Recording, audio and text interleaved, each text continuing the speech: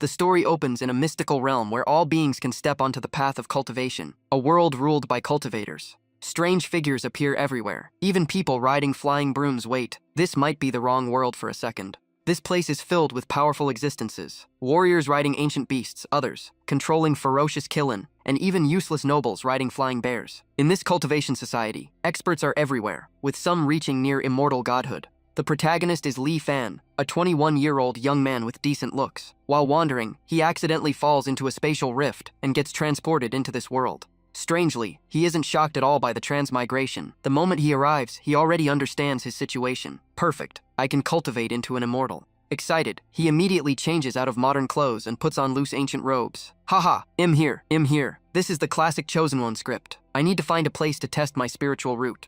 After asking around, he finds a testing site. The examiner, wearing sunglasses and acting arrogant, laughs at him. Haha, no presence, no talent. I've lived 300 years and never seen such a completely useless spiritual root. The man turns away and spreads the news that Li Fan has no qualification to cultivate. Hearing this, Li Fan still reacts intensely. Is this my destiny? The crowd turns to stare at him, mocking voices rising. You're a trash, and you still want to become an immortal? Even my farm chicken has more talent than you. You should just go find a tree you like and hang yourself. Li Fan's mood sinks heavily, pushed to the edge. I can't cultivate? Do you really have to insult me this much? Suddenly, a voice echoes from above. A system panel appears before him. Congratulations, you have activated the God-tier cultivation system. Complete 666 missions to become the unrivaled strongest. Seeing the system, his emotions flip instantly. A God-tier system? This is the script of a true protagonist. Without hesitation, he accepts. It's here. My invincibility arc is here. I'll show you all what a true Chosen One looks like. A flash of light appears as the system successfully binds and begins assigning missions. Li Fan looks extremely confident. Come on then, give me the mission. I'll become an absolute immortal for sure. But the mission makes him freeze. First mission, assist in delivering a pregnant sow next door owned by the demon boss Wang. The reward is a book on post-birth pig care. His body stiffens completely as he grabs the system in rage. What the hell is wrong with you, system? You want me to deliver 666 pig births? 3 years pass, and his life becomes tied to farming work. Every day is manual labor, and he grows increasingly frustrated with the system. During that time, aside from farming work, chopping wood and raising chickens, he is also forced to practice calligraphy and learn painting. He even helps an old neighbor with gardening and catching rats. While feeding chickens, his mood is clearly heavy. This system is a total scam. Suddenly, the old man calls out, Little Lee, it's almost New Year. Can you write couplets for me? Hearing this, he quickly walks over. All right, what style do you want? The chickens he raises every day stare at his back with strange looks. Right after, they begin to transform, turning into phoenixes and soaring into the sky. Ha ha ha, the master is gone, time to go eat.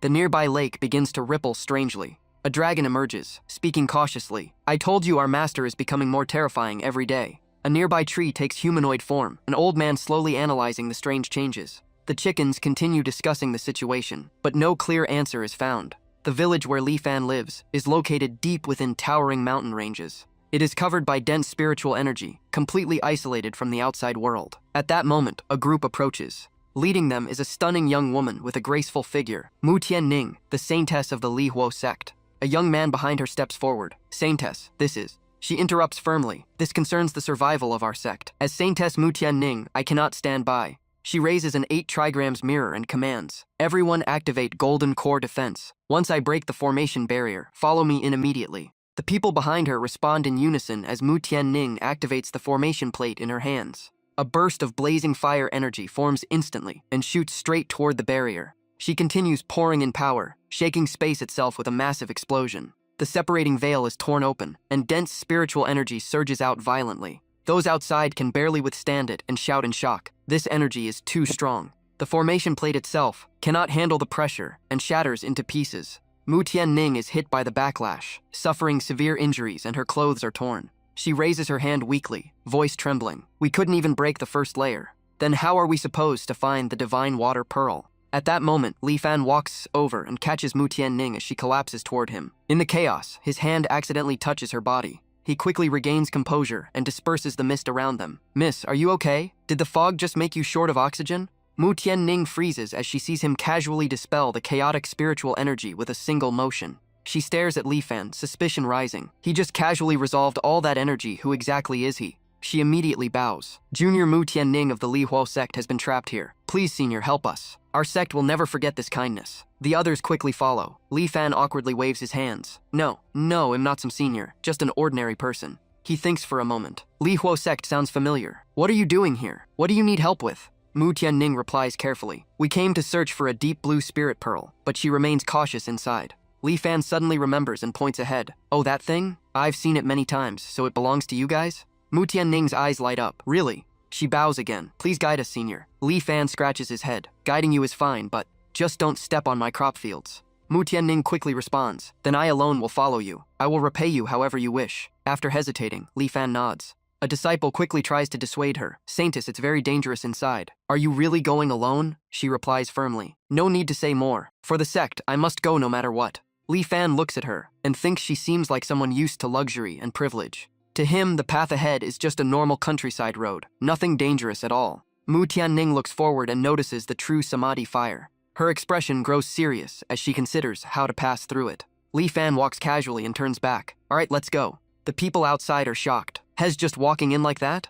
The flames actually split apart on their own, creating a path for him. Li Fan looks back at her. Why are you still standing there? Come on. Mu Tianning watches his every step in disbelief. She quickly follows behind him. The observers outside grow anxious. It seems we can only rely on that senior. Hopefully the saintess can earn his favor, so we can obtain the divine water pearl. After some time, Mu Tianning enters the village. Li Fan points toward the forest ahead. The thing you're looking for. I've seen it while chopping wood over there. Try looking there. Mu Tianning freezes at the sight. In her eyes, that forest is not ordinary, but composed of ancient profound flame trees that have existed for tens of thousands of years. Her mind goes blank, unable to comprehend how he treats such a place as simple firewood land. Seeing her suddenly faint, Li Fan quickly supports her. Hey, are you okay? Mu Tianning opens her eyes weakly. I am fine, just a little dizzy. Li Fan thinks her body is too weak to handle a few steps and helps her to a nearby tree. Rest here for a bit. As soon as she sits down, Mu Tianning feels overwhelming spiritual energy surrounding her. Her expression softens in shock. Even just sitting here is nourishing her entire body with spiritual power.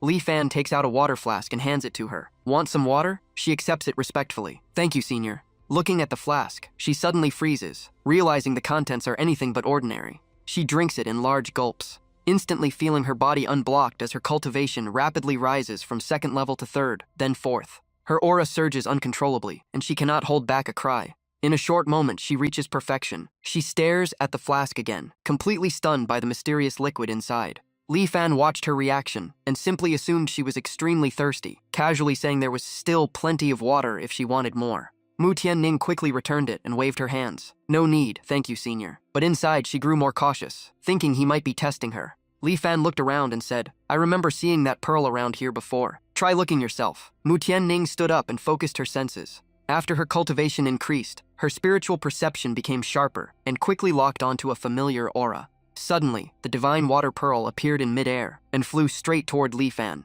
then stopped right in front of him. He reached out and examined it, so it was here. Mu Tianning was deeply shaken, realizing the treasure had chosen to submit to the strong. Li Fan handed the pearl to her. I found it, take it. Mu Tianning froze, her hands trembling. You're giving it to me just like that? Li Fan replied naturally. Wasn't that what you were looking for? Of course you should take it. Overwhelmed with joy, she kept bowing. Thank you, senior. Thank you so much. She suddenly realized her clothes were torn and quickly covered herself, embarrassed. Li Fan turned away and casually patted her head. No need to thank me. Just change your clothes when you get back. Her cheeks flushed red as she quickly put on an outer robe. I hope I can repay you someday, senior. A while later, when she returned, the disciples immediately cheered. The saintess is back. But soon after, someone rushed over with urgent news. Mu Tianning's expression changed, and she immediately rushed back to the sect. The scene shifts to the Li Huo sect on a mountain slope, where forces from the Li Yan sect are launching an attack. An elder pointed and shouted, You of the Li Huo sect have no way out, surrender now. The sect master of Li Huo sect stepped forward. As long as I live, you will never take this place. The enemy stomped forward, gathering power as his aura surged. Then I'll kill you first as an example. At that moment, Mu Tianning returned and raised the divine water pearl. Stop. Report to the sect master. I have retrieved the sacred treasure. The sect master immediately rejoiced. Excellent. This can greatly enhance our strength. With this, the Li Huo sect will not fall easily. The Li Yan sect elder narrowed his eyes, pointing and questioning her claim. Mu Tianning calmly replied that a hidden expert helped them in the forbidden zone. The opponent sneered and refused to believe her. But suddenly, his expression changed. Mu Tianning released her cultivation aura, staring directly at him. The pearl can be faked, but my cultivation cannot. The elder was shocked, unable to accept her sudden breakthrough. Mu Tianning simply attributed everything to the mysterious expert in the Forbidden Land. The opponent began to retreat, unease rising in his heart. In his panic, he stumbled and fell to the ground. His disciples rushed to help him up, while he tried to maintain a threatening tone, despite his embarrassment. In the end, he ordered a retreat, leaving behind threats before withdrawing with his men. Seeing this, the Lihuo sect master finally sighed in relief, deeply grateful for the mysterious expert who saved them from disaster. He immediately set out to report to the previous sect master, planning to invite him out of seclusion to meet this expert and seek guidance toward ascension. Sometime later, Mu Tianning brought 2 sect masters to the village where Li Fan lived. The old sect master looked around, still doubtful about the so-called expert. Mu Tianning hesitated slightly and admitted she wasn't fully sure either, only remembering vague instructions about a nearby small village. The current sect master walked inside, scanning everything. He realized it was close to a forbidden zone, yet there was no danger at all. The villagers were all ordinary mortals. Suddenly, the former sect master's expression changed. His eyes locked onto the hose, sensing a profound mystical aura within them. He immediately went to ask 2 elderly villagers about their origin. The old woman replied calmly that they were just her belongings. The old man beside her mentioned Li Fan had used them before, which reminded her and confirmed it. The former sect master grew even more suspicious and asked where little Li lived. The old woman pointed toward a stone house beside the vegetable garden. Both sect masters looked confused at how ordinary everything seemed. The 3 of them walked over, carefully observing the surroundings. Mu Tianning suddenly exclaimed upon realizing nothing here was ordinary at all. In her eyes, even their sect's precious spiritual herbs couldn't compare. The 2 old sect masters couldn't resist testing the surroundings, sensing abundant Tao resonance and even spiritual sentience, as if they had stepped into an entirely different realm. The 2 sect masters immediately walked into the house, thinking they had to meet the owner of this place and seize this opportunity. Nearby villagers watched them go in, confused by the strange behavior of the 3 outsiders. They started discussing, saying the scene looked rather pitiful. They even commented on Mu Tianning's appearance, thinking it wouldn't be bad if she ended up marrying Li Fan. At that moment, Li Fan returned with a bundle of firewood on his shoulder, muttering that today's wood still wouldn't last long. As he stepped in, he heard someone calling him and turned around. He recognized Mu Tianning and looked surprised, then asked about the 2 people with her. The 3 quickly approached, their breathing still unstable. The 2 sect masters steadied their breathing while observing the surroundings, clearly shaken. In their eyes, everything here was beyond comprehension, from the trees to even the chickens, all radiating terrifying aura. Just a casual glance from a chicken was enough to make the former sect master clutch his head in pain. The chicken itself had no idea what was going on. Seeing this, Li Fan quickly helped him up, asking if he was okay. The former sect master looked at him in shock, realizing that even a light touch from him had instantly dispelled the pressure. Mu Tianning explained their identities, saying they came specifically to meet him. Li Fan still didn't fully understand and asked again. At that moment, the system appeared again with a new mission. Following the mission, Li Fan invited them to stay for a meal. Since they were already here, they might as well eat together. The 3 immediately agreed. He went inside, put down the firewood, and started cooking. In his mind, it was just simple food to host guests. But in their eyes, every dish carried an unimaginable power, shocking them deeply. The former sect master exchanged a glance with the others, silently realizing this was yet another opportunity bestowed by the senior. Then all 3 began eating without restraint, until nothing was left on the table. Immediately after, the current sect master felt his cultivation skyrocket. The former sect master also made a major breakthrough. Mu Tianning likewise reached a higher realm. The former sect master showed a satisfied expression and slowly collapsed in overwhelming bliss. Li Fan quickly caught him, thinking he had simply overexerted himself or had some old age health issue. He helped him sit upright and placed a cup of tea in his hand. "Did you eat too fast? Drink some water to settle down." The old sect master stared at him intensely. "Thank you, senior," full of expectation. He lifted the cup and drank it in one go, immediately his expression changing in shock. "My cultivation bottleneck this tea has filled in the missing piece." The sensation spread through his body, like he had entered a completely tranquil realm. He immediately bowed deeply to Li Fan. "This kindness, I will never forget." The sect master and Mu Tianning followed suit. "We dare not forget your great grace." Li Fan looked at them in confusion. "It's just food and drinks, why are you reacting like this? Are they really that deprived?" A system notification suddenly appeared, reminding him it was time to paint. He glanced at it and thought, "Again already?" He helped Mu Tianning up and said casually, "Everyone stand up. It's nothing serious. I still have things to do. I can't keep you here." Mu Tianning looked up, Can I visit you again in the future, senior? Li Fan replied casually. Of course. Mu Tianning happily stood up and leaned slightly closer in excitement. Thank you, senior. Soon after, the three left the village. On the way, the two sect masters kept praising Mu Tianning. This time she did well. With that senior's help, the Li Huo sect had a chance to recover. Just as they stepped out of the village gate, the sky was suddenly covered by a dark, ominous aura. All three immediately looked into the distance with alert expressions. Elder Gongsun of the Liyan sect appeared, surrounded by sinister energy, shouting, Wu Kai Shui, Yuan Baoshan. You hid well. It took me quite some effort to find you. I'm here now. Let's see where you can escape to today. Choose submit to the Liyan sect or die here. The three immediately gathered their power, their eyes sharp. Do you think the Li Huo sect is easy to bully? Our strength is no longer what it used to be. Gongsun narrowed his eyes, sensing their aura, perfected spirit-severing realm. He couldn't help but wonder what kind of existence was inside that village. He raised his hand, unleashing dark energy that plunged the surroundings into darkness. No matter what, none of you will leave alive today. After speaking, he summoned countless skeletons filled with eerie aura, all locking onto the three of them. With a flick of his finger, he signaled the attack. From the void, countless chains shot forward to strike. Yuan Baoshan stepped forward, his voice filled with anger. You've fallen into the evil path. Lao Wu stared at the opponent and ordered, Tianning, retreat and keep your distance. Don't get caught in this. Chains rained down one after another, shattering the defensive formations of the two sect masters. The relentless attacks overwhelmed them. Their bodies were heavily injured, and blood spilled out. Mu Tianning stood nearby, panic written all over her face. Ancestor, master. Lao Wu collapsed, his voice weakening. That banner, it's likely a Grand Ascension grade artifact, but its wielder is only at Void Realm. Mu Tianning stared at the floating skeletal figures. He possesses such terrifying demonic energy. Gongsun showed a twisted smile. Haha, no matter what's inside that village, all living beings will become my sacrifices. With this, it'll break into the Void Realm. This place will be erased today. Mu Tianning dropped to her knees, tears falling. No, the villagers are innocent. Inside the village, Li Fan looked at the dark clouds rolling in and the violent wind rising. Weird weather today, is a storm coming? I just hope it doesn't ruin my crops. Suddenly, a glowing barrier spread across the entire village. The light instantly wiped out the skeletal army and shattered Gongsun's formation. Gongsun's eyes widened in horror. What is happening? A golden beam shot forward and struck him directly. He was blasted away, screaming in agony.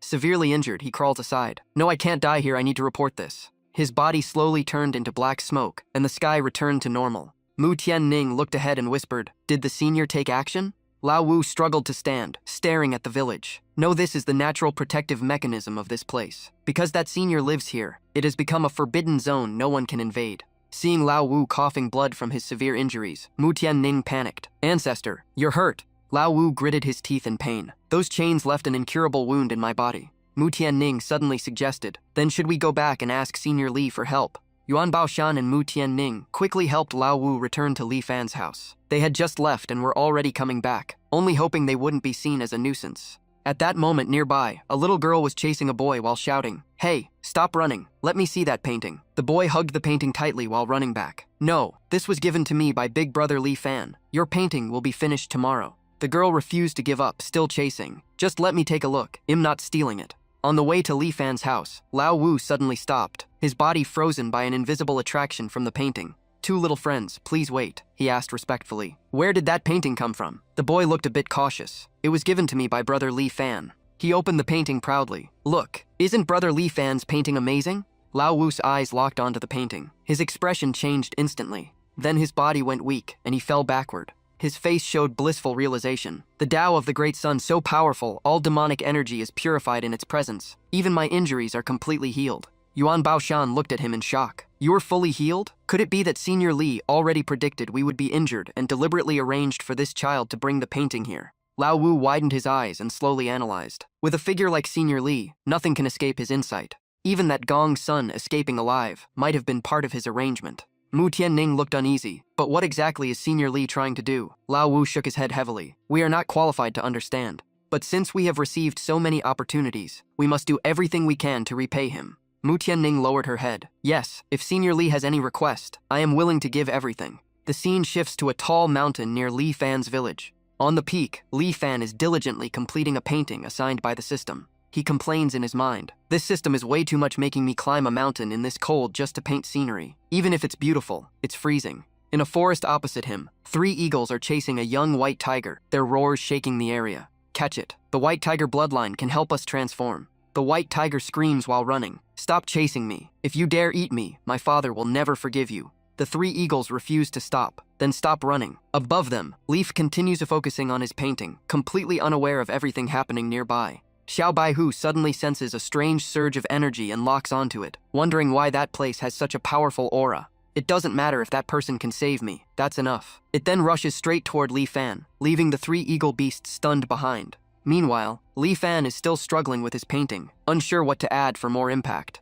The three eagle beasts suddenly appear in front of him, sparking an idea. Perfect timing, just add you into the painting. Seeing Li Fan channel Dao rhythm into his brush, the three eagle beasts freeze in confusion. A burst of light engulfs them instantly, and they panic, screaming in fear. Li Fan finishes the painting, completing the system's task. He turns around in confusion, wondering where the three birds just went. Xiao Baihu watches everything and is shaken inside, realizing even three Void Ascension Eagle beasts were drawn into the painting, and now it fears it might be next. Li Fan suddenly senses something and slowly turns his head, feeling another presence nearby. Xiao Baihu panics, its thoughts racing, deciding to gamble since humans supposedly can't resist this move. It quickly transforms into a small white cat and appears in front of Li Fan. Cute and harmless on the outside, but it is actually a scheming spirit beast. Li Fan notices the small cat in this desolate place and can't help but stare. A cat like this in such a remote area, Bai Xiaoqing thinks he hasn't even seen her true beauty yet. Li Fan reaches out and picks up Bai Xiaoqing, catching her off guard. Then I'll take you with me. He gently pets her with interest, saying he hasn't raised a cat in a long time and will take good care of her, while Bai Xiaoqing feels a strange comfort spreading through her body. While enjoying it, she still feels something odd about his petting and senses a unique aura from him that puts her at ease. The system appears again and assigns a new mission: adopt the white cat as a pet. Seeing the task, Li Fan gets excited and pulls the cat closer, saying this is exactly the kind of mission a man should have. After a while, Bai Xiaoqing completely blacks out in a dazed state. The scene shifts to Li Fan's home garden. Bai Xiaoqing stands by the window, carefully observing her surroundings. She feels uneasy, wondering what kind of terrifying existence Li Fan really is. His house is filled with equally monstrous creatures. Suddenly, the chickens in the yard all stare directly at Bai Xiaoqing. Where did this cat come from? Why is it in the master's home? Feeling their gaze, Bai Xiaoqing shivers and quickly backs away in panic. She loses balance and falls forward. But just before hitting the ground, Li Fan catches her. Li Fan holds her and asks in confusion why she suddenly fell, wondering if she is too weak from hunger. Bai Xiaoqing climbs onto his shoulder, watching the chickens, and thinking that absorbing his aura alone might be enough to grow stronger. From now on, she will stay close to him every day. Eventually, she will become as strong as those beasts. Li Fan takes out a piece of pastry and asks if she likes it, telling her to try it. Bai Xiaoqing tastes it lightly and feels a dense energy inside, realizing it suits her perfectly. Suddenly, Li Fan's body heats up, making him confused and wondering if it's because he has been alone too long. After feeding her, Li Fan leaves, while Bai Xiaoqing watches his back and notices his embarrassment seems to make his spiritual energy even stronger. Night falls. In cat form, Bai Xiaoqing approaches Li Fan's bed and checks if he is asleep. Seeing him in deep sleep, she immediately transforms into a half-human beast form and lies beside him, sensing the overwhelming Dao aura that surpasses all beast clans. She softly calls out, "Master, Master." Li Fan slowly opens his eyes in a daze. He sees a seductive figure and murmurs that he must be dreaming. Thinking it is just a dream, he closes his eyes again, blushing slightly, while Bai Xiaoqing feels even more satisfied noticing the dense spiritual energy around him. If every day were like this, she could evolve into a true bloodline divine beast just by sleeping. She snuggles closer and falls asleep peacefully, thinking staying by his side will ensure she is well nurtured. Meanwhile, at the Lihua sect, Old Yu gathers all elders and successors for discussion, while Tian Ning asks if he truly intends to proceed with the plan. Old Yu's eyes turn sharp as he declares that Senior Li Fan is laying out a massive chess game, and everything he gave them is to turn them into his pieces.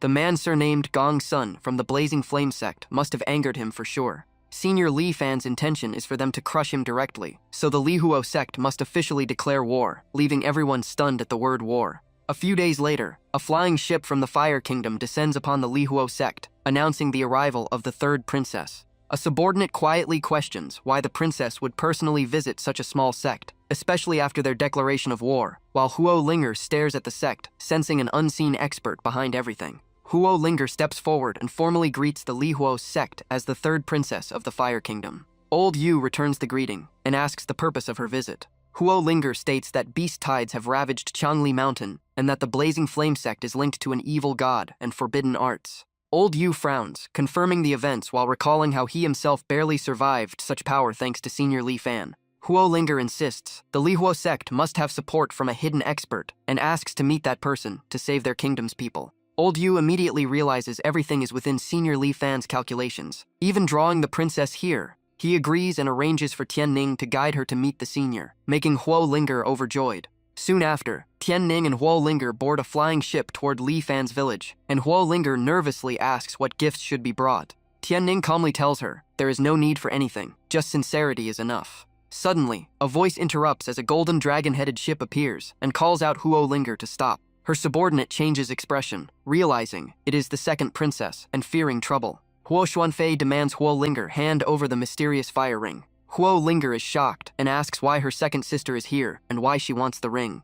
Huo Xuanfei coldly explains that the evil god has moved in Changli Mountain, and the Fire Kingdom's buried treasure is about to appear, and Huo Linger is unfit to keep the ring. She orders her to hand it over or accept benefits in return. Huo Linger tightens her grip on the ring, refusing to give away her mother's relic. Long Ziyan steps forward and says it is only a temporary borrow and will be returned after use. Huo Linger recognizes her as the saintess of the Longxuan sect, Long Ziyan. Long Ziyan smirks and confirms it. Tianning steps in angrily, refusing to let them bully Huo Linger. Long Ziyan coldly questions who Tianning is to interfere. A Longxuan sect guard immediately attacks Tianning without warning. Tianning freezes, unable to react in time. Huo Linger rushes forward to block the attack. She takes the hit and tells Tianning to be careful. The attendants are shocked, realizing the attacker is at Void Ascension level, and Tianning fears even both sect leaders together may not win. Huo Linger, injured, looks at Huo Xuanfei and asks why her own sister is forcing her into this. Huo Xuanfei coldly replies that she is now the ruling heir and will do as she pleases, threatening to kill their people if the ring is not handed over.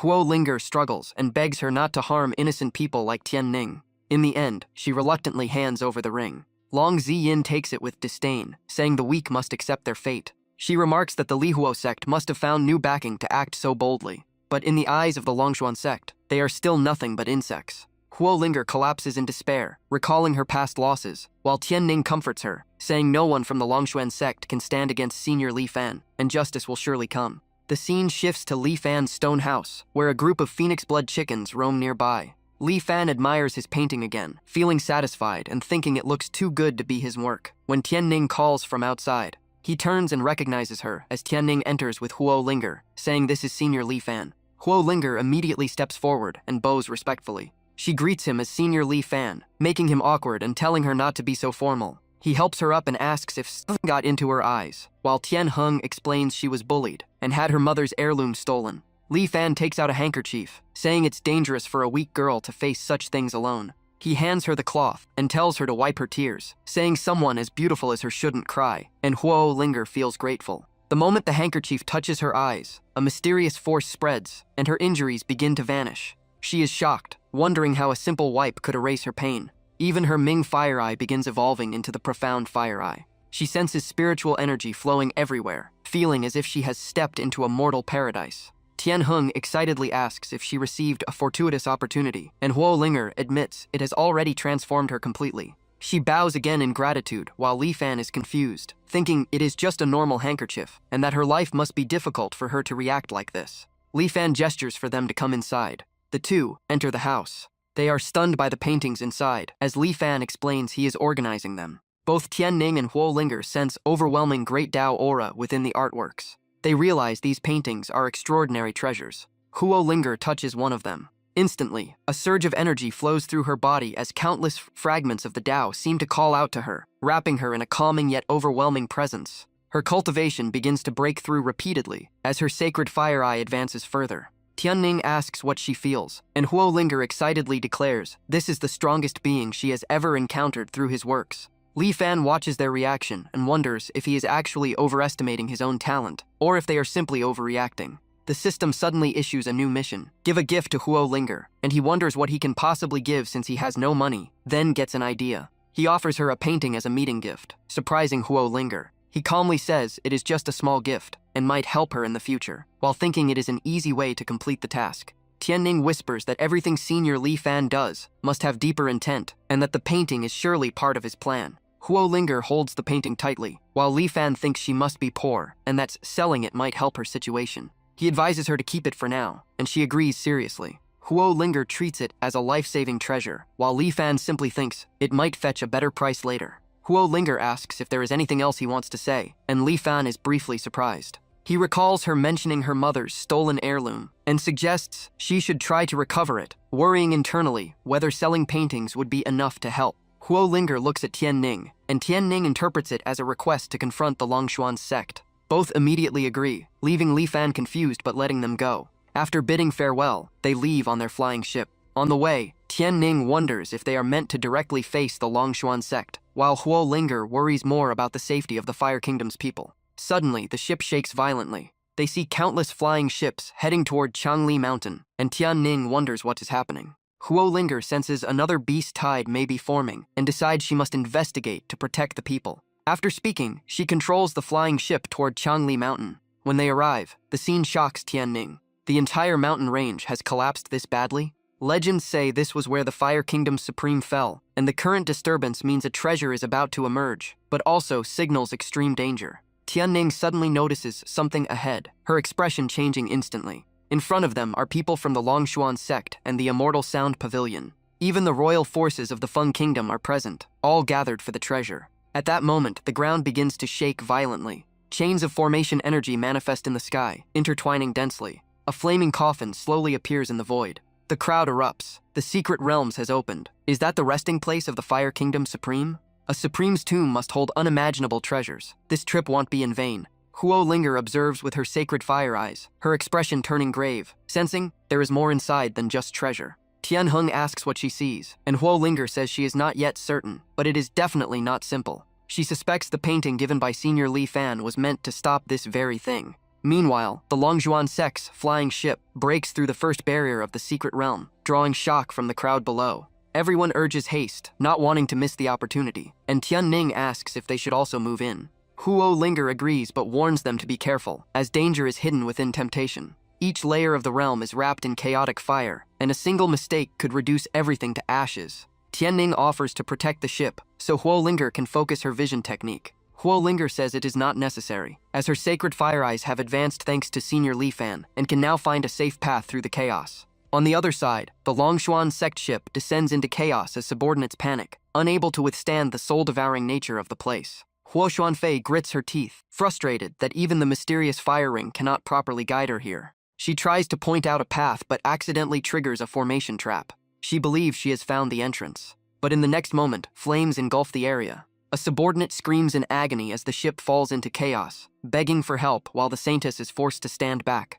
Huo Xuanfei is burned and thrown from the ship, cursing them in hatred as Huo Linger cries out in shock. Tian Ning quickly pulls her back, warning her to avoid the flames. The mysterious fire ring floats in midair. Tian Heng is shocked, realizing it is Huo Linger's heirloom. The ring suddenly flies back toward its rightful owner. Huo Linger catches it in her hand. She realizes Senior Li Fan had already foreseen its return. That is why he never rushed to retrieve it, and after being refined by Huo Xuanfei's energy, it has become even more compatible with her. She decides to follow Senior Li Fan's arrangement and test it herself. Tian Heng worries for her condition, but Huo Linger insists she must push forward for his greater plan. Both ships finally reach the final layer of the secret realm. A Longshuan sect elder passes through the sea of chaotic fire and lands on their ship, declaring that with their strength, the final barrier cannot be broken. Long Zian calmly says it is fine if they cannot pass. An Immortal Sound Pavilion subordinate remarks that even Longshuan sect has failed, suggesting this realm may be impossible. Suddenly, a voice interrupts, saying it is too early to conclude that.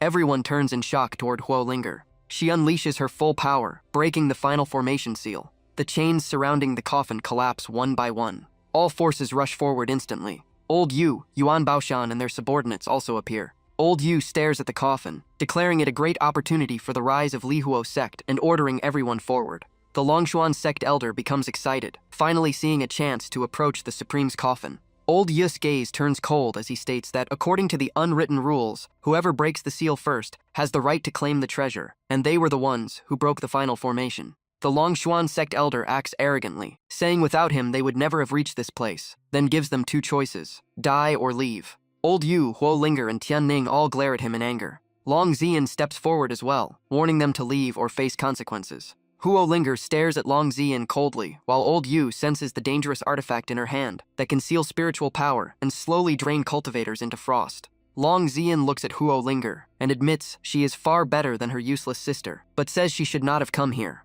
Huo Linger declares that they are violating Senior Li Fan's arrangement, and he will not let this go. In an instant, Long Ziyin grabs her by the neck and lifts her up, saying even a supreme cannot save her today. A Longshuan sect elder rushes toward the coffin to force it open with spiritual energy. Suddenly, a violent flame erupts and engulfs the coffin completely. Long Ziyin's expression changes as she shouts in panic toward the elder. In the critical moment, the elder survives briefly by hiding beneath the coffin's surface and calls out that he is still alive. Suddenly, a massive arm reaches out and grabs him. In an instant, the arrogant elder is crushed to death. Yuan Baoshan is horrified, recognizing it as the Li Huo Supreme, while Tian Heng is shocked, thinking he should have been dead. But this is not a resurrected Supreme. It is a corrupted existence second only to an evil god, meaning this is not a treasure realm, but a demon awakening ground. The spirit of the Li Huo Supreme slowly manifests, surrounded by dense demonic energy. Long Ziyin retreats in panic, trembling in fear. A figure bathed in blue light appears above, declaring that the Taiyan sacred land is present, and Long Ziyin immediately begs for help, offering all treasures.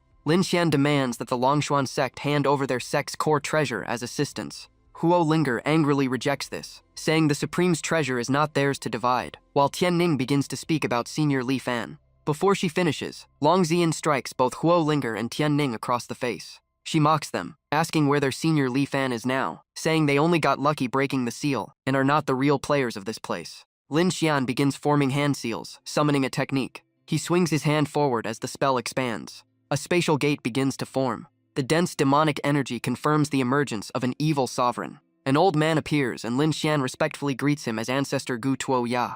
Long Ziyin is shocked, realizing this is a being second only to a supreme, and notices the sword in his hand. It is a quasi-immortal sword, the final sword left by the immortal Taiyan before ascending. It still contains a trace of immortal energy, meaning death under it is unavoidable. The Li Huo demon sovereign roars fiercely. Dark energy condenses into a black dragon rushing toward Ancestor Gu Tuo Ya. He waves his hand calmly. A golden dragon manifests to counterattack, and both forces collide violently mid-air. He declares confidently that the quasi-immortal sword is enough to kill the demon sovereign. But suddenly, demonic energy seeps into his arm. His expression changes drastically as he screams in shock. The demonic energy spreads through his body, consuming him rapidly. Lin Xian is also affected and coughs out blood. Long Ziyin looks up in despair, realizing even a Taiyan sacred land expert cannot win, and she refuses to die here. She mutters in disbelief that even the quasi-immortal sword cannot suppress it. At that moment, Huo Linger finally moves, declaring she is not the protagonist of this world, but she knows who truly controls the situation. The Li Huo demon sovereign looks down and recognizes the sacred fire eyes, asking if she is his successor. It demands her to become its slave. Huo Linger is forced under pressure, struggling to resist as her voice breaks. At the critical moment, she gathers all her strength and throws Li Fan's painting into the air. Golden light erupts, spreading everywhere and wiping out all demonic energy. A massive surge of power slams straight toward Li Huo Yaozun. He looks up, his face changing. This power doesn't belong to this world, no, I won't lose. He continues casting dark arts to resist, but his body is suddenly locked in place, unable to move. Then he is dragged straight into the painting, his screams echoing endlessly. Ling Ni stands still, eyes fixed on the painting. It slowly falls through the air. What exactly is this? Tianning runs over excitedly. Sister Ling Ni, we did it. Senior Li will definitely praise you. An old man steps forward and bows deeply. I represent the Feng Kingdom royal family to greet the divine maiden. Everyone around immediately follows and bows to Ling Ni. Members of Shan Yin sect, Sheng Luo, and Taiyan Holy Land all lower their heads one after another. Greetings, divine maiden. Long Ziyin's face turns pale with no color left. Even the Yaozun that Taiyan Holy Land couldn't stop was destroyed by that painting. I almost crippled her with Ding Duan Ling. I even attacked her divine maiden. My Longshuan sect is finished. Without hesitation, she drops to her knees. Ziyin deserves death. Please, divine maiden, show mercy. Spare me and my sect. Ling Ni looks down coldly. You almost ruined Senior Li's plan and spoke disrespectfully. Only crippling your cultivation is already mercy. Long Ziyin trembles all over, face ghostly white. She immediately takes out the Ding Duan Ling and destroys her own cultivation. Thank you for your mercy, divine maiden. Ziyin will take her leave. Tianning speaks beside her. Sister Ling Ni, now we can safely take the treasure. Old Wu looks toward the treasure excitedly. This is the artifact of Li Hua Jiao Zun Tianhua Shenzhen, formed from 10,000-year firewood and containing all his cultivation. That painting from Senior Li must have been for this. Tian Ning gets excited. Good thing we completed the mission. Ling Ni takes the treasure. Yes, now we can return and report to Senior Li. The scene shifts to the royal palace of the Fire Kingdom. A woman shouts before the emperor in rage. Your Majesty, that servant girl killed concubine Xuan. You must avenge her. The emperor slams the table in anger. Shut up. Do you want to drag me to death too? The existence behind her cannot be touched. The woman immediately looks fearful, her eyes full of dread. The emperor holds his head and gives an order. Send the decree. Invite Princess Ling Ni back to the palace. I will make her the next empress. The scene shifts to Li Fan's residence. He sits in a corner holding a small cat.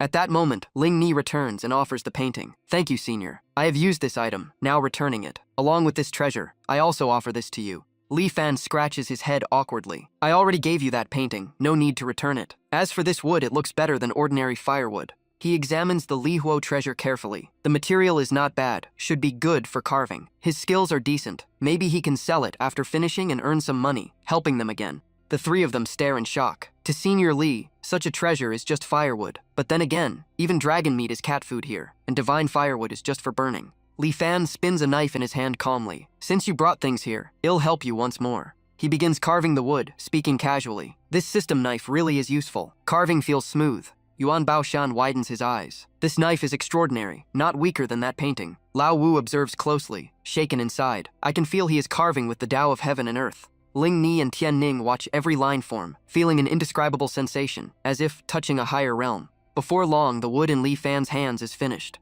Everyone looks on in shock, sensing a mysterious aura within it. From an ordinary piece of wood, he creates a small house filled with profound Tao charm. Lao Wu hugs Yuan Baoshan excitedly. This is a divine item, a mortal object elevated into a supreme treasure. Yuan Baoshan tears up. Witnessing this in person, I have no regrets even in death. Li Fan looks at his work with satisfaction. My skills are not bad after all. He hands the carving to Ling Ni. Ling Ni freezes in disbelief. Something like this is really for me? What did I do to deserve Senior's effort? Li Fan stands before them. There is some leftover wood. I'll make hairpins for you as well, one each. He then personally hands the item to Ling Ni. Lao Wu bows deeply. We can never repay the Senior's great kindness. Yuan Baoshan silently thinks that such treasures were given away so casually. To the Senior, all of this seems like nothing more than a trivial matter. Li Fan speaks calmly. If you want to thank me, just tell me some interesting stories from outside the cultivation world. I've lived in this village for a long time and never been out.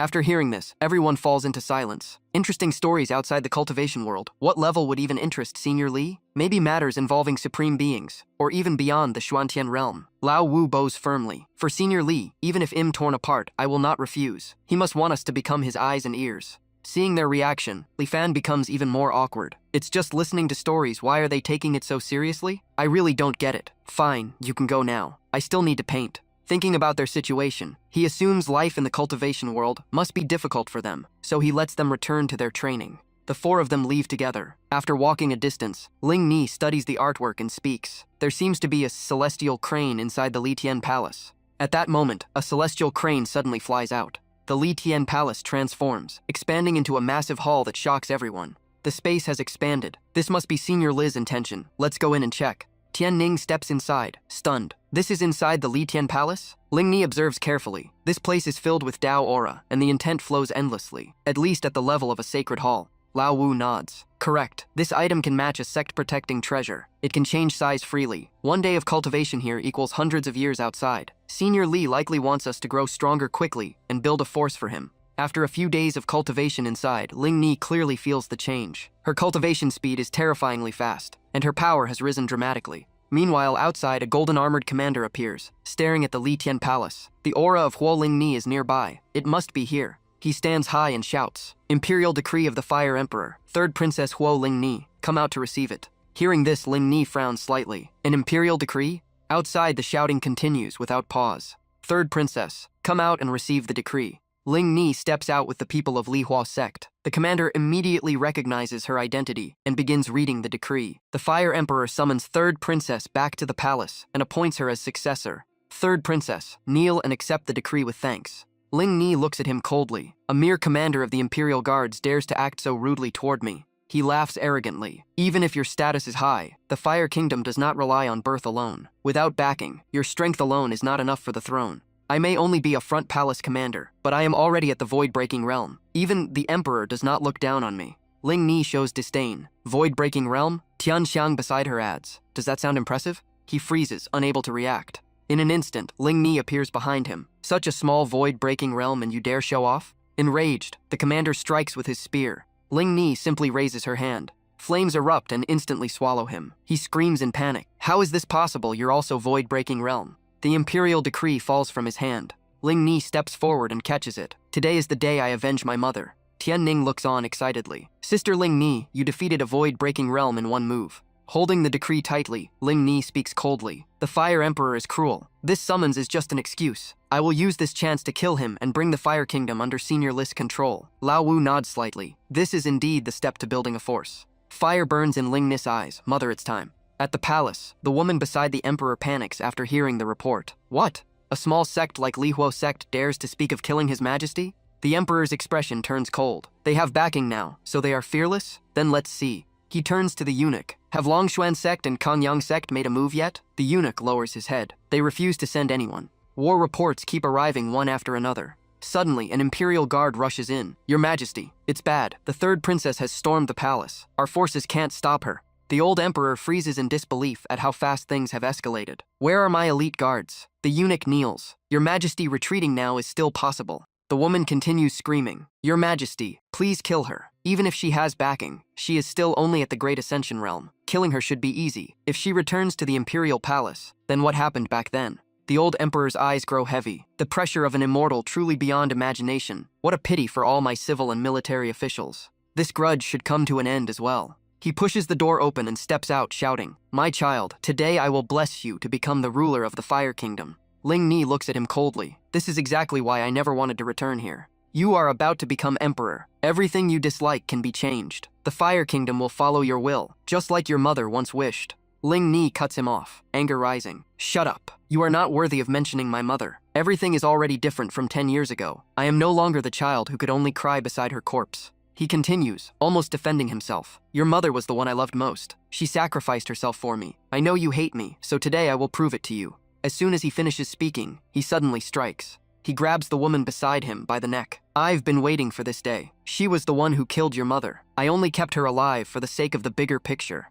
Now it is time to restore justice. Come here. Father will place the dragon robe on you. From today, you are the emperor of the Fire Kingdom. I will help you rule. Ling Ni looks at him coldly. Stop acting. Today you will pay as well. The old emperor releases his grip. The dragon robe falls to the ground. His expression darkens. Is there really no way to reconcile? His eyes suddenly turn fierce. I intended to persuade you, but if you remain stubborn, don't blame me. He stomps the ground. Fire erupts and the earth splits apart. Do you know why the Fire Kingdom still exists today? Ling Ni stands beside Lao Wu, her gaze locked on him. The emperor summons a magma dragon of fire and stands atop it, roaring. Because this land has a fire spiritual earth vein. Generations of the royal family have nurtured it with their lives. Countless corpses have given it sentience. This fire vein can burn even immortals. I am the true dragon of fire. Even a supreme being or whoever stands behind you cannot defeat me. Come then, take my life if you can. Ling Ni immediately takes out the Li Tian divine bow given by Li Fan. The old emperor swings his hand. The magma fire dragon charges forward.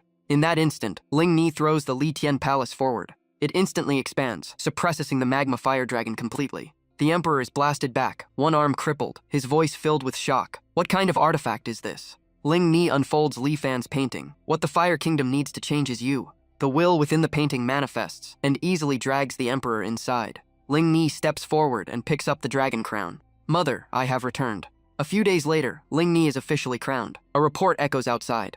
Supreme Elder Hongshuan of Taiyan Holy Land and Luo Ming of Ziyang Holy Land have arrived. Ling Ni stands beside Tianning, the supremes of the Holy Lands. The two enter and bow. Hongshan represents Taiyan Holy Land in congratulating the new emperor. Luo Ming of Ziyang Holy Land greets you. Ling Ni responds, You are too polite. The two supremes state their purpose directly. We have come to seek an audience with the senior who gifted the painting. This concerns the survival of the Xuantian realm. At Changli Mountain, something is sealed there, likely the demon fire that revived the Yao Zun. 3 days ago, an envoy of the evil god also descended there, targeting that very object. If he obtains it and turns Changli Mountain into a base, the entire southern region and even the Xuantian realm will face catastrophe. That is why the two holy lands wish to cooperate with that Sinsir to protect the world.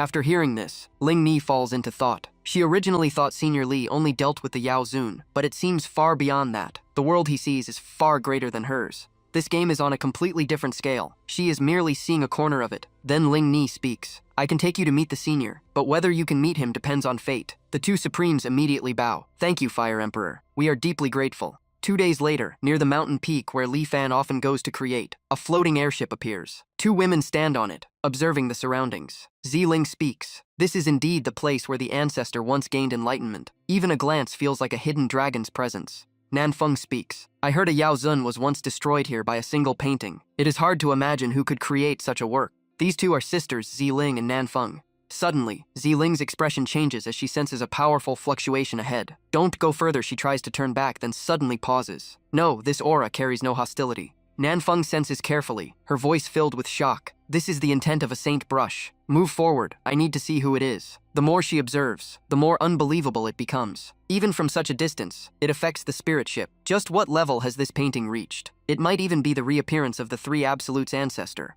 Ziling cannot hide her urgency. Sister, let's go take a look. Nanfeng remains cautious. I do understand the Tao of painting, but if this is truly a supreme expert, approaching recklessly would be dangerous still. This place is already full of danger. One more doesn't change much. She immediately orders, lower the ship. Do not be disrespectful to the one ahead.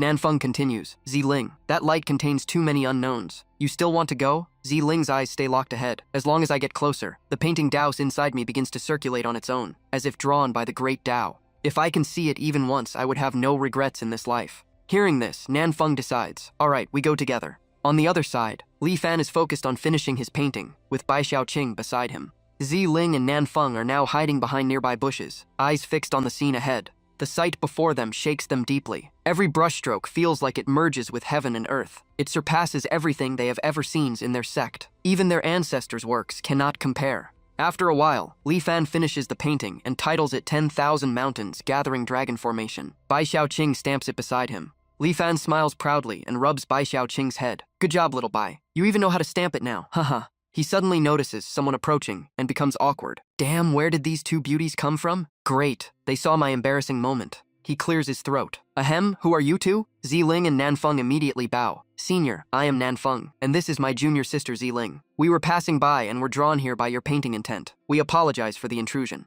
Li Fan clasps his hands behind his back, thinking to himself, these 2 even carry mountaineering gear. They must be out seeking artistic inspiration. Looks like they were attracted by my painting skills. Calling me senior makes sense. So that's it, you 2 also understand painting. We're somewhat fated then. Ziling gathers her courage. Senior, may I take a closer look at the painting? Nanfeng is startled. Ziling, how can you be so bold? Nanfeng quickly explains. My junior sister lacks manners. Please forgive her, senior. She understands that such a figure is unfathomable, and the painting contains immense Tao power. How could it be casually viewed? But before she finishes, Li Fan already brings the painting forward. She freezes. Huh? Li Fan speaks casually. It's just a painting, no need to be so polite. In that instant, Nanfeng feels a massive surge of energy rushing toward her and cannot help but exclaim, Ah, senior, this power. Her consciousness gradually sinks into a peaceful state, as if returning to the origin. In an instant, her cultivation skyrockets from nascent soul, 5th level to 6th, then 7th, 8th, and finally reaches perfection. Her eyes shine as she stares at the painting. A feeling of heavenly blessing rises within her. If I had never stepped into Changli Mountain, how could such detail be depicted? Could it be that this senior? She recalls an ancient legend. Deep within Changli Mountain lies an ascension platform. Those who enter either ascend or vanish without a trace. If not an immortal reborn, how could one reach such a level? Li Fan feels quite pleased with himself. Being admired by 2 beauties isn't bad at all, but seeing the sky darken and them being in a dangerous mountain area, he speaks up. Fate brought us together. No need to thank me. He coughs lightly. It's getting dark. This place isn't safe. There's nowhere nearby either. If you don't mind, you can come back to my village. Ziling and Nanfeng immediately brighten with excitement. Senior, we can really follow you? The scene shifts to Li Fan's small village. Dark clouds suddenly cover the sky, thunder rumbling. Amid the storm clouds, 2 envoys of the evil god appear, staring down at the village below. One of them speaks coldly. As envoys of the evil god, we must clear all obstacles for our lord. This place feels like a forbidden zone, yet nothing special can be seen. Better to destroy it directly. As soon as he finishes, both activate dark thunder arts and rush toward the village. Arrogantly, they charge straight into the seemingly ordinary mountain settlement. After a moment, in the heavy rain, they suddenly stop. An invisible force surrounds them. The dense spiritual energy makes it impossible to advance, the pressure far exceeding even a seclusion chamber of a supreme master. We are supremes, yet we can't even step inside? The distance felt like it was stretched into infinity, as if the horizon itself blocked them. What place is this? Why can't we use our full power? They knew they had to get in. There was definitely a huge secret inside, one that could threaten their master. One of them widened his eyes and roared, "Burn the demon soul." The two immediately erupted with power, burning their origin essence to force their way deeper inside. As they charged forward, they shouted, "Even if we die, we must see it clearly. If we report this to the master, it will be worth it." Step by step, they pushed into the blinding golden light ahead. Suddenly, a claw emerged from the darkness, followed by a sharp wind slash and terrified screams. In an instant, the two evil god envoys were reduced to charred skeletons scattered outside the village. At the same time, two Sacred Land envoys accompanying Ling Ni and Tian Ning were heading toward Li Fan's residence. Hong Xuan held the demon detection mirror and said in a low voice, "This treasure can sense evil within 1,000 miles. They may have already reached that senior." Luo Ming replied, "Then we must hurry and report it." Hong Xuan looked ahead gravely. "It's too late. They might already have clashed. Based on the mirror's reaction, the evil god envoys are stronger than us. We can only hope that senior can hold on. We must rush there immediately. The mirror shows traces of an evil god here, before even an immortal-level demonic aura erupted." When the group arrived, Ling Ni immediately landed and said anxiously, "Hurry, check on Senior Li. I hope he is still safe." Hong Xuan suddenly exclaimed, "Those Yaksha bones? Don't tell me those two demon generals are already dead?" Seeing the Supreme's reaction, Tian Ning asked in confusion, "What are Yaksha bones?" Ling Ni also noticed their expressions had completely changed. Hong Xuan picked up a fragment and examined it. "These are what remain after a Yaksha demon general dies. They were destroyed before they even entered Senior Li's residence." Hearing this, both Tian Ning and Ling Ni froze in shock. Even an immortal-level existence was wiped out before stepping inside. Luo Ming said solemnly, "This person's strength far surpasses Supremes. Even immortals can't compare." Hong Xuan nodded. "No wonder he dares oppose an evil god. Killing immortals is effortless. We must not be disrespectful." The two elders immediately changed their attitude and approached Ling Ni and Tian Ning. "Please, help us meet that senior." From afar, Li Fan's voice rang out, "Oh, Ling Ni, Tian Ning, you're here again?" He walked over holding a broom, with Zi Ling and Nan Feng following behind him. Ling Ni and Tian Ning immediately bowed. "Greetings, senior." Hong Xuan glanced at Luo Ming and lowered his voice. "Something's wrong. It seems the senior just returned. There are no traces of battle." Luo Ming also frowned. "Then those demon generals never met him, so why did they die right at the entrance?" Suddenly, Li Fan shouted, "Who did this?" He looked annoyed at the pile of bones. "Who didn't clean this up? Why is trash left at my door?" The two Supremes froze. In his eyes, even Supreme-level demon generals were just garbage. The two hurriedly bowed. Hong Xuan of Taiyan Sacred Land greets Senior. Luo Ming of Ziyang Sacred Land greets Senior. Li Fan blinked. "Who are you two? What brings you here?" Nan Feng immediately recognized them as two Supremes from major sacred lands. Luo Ming stepped forward respectfully. "Your reputation from your paintings has spread across the southern region. We came out of admiration to pay you a visit." Li Fan smiled in satisfaction. "Haha, you flatter me." He secretly thought Ling Ni must have used his paintings to build fame, and these people might be here to buy art. Li Fan invited them in, "Then come inside and have a look." The two elders quickly stepped back and gestured for him to lead. "Please, senior, we would not dare walk ahead." Suddenly, Li Fan raised his hand, sensing the air around him. "The wind seems quite strong today." Hearing this, both Supremes froze, sensing hidden meaning behind the simple words. They quickly followed Li Fan inside. The moment they stepped in, their expressions changed dramatically as an overwhelming pressure filled the space. They were terrified. Without Li Fan leading them, they would have died instantly. The spiritual force here far exceeded even the immortal-grade protective formations of Taiyan Sacred Land. Luo Ming now suspected those demon generals were destroyed by this very force. Hong Xuan suddenly stared at a tree ahead and trembled. That could it be peaches of immortality? Luo Ming followed his gaze in shock. But that should only exist in the immortal realm. The two of them kept their eyes fixed, carefully studying every detail of the tree. Luo Ming immediately pulled his gaze back and said in a tense voice that nothing here could be touched casually. Before he even finished speaking, dizziness hit him, and he had to lean on Hong Xuan to stay upright. Seeing this, Li Fan quickly invited them to sit and rest, finding it strange that everyone reacted this way upon entering. After stabilizing themselves, the two elders calmed their minds and realized a brief observation had almost shaken their cultivation foundation, confirming this place held a divine treasure from the immortal realm. Li Fan brought out tea to serve them, saying he only had tea available. Tian Ning and Linger happily replied that tea was more than enough and thanked him. He raised a cup and handed it toward Luo Ming. Seeing this gesture, Luo Ming was deeply moved, admiring how such a figure still maintained proper etiquette. Watching the two young ones enjoy the tea, Hong Xuan also decided to try it. He lifted the cup and took a sip. Instantly, a powerful sensation spread through his body, and both of them felt their cultivation state shifting. A wave of excitement surged as they felt rejuvenated. Luo Ming exclaimed that it felt like stepping into a new realm, as light as touching the immortal world, and their cultivation had become complete. Hong Xuan held the cup tightly and laughed, saying 100 years of bottleneck had been broken in an instant. Luo Ming remained immersed in the aftertaste, muttering as strange visions appeared in his mind. Nanfeng looked at the two supreme elders in confusion, wondering why they were acting so strange. The two elders stepped forward and bowed respectfully to Li Fan, expressing their gratitude for his great kindness. Li Fan waved his hand and said there was no need for formalities, calling it simple fate that they met. He then took out a painting and said it was his work for the day, inviting them to take a look since they came from afar. While unrolling the painting, he thought he should present it properly so it could sell at a good price. The painting was fully opened before everyone. Everyone froze at the scene revealed, as if facing an extraordinary creation.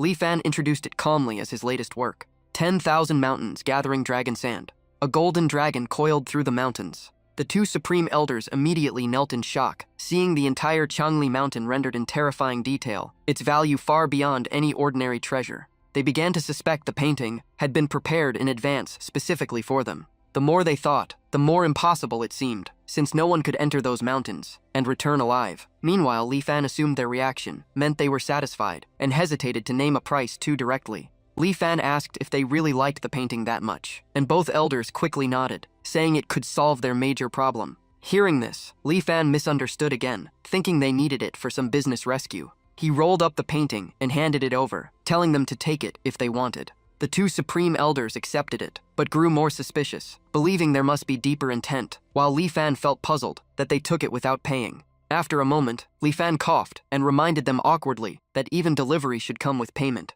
The two elders exchanged glances, thinking he was avoiding karma and using a transaction to prevent causality. They also wondered if mortal currency could even be worthy of someone like him. After discussion, they took out 2 small boxes as their sincere offering. They said this was everything they had brought, and hoped he would accept it, apologizing if it seemed insufficient. Li Fan accepted them with a satisfied smile, guessing they were likely gold or silver from their weight. He placed the boxes aside and said it was done, thanking them and welcoming them to return any time if needed. The two elders again misunderstood, believing everything had been arranged by him long ago. They bowed and took their leave, promising to visit again. Li Fan raised his teacup and casually said he would not keep them. After leaving the village, the two kept discussing everything they had experienced. The lingering pressure still made them break into cold sweat. Luo Ming admitted they had underestimated the situation, now believing Li Fan was an immortal-level existence, possibly beyond that, and even growing peaches alone proved it. Very few beings had ever entered the immortal domain. Now that someone from the upper immortal realm had appeared in the lower world, they believed it must be tied to a greater heavenly scheme.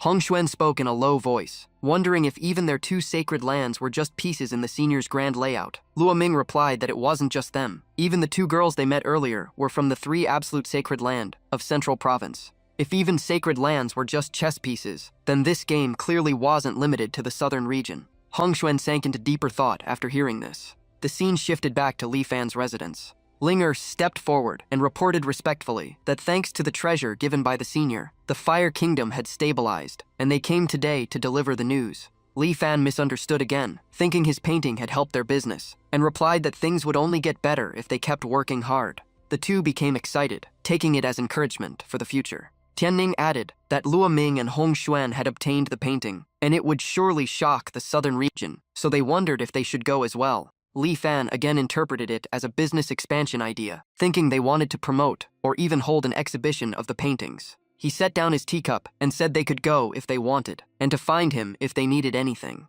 He then turned to ask Ziling and Nanfeng about their plans. Ziling looked hesitant and unsure. She finally asked if she could stay and learn painting. Nanfeng quickly stopped her, saying the request was too presumptuous, and they were already fortunate to be hosted here. Li Fan misunderstood again, thinking she was worried art would interfere with cultivation, just like families worrying about studies. Nanfeng bowed to apologize, explaining Ziling was inexperienced and that someone of Li Fan's status and realm could not be casually asked for discipleship.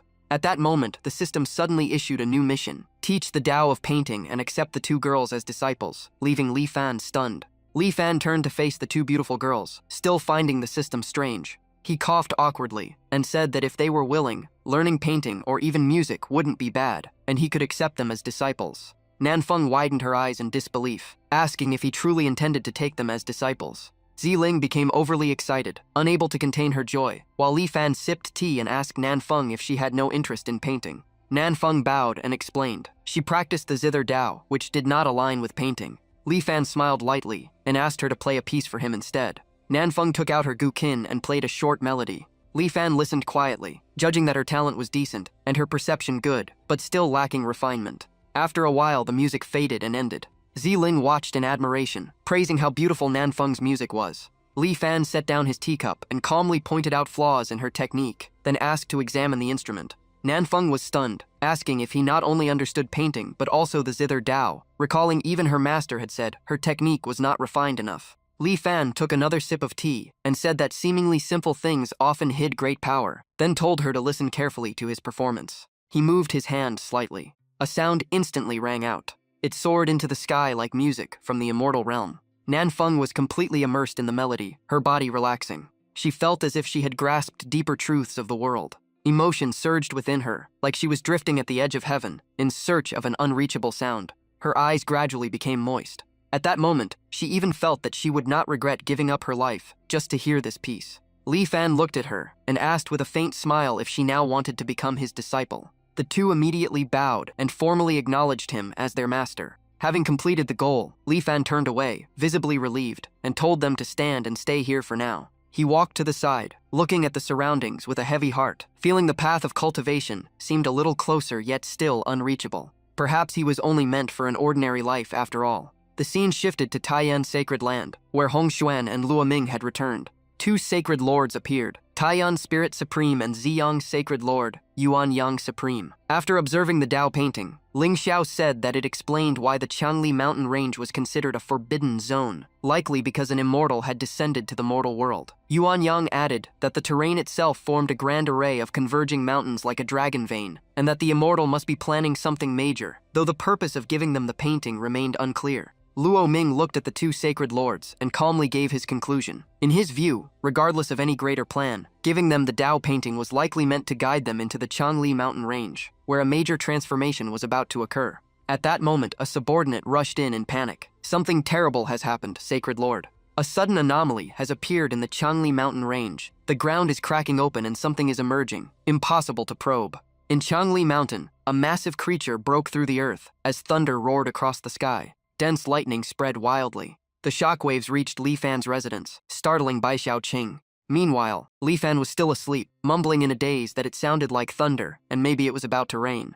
The next morning at Li Fan's house, after a full night of rest, he stretched and walked outside, greeting the morning sunlight with energy. "Good morning," full of vitality. Ziling and Nanfeng were already waiting at the door. "Good morning, master." Nanfeng spoke first, saying they wanted to wash up, but Li Fan scratched his head and said it was a small matter and he would handle it. Nanfeng watched his back and imagined the well in the courtyard as a ground vein spiritual source, likely a cultivation site not to be touched lightly. Ziling also whispered that such a concentrated spiritual spring should only be used by supreme-level experts. Li Fan brought out a basin of water, calmly saying to boil it before washing their faces, and that firewood was already prepared. The two girls were stunned, realizing a sacred spring was being used just for washing. He then filled another basin and poured it into the chicken trough. The scene left them completely speechless, confirming the demeanor of an immortal. Ziling quietly asked Nanfeng if the firewood he mentioned might be the legendary profound flame wood. When they used the water to wash their faces, they felt an overwhelming change in their bodies, and were shocked that even such simple use could transform their physique. Ziling even wanted to drink it. Nanfeng immediately stopped her, telling her not to embarrass their master, and to forget their past life in the sacred land and adapt here. Li Fan was already sitting at the table, and called out loudly for them to finish washing, use the leftover water to water the vegetables so nothing would be wasted, and then come eat breakfast. Ziling looked around in confusion, thinking their past lives in the sacred land were nothing compared to this place. She looked at the vegetable garden Li Fan mentioned and felt disbelief, sensing that even the lowest plants there were comparable to sacred herbs. With such spiritual plants, using sacred spring water to irrigate them suddenly felt reasonable. After watering, the two returned to the table. Li Fan had already prepared breakfast, saying the chickens hadn't laid eggs for 2 days, so there were only vegetable porridge left. Ziling looked at Nanfeng, still unable to process everything. Nanfeng held the bowl of porridge, her hands trembling, realizing it was clearly high-grade spiritual medicine, where even a blade of grass in the 3 absolute sacred land was priceless compared to this. Li Fan looked at them and said gently to eat before it got cold. Nanfeng stared at the bowl for a long time and finally decided to taste it. Seeing them eating as if they had never eaten before, Li Fan laughed and told them to eat slowly. There was still more. After finishing one bowl, Ziling looked extremely satisfied. She then asked for another bowl. Nanfeng also raised her bowl to ask for more. Bai Xiaoqing stood by in shock, wondering where these two girls even came from to behave so casually here. After breakfast, Ziling asked where their master had gone. Nanfeng stretched and said he was probably feeding the chickens. Ziling looked toward the flock of chickens with suspicion, saying they seemed unusual. Nanfeng observed them and replied that anything raised by their master was certainly not ordinary, possibly divine beasts in disguise, and even their feed must be precious spiritual herbs. A while later, Li Fan returned holding an egg and handed it to Ziling, telling her that after eating she should practice painting and Today's task was to draw on the egg. Ziling felt the egg was extraordinary, and Nanfeng carefully examined it, sensing fire spiritual fluctuations within like a dormant volcano, while its shell carried the aura of a fire phoenix. She wondered what kind of egg it was for it to be daily food here. Li Fan rested his hand on the table and asked if she didn't want to paint or thought the task was too easy. He explained that painting fundamentals come from understanding essence through imagination, and repeated practice on simple objects builds true mastery. Ziling quickly admitted her mistake. Just then, urgent knockings sounded outside, followed by Aunt Zhang's voice calling for Xiao Li to open the door as she had brought meat. Li Fan quickly went to open the door. "Aunt Zhang, why is there so much meat?" The woman excitedly explained that there had been an earthquake last night, and the mountains had collapsed in many places, but their village was completely fine, which was extremely strange. Many birds and beasts from the mountains ran to the village entrance and died there, all of them high-quality meat. The only problem was, the meat was too tough for normal knives to cut. Luckily, the knife Li Fan had made for her was sharp enough to slice it easily, so she brought some over as thanks. Hearing about the earthquake, Li Fan felt slightly worried. An earthquake? The two people behind him also became uneasy, wondering if something had happened in the Changli mountain range. At the same time, high in the sky not far from the village, two elders were conversing. A white-haired man glanced aside and said that Changli mountain range had truly opened, and the ancestral sacred relic was likely about to appear. The other man frowned, thinking he originally believed the other faction sent two female disciples first for a different reason, but it turned out they wanted to monopolize the opportunity. The white-haired elder laughed coldly. Two nascent soul cultivators could do nothing. He ordered the subordinates to find Nanfeng and Ziling and bring them back alive or dead. The scene shifted back to the area outside the village after the earthquake, now in ruins. Ziling looked up in shock, wondering what had happened, and whether it was a heavenly lightning tribulation. In her mind, only heavenly punishment could cause such destruction, yet she felt nothing last night. Nanfeng also looked uneasy, saying it was terrifying, but fortunately, they were inside the village. With their master present, even a lightning tribulation would not dare approach. Within 1,000 miles, only this place remained peaceful, and the villagers had slept through the night, unaware of anything outside. Thinking of those ferocious beasts, she guessed they must have sensed this place was safe and came here, but were stopped outside while protecting the villagers. Ziling looked toward the villagers in disbelief, thinking creatures like mammoths, great azure penguins, and 3 origin turtles were all ascendant-level beasts, yet here they were treated as ordinary food. In her mind, all beings in this place seemed protected equally without hierarchy, and she realized everything was due to their master. Li Fan remained puzzled, still thinking about the strange earthquake, and even the appearance of a turtle in the forest, but the village's safety reassured him, further confirming this place was the safe zone chosen by the system. An old villager asked Li Fan to explain what was going on. He simply smiled and reassured everyone that the village was very safe. Nanfeng and Zhu Ling became even more convinced that everything was already arranged by their master. Suddenly, a voice came from above, calling directly for the two of them. The villagers looked up in confusion and saw a floating object in the sky. Realizing they were cultivators, before anyone could react, the 2 men on the flying vessel shouted down, calling Nanfeng and Ziling's names with killing intent. Nanfeng looked up and quickly explained her identity and Ziling's, saying they were framed and had fled to Changli Mountain for opportunity, realizing they were being hunted. Li Fan still looked confused, not understanding what the 3 absolute sacred land was. Nanfeng explained that it was a sect famous for 3 cultivation paths: music, painting, and calligraphy, and all disciples were required to master all 3. After hearing this, Li Fan interpreted it in his own way, thinking it was simply a group of artists with different styles, and believed he could easily guide or even correct them with his skills. Meanwhile, the 2 attackers landed, greed flashing in their eyes as they saw the remains of rare beasts, believing capturing the 2 girls would bring immense profit. But when they witnessed an old woman casually dealing with a 3 origin turtle, both of them froze instantly. Then they turned and fled in panic, shouting that this place was too terrifying. After returning to their ship, they trembled uncontrollably and urgently ordered a retreat. The image of the turtle's impenetrable shell, being handled like soft matter, haunted them, making them realize this place was far beyond their ability to confront. Li Fan watched them leave, confused by their sudden change in behavior. Ziling also didn't understand and asked Nanfeng.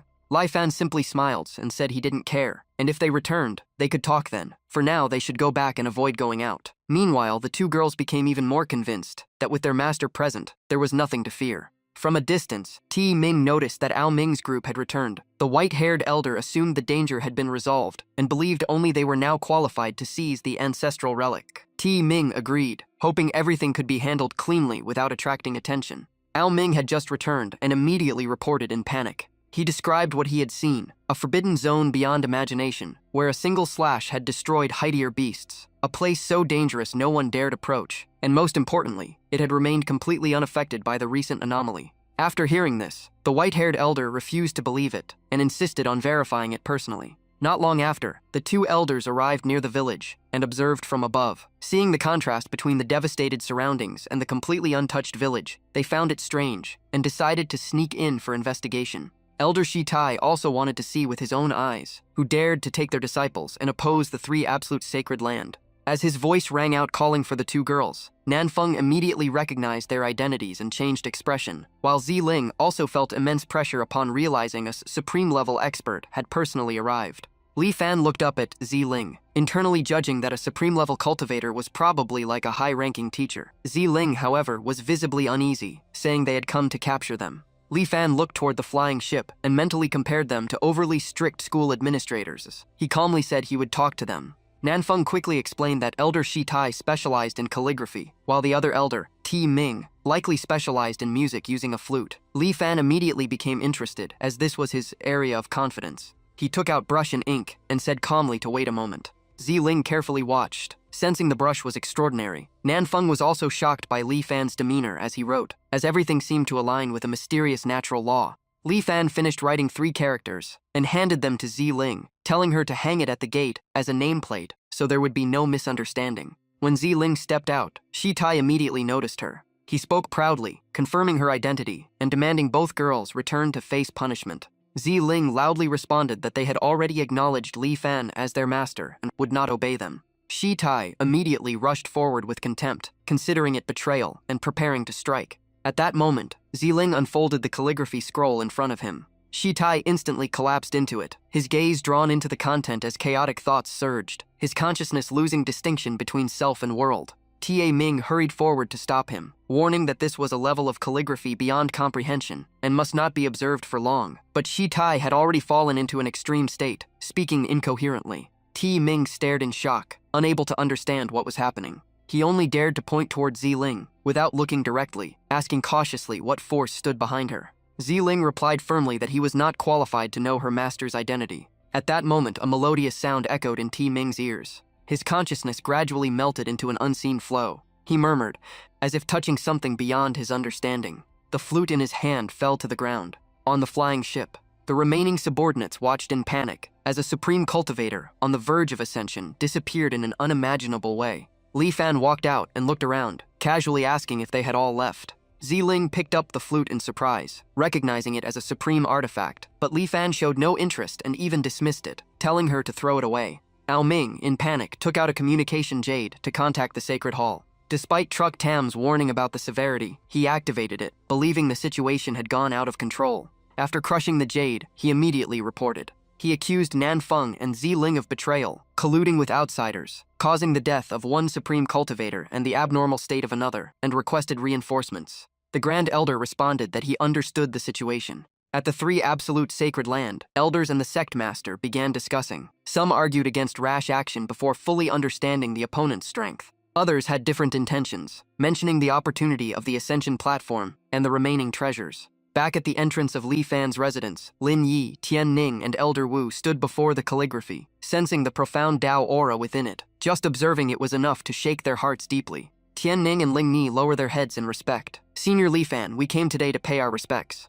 From inside, Li Fan calls them in, tells them to sit, and asks about the situation. Lao Yu walks in and bows. Thanks for your concern, Senior Li Fan. I'm doing fine. Li Fan studies him and guesses they are here because of Luo Ming. Ling Ni looks at him and asks if he has any advice. Li Fan strokes his beard and tells them to stay normal and not worry. Since they are here, he'll give them 2 things. Last time he already gave the 10,000 Mountains Gathering Dragon formation to Luo Ming, so he expects a calligraphy and painting exhibition with an auction soon. It looks like the event is coming, so he might as well help a bit more. He then calls for paper and ink to be brought in. In an instant, a calligraphy piece and a painting appear, shocking Tian Ning and Ling Ni. One sword suppresses the southern heaven Bichuo, becomes the heavenly palace. Li Fan instructs them to take both pieces. If they want to show off to the world, then let the world see what real calligraphy and painting look like. Ling Ni and Tian Ning tightly hold the 2 works. With these treasures, no matter how dangerous Changli Mountain is, there's nothing to fear now. Great, hurry to support Taiyan and Ziyang. The scene shifts to the battlefield at Changli Mountain.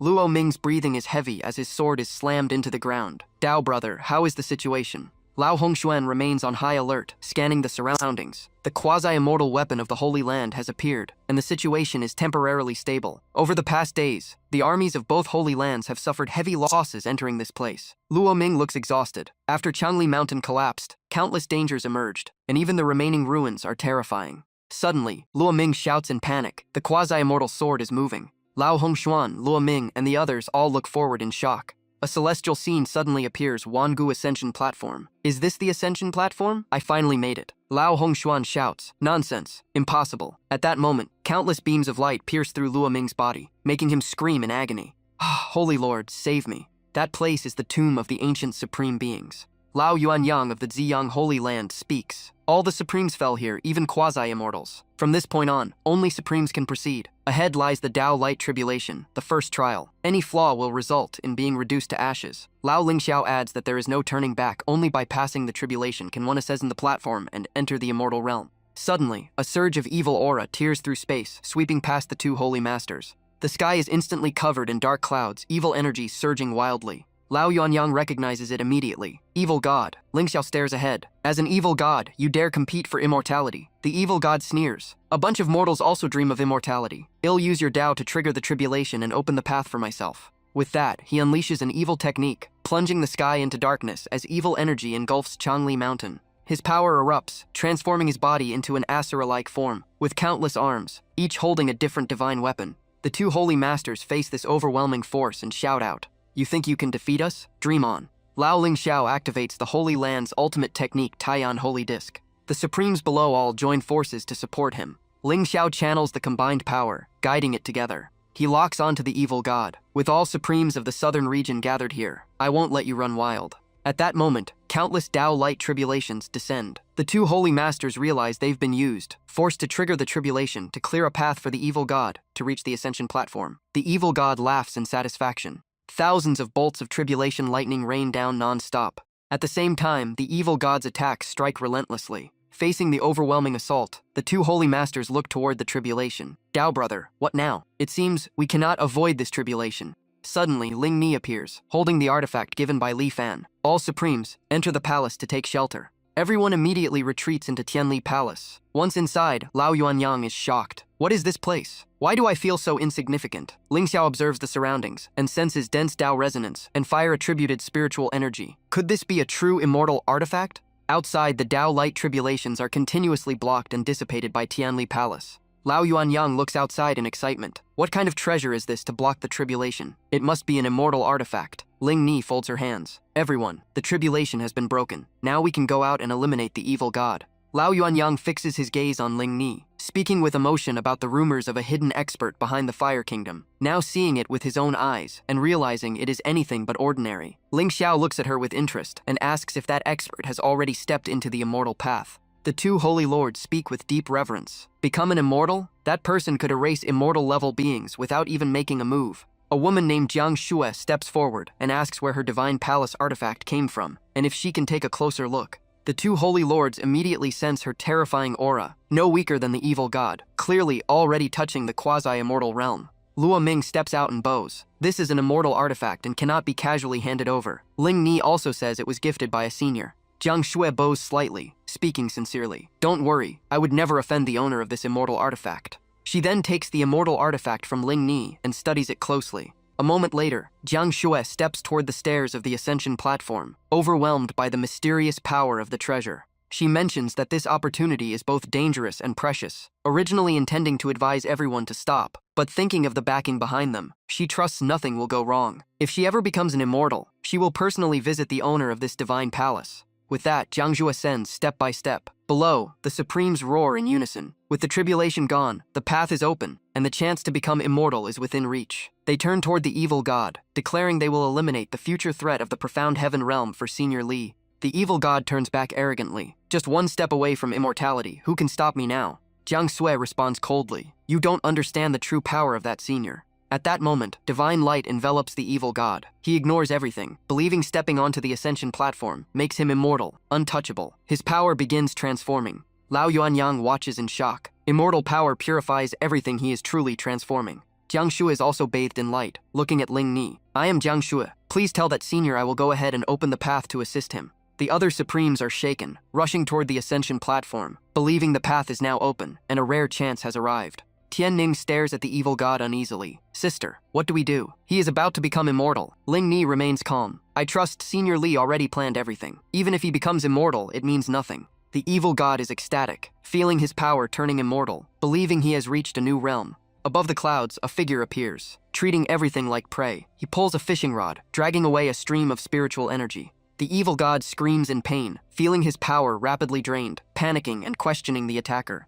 Jiang Shui looks up, displeased. This place was never a fortune, but a trap. She questions whether he is not afraid of punishment from the immortal realm. The old man above looks strange, saying once all beings become his puppets, the world will be easily controlled, and that army will invade the southern border of the immortal realm. He continues reeling in the rod, laughing as he harvests his gains. Jiang Shui unleashes her full power, activating the blood of immortal heaven technique. A primordial immortal spirit appears, questioning who dares interfere with the ascension platform. Jiang Sui explains everything and asks it to judge the situation. The spirit then questions the old man's scheme. The old man grows furious, mocking it as a mere unknown minor immortal unworthy of speaking for the immortal realm. He then strikes with his true body, destroying the primordial spirit with one punch, declaring none of them are his match, and challenging everyone to come. Jiang Shui is filled with rage, unable to understand why such an evil being could become an immortal, despair rising as the southern region falls into chaos, while the true savior has not yet appeared. Ling Ni activates the artifact given by Li Fan, realizing everything has already been calculated by him, and the real target is not the evil god, but that immortal itself. In the sky, countless paintings of Li Fan spread out, surrounding the enemy. The old immortal looks up, his expression changing, as he senses the strange formation above. A massive divine sword appears, radiating overwhelming immortal energy. Ling Ni steps forward, her voice cold. Kneel now and accept the Tao of Senior Li Fan. The old immortal turns sharply, furious, declaring himself a true immortal and refusing to believe anyone can force him to submit. A terrifying pressure suddenly crashes down, forcing the so-called immortal to kneel with no resistance. Immediately after, a surge of sword intent descends, shaking the entire ascension platform. From Li Fan's painting, the move One Sword suppresses the southern heaven manifests and erases the old immortal completely in a single strike. The evil god cannot withstand the residual force, and his body begins to dissolve. Jiang Sui becomes excited, sensing the Tao manifesting as all evil spirits are swept away. At the same time, in the southern frontier immortal realm, a young immortal stands alone against an army of demons. Surrounded, he gasps for breath, wounded all over, feeling resentment as no reinforcements arrive, and higher powers remain indifferent due to old grudges. He keeps scanning the battlefield, hoping the immortal king will appear. With no other choice, he gathers all his strength and roars out. At that moment, a streak of sword light flashes by and wipes out the entire demon army. Overwhelmed with joy, his vision blurs as he believes the immortal king never abandoned them. Back at Changli Mountain, Ling Ni retrieves the artifact into her hands. The remaining survivors below quasi-immortal level kneel, realizing this is the work of Senior Li Fan. They all bow in respect. We greet the Divine Lady. Ling Ni tells them to rise and says she only acts on behalf of Li Fan. Jiang Shui steps forward and mentions the legendary senior, whose sword shook the southern domain. She bows and requests an audience, and others echo the same wish. Ling Ni looks at Tian Ning for guidance. Tian Ning thinks and says the senior prefers peace and may not want disturbances, but they can try asking. The two holy lords are overjoyed and wait respectfully for a chance to meet him. Lao Yuanyang holds a vial of true immortal blood and asks if he may take some, and Ling Ni agrees. He turns to Ling Xiao, suggesting refining it for further breakthrough, and Ling Xiao agrees. Jiang Shui stands in deep thought, realizing all other paths feel insignificant after what she has witnessed. Suddenly, two streams of energy tear through space in the sky. The two holy lords immediately become alert and order protection of the envoys. Upon closer inspection, they recognize a brush and a zither relics left behind by the Three Arts Immortal after his departure. Jiang Shui observes carefully and understands why the Three Arts Holy Land invaded the southern domain. Elsewhere, on a banner peak, scout birds continuously send signals. A rider explains the Three Arts Holy Land's revenge mission, while subordinates report that two supremes have already fallen in a nearby village.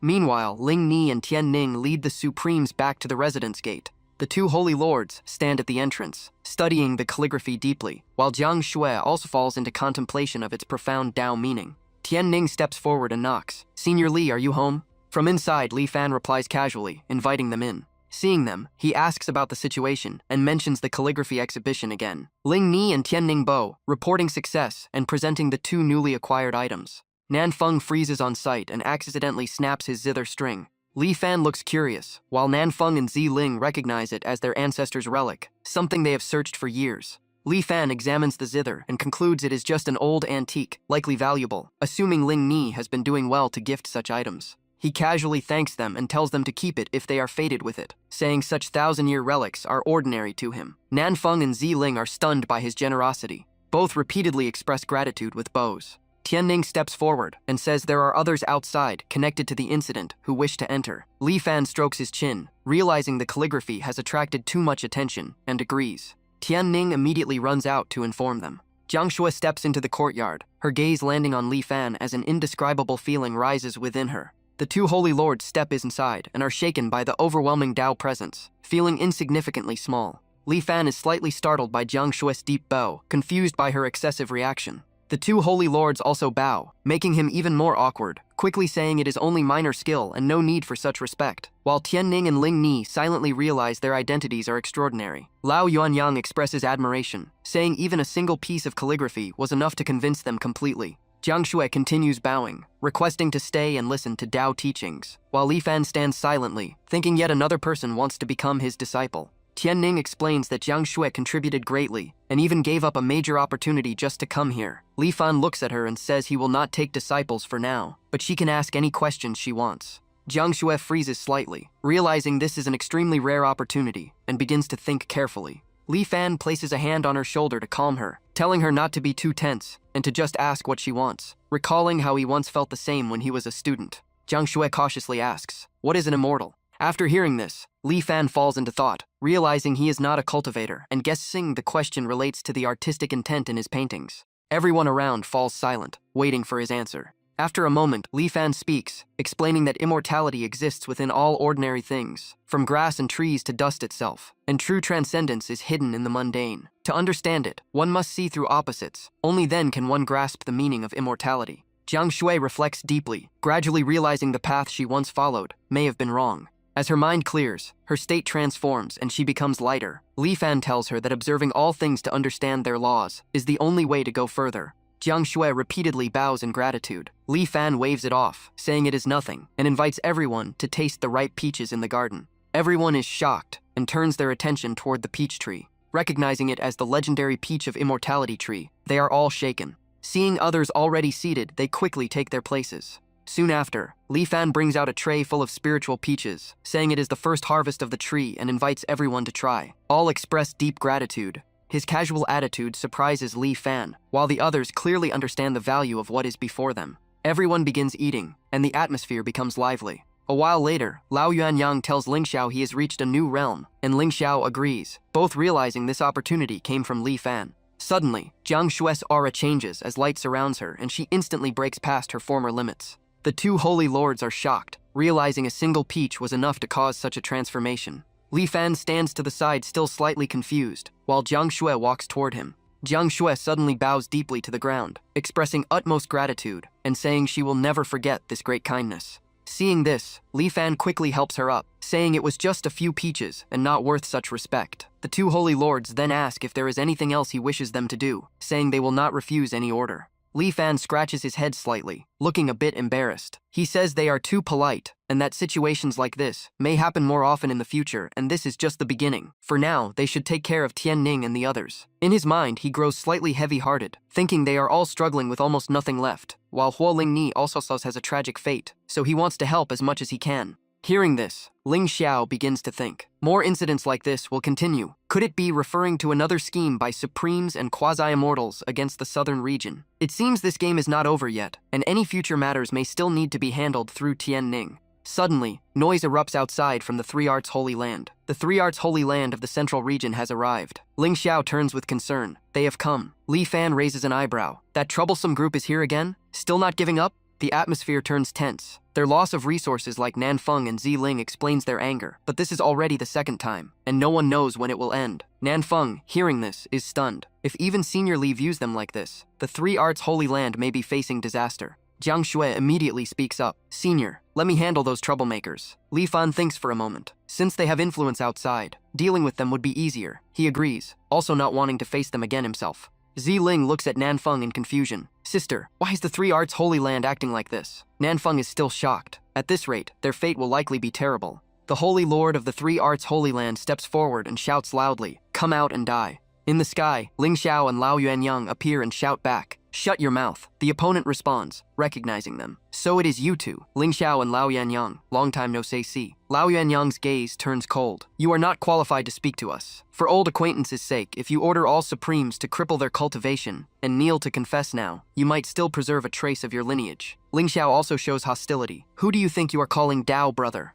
The opponent still maintains confidence, eyes fixed on the two of them. You two, those people in the small courtyard deliberately harmed my holy land. Is this related to you? Or are you also here for my ancestors' immortal artifact? Ling Xiao bursts out laughing. Immortal artifact? That thing is nothing. You've made an unforgivable mistake. Jiang Sisun Liancheng, whether you came for the immortal artifact or the ascension platform, that's one thing. But you actually used Senior List's name as an excuse, and spoke so disrespectfully then. Don't blame us for wiping out the Three Arts Holy Land.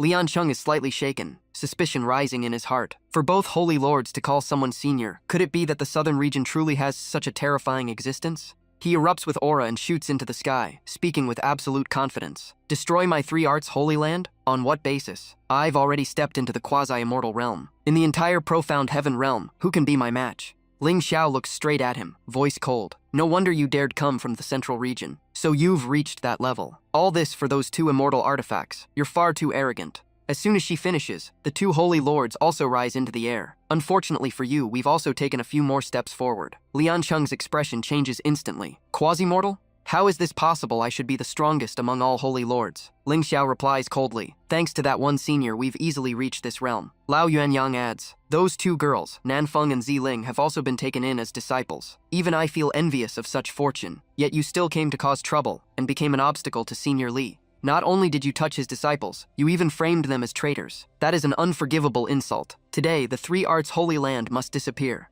Liancheng grits his teeth, rage surging. No, I've devoted my entire life to this plan. How can it end like this? He raises his hand as power gathers, his voice turning mad. I refuse to lose. Anyone who stands in my way dies. The two holy lords below observe. Is that an immortal artifact? Ling Xiao replies. Only slightly below it. Liancheng grips his divine weapon and charges straight at the two of them. Jiang Shui suddenly appears and slaps him across the face. Shut up. Just that single motion sends Liancheng crashing to the ground. Jiang Shui speaks again, decisive and cold. For someone like this, just kill him outright. No need for words. Senior already said it. There's no need for the Three Arts Holy Land to exist anymore. Liancheng lies broken on the ground, consciousness fading. Immortal, why would even immortals obey that senior's orders? Who exactly is he? He forces out his last strength, trembling as he draws a few lines, his voice filled with obsession. No, the Three Arts Holy Land cannot fall in my hands. I cannot become its sinner, Jiangsun Liancheng, 9th generation Holy Lord. I beseech my ancestor to descend and protect the Holy Land. As soon as the words fall, space trembles violently and a storm erupts. An ancient will awakens. After 1,000 years of ascension, has my inheritance still been destroyed? Liancheng clings to hope like a drowning man. Ha ha ha. The ancestor has arrived. No one can touch my Three Arts Holy Land now. No one can destroy it. Ancestor, please protect it forever. Jiang Shui steps forward, voice cold. Even your true body or primordial spirit would be useless here, let alone just a projection. The Three Arts Immortal looks at her with slight surprise. After I left, someone actually reached this level. Not bad, at least I won't be lonely. But why must you hunt my holy land to extinction? Jiang Shui replies calmly. He brought it upon himself. Liancheng panics completely, screaming non-stop. Ancestor, ancestor. The three arts immortal falls silent for a moment, then speaks. If that's the case, there's nothing more to say. I left behind 2 immortal artifacts to pass on my legacy, yet they cause such chaos. And I also want to see who is standing behind you. Jiang Shui speaks softly, carrying a deeper meaning. I'm afraid neither you nor I are qualified to ask that question. The opponent laughs loudly. My true body has already ascended to the immortal realm. Even experts from above may not dare speak like that to me. He frowns, voice turning sharp. I really want to see what kind of existence that person is. Ling Xiao shouts angrily from afar. How dare you disrespect Senior? Jiang Shui, stop him quickly. Jiang Shui remains still, expression calm. No need. If Senior intended to kill him, a single glance would be enough. Besides, even his disciples are connected to the three arts holy land. Lao Yuanyang adds slowly, indeed the thoughts of an immortal are far beyond ours. The scene shifts back to Li Fan's small courtyard in the mountain village. Just as he arrives at the gate, the three arts immortal is immediately drawn to the calligraphy hanging there. In his heart, he felt an unimaginable shock. Every brushstroke seemed to hide a profound mystery, opening a completely different layer of the great Tao. Inside, Li Fan was immersed in the sound of the zither, calm and relaxed, fully lost in the rhythm of the music. San Jue Xianren sensed the melody, and his mind shook violently. This isn't this my Juechen-chin, how did it reach this level? This is Tao resonance. He almost lost control, unable to suppress the turmoil in his heart. Outside, Lian Cheng kept shouting, Ancestor, please take action. Our sacred land has never suffered such humiliation. Please don't just stand by. San Jue Xianren turned and walked away, his voice heavy. Take action? In this world, who has the secret to act against that existence? Only now do I understand the true great Tao. My 1,000 years of cultivation meant nothing. Ling Xiao looked confused. What exactly did he see? Jiang Shui watched the departing figure and said calmly, kneeling before that senior is already an honor. If one could meet him directly, their cultivation would rise even further. Lian Cheng collapsed completely, his spirit breaking. It's over. I've dragged the entire Sanjuo's sacred land into offending such an existence. San Jue Xianren asked one last question. Since we have offended him, does the senior have any instructions? Jiang Shui replied calmly. He does not want the San Jue sacred land to continue existing. Hearing this, he turned to the remaining disciples of Lian Cheng, his voice decisive. This calamity cannot be avoided. I will end it myself. You still have a chance to reincarnate. This is my final mercy. He raised his hand, and blazing fire energy turned into a storm, sweeping everything into ashes.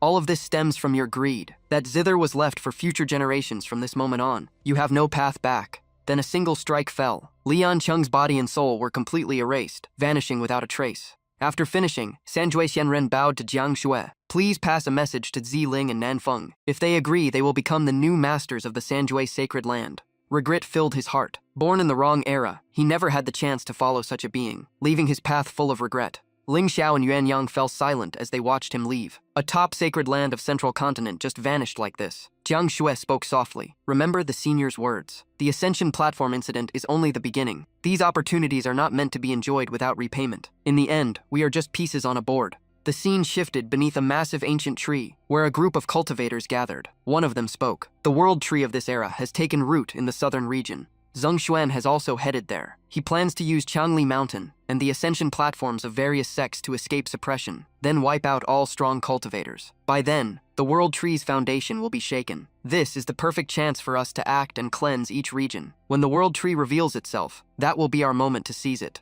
Elsewhere, in the endless sands of the western desert, a monk advanced silently. Baikon's sacred land in the north, the divine domain, and the Xuanyuan clan of the east have all been erased. Is the great calamity of the Xuanxin realm about to descend? The man looked ahead and spoke calmly. Keep moving. Ahead is Lei Yin Temple, where the great virtue monks should give us answers. But the scene before them brought confusion. Strange weave clearly arrived. A disciple suddenly pointed. Master, look, that's the sacred beast statue of Lei Yin Temple on the peak. The monk's expression darkened. That statue is the only symbol of Lei Yin Temple in the western desert, placed in the main hall, and worshipped for generations. If it's here then. The thought struck him, and he dropped to his knees, staring at the statue. Lei Yin Temple has been buried beneath our feet. In the endless sea of sand, the two figures collapsed in despair. The ground they stood on was the ruins of the ancient Lei Yin Temple Hall. At the same time, Ling Xiao and Yuan Yang received continuous reports. Baichen's sacred land destroyed. Lei Yin Temple vanished in the desert. Xuanyuan clan wiped out in the east. Taihua sacred land in central continent reduced to ruins. One of them trembled. This is terrifying. It seems Li Senior's words came true faster than expected. Has Saintess Mu Tianning arrived yet?